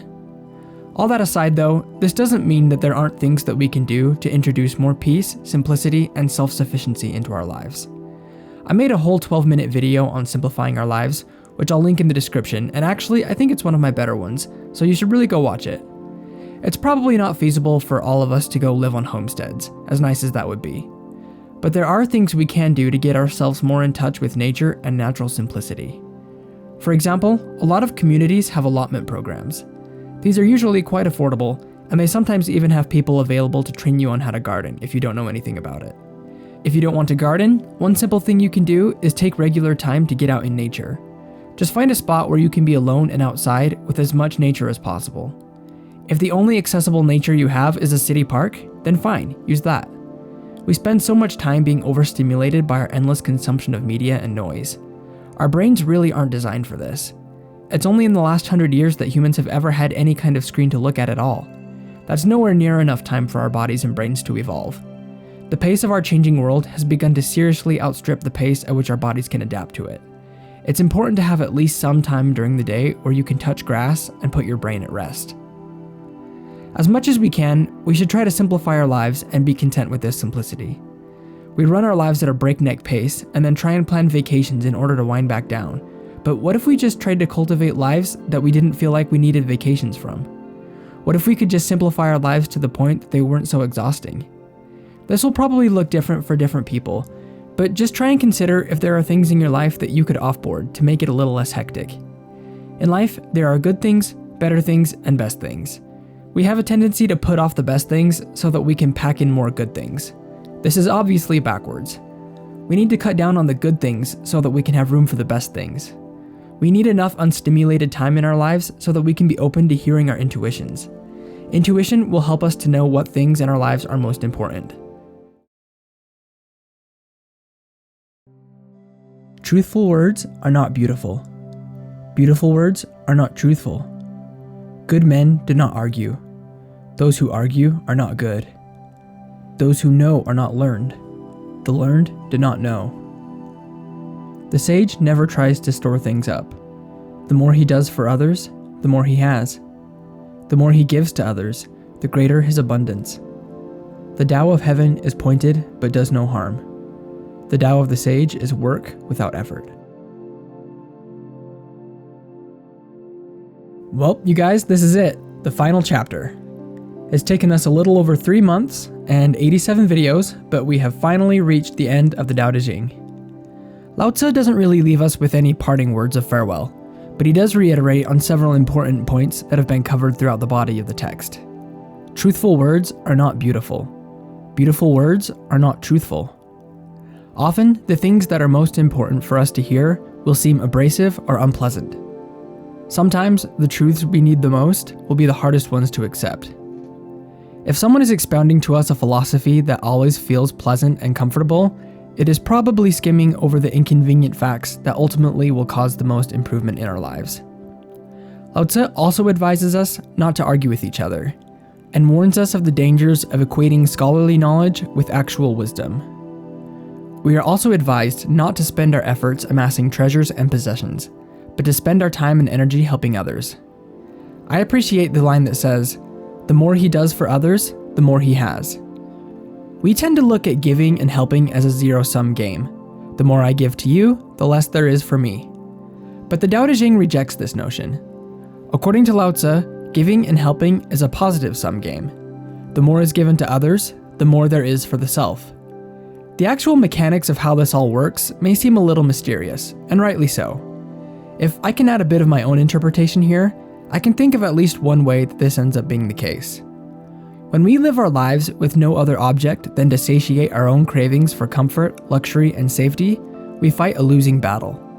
The most miserable people I have ever met are almost invariably those who seek their own comfort above all else. This is partly because our comfort and pleasure levels do not remain static, but follow a moving baseline. Whatever was pleasurable yesterday becomes less pleasurable the more times we do it. Therefore, no amount of comfort or pleasure will ever be enough to satisfy us if we have dedicated our lives to the pursuit of pleasure or comfort alone. Also, I'm of the notion that we live in a universe that is far less concerned with our comfort than it is with our development. Because of this, events and circumstances will continually harass us at the borders of our comfort zones until we finally capitulate and step out of them. Fighting against the universe is a very futile proposition, and it's just not very fun. If we instead choose voluntarily to forsake our own comfort and seek to fulfill our purpose in helping and assisting others, we will find the satisfaction that comes along from going with the flow of the stream that our lives are meant to flow in. We will find that, far from diminishing, our pleasure begins to increase. If we seek that pleasure itself, it remains ever elusive. If we just seek to follow our specific path to Tao, we get the pleasure thrown in. Thus, by following Tao, which involves caring for others, we find there is more left over for us. The duties we perform on our way to Tao may require work, but they won't feel like strain or forcing. If not always easy, they will feel natural and right. It will feel like our lives are on the right path. Okay, well, that is just about it for us in the Tao Te Ching series. Now, I do say just about because I'm still planning on at least one more piece of Tao Te Ching content. I am going to take a bit of a hiatus for a few days, but then I'm going to start work on a video that I intend to be a sort of guide to what I consider to be the main takeaways from the Tao Te Ching. I'm going to spend a little extra time on this video, so it will be a little longer coming out than usual, but hopefully it'll be worth the wait. In the meantime, the best way to stay connected with me will be through the Discord. I'll still be in there being at least somewhat active, so please feel free to jump in and ping me or send me a DM. I would love to hear from you guys. The last thing I want to say is that I am just very grateful for the support that you guys have shown throughout the series. The channel and Discord have both grown, and I've learned a lot about Taoism, about making videos, and just life lessons in general. And seeing you guys take the time to write nice stuff in the comments or come say hi in the Discord has really meant a lot to me. It really helps me out a lot. So, I will see you all when I see you, and in the meantime, I'm gonna buckle down and go over like 90,000 words of material to try and pull out what I think is most worth knowing from the Tao Te Ching. And I will see you all whenever I'm done with that. Peace and blessings.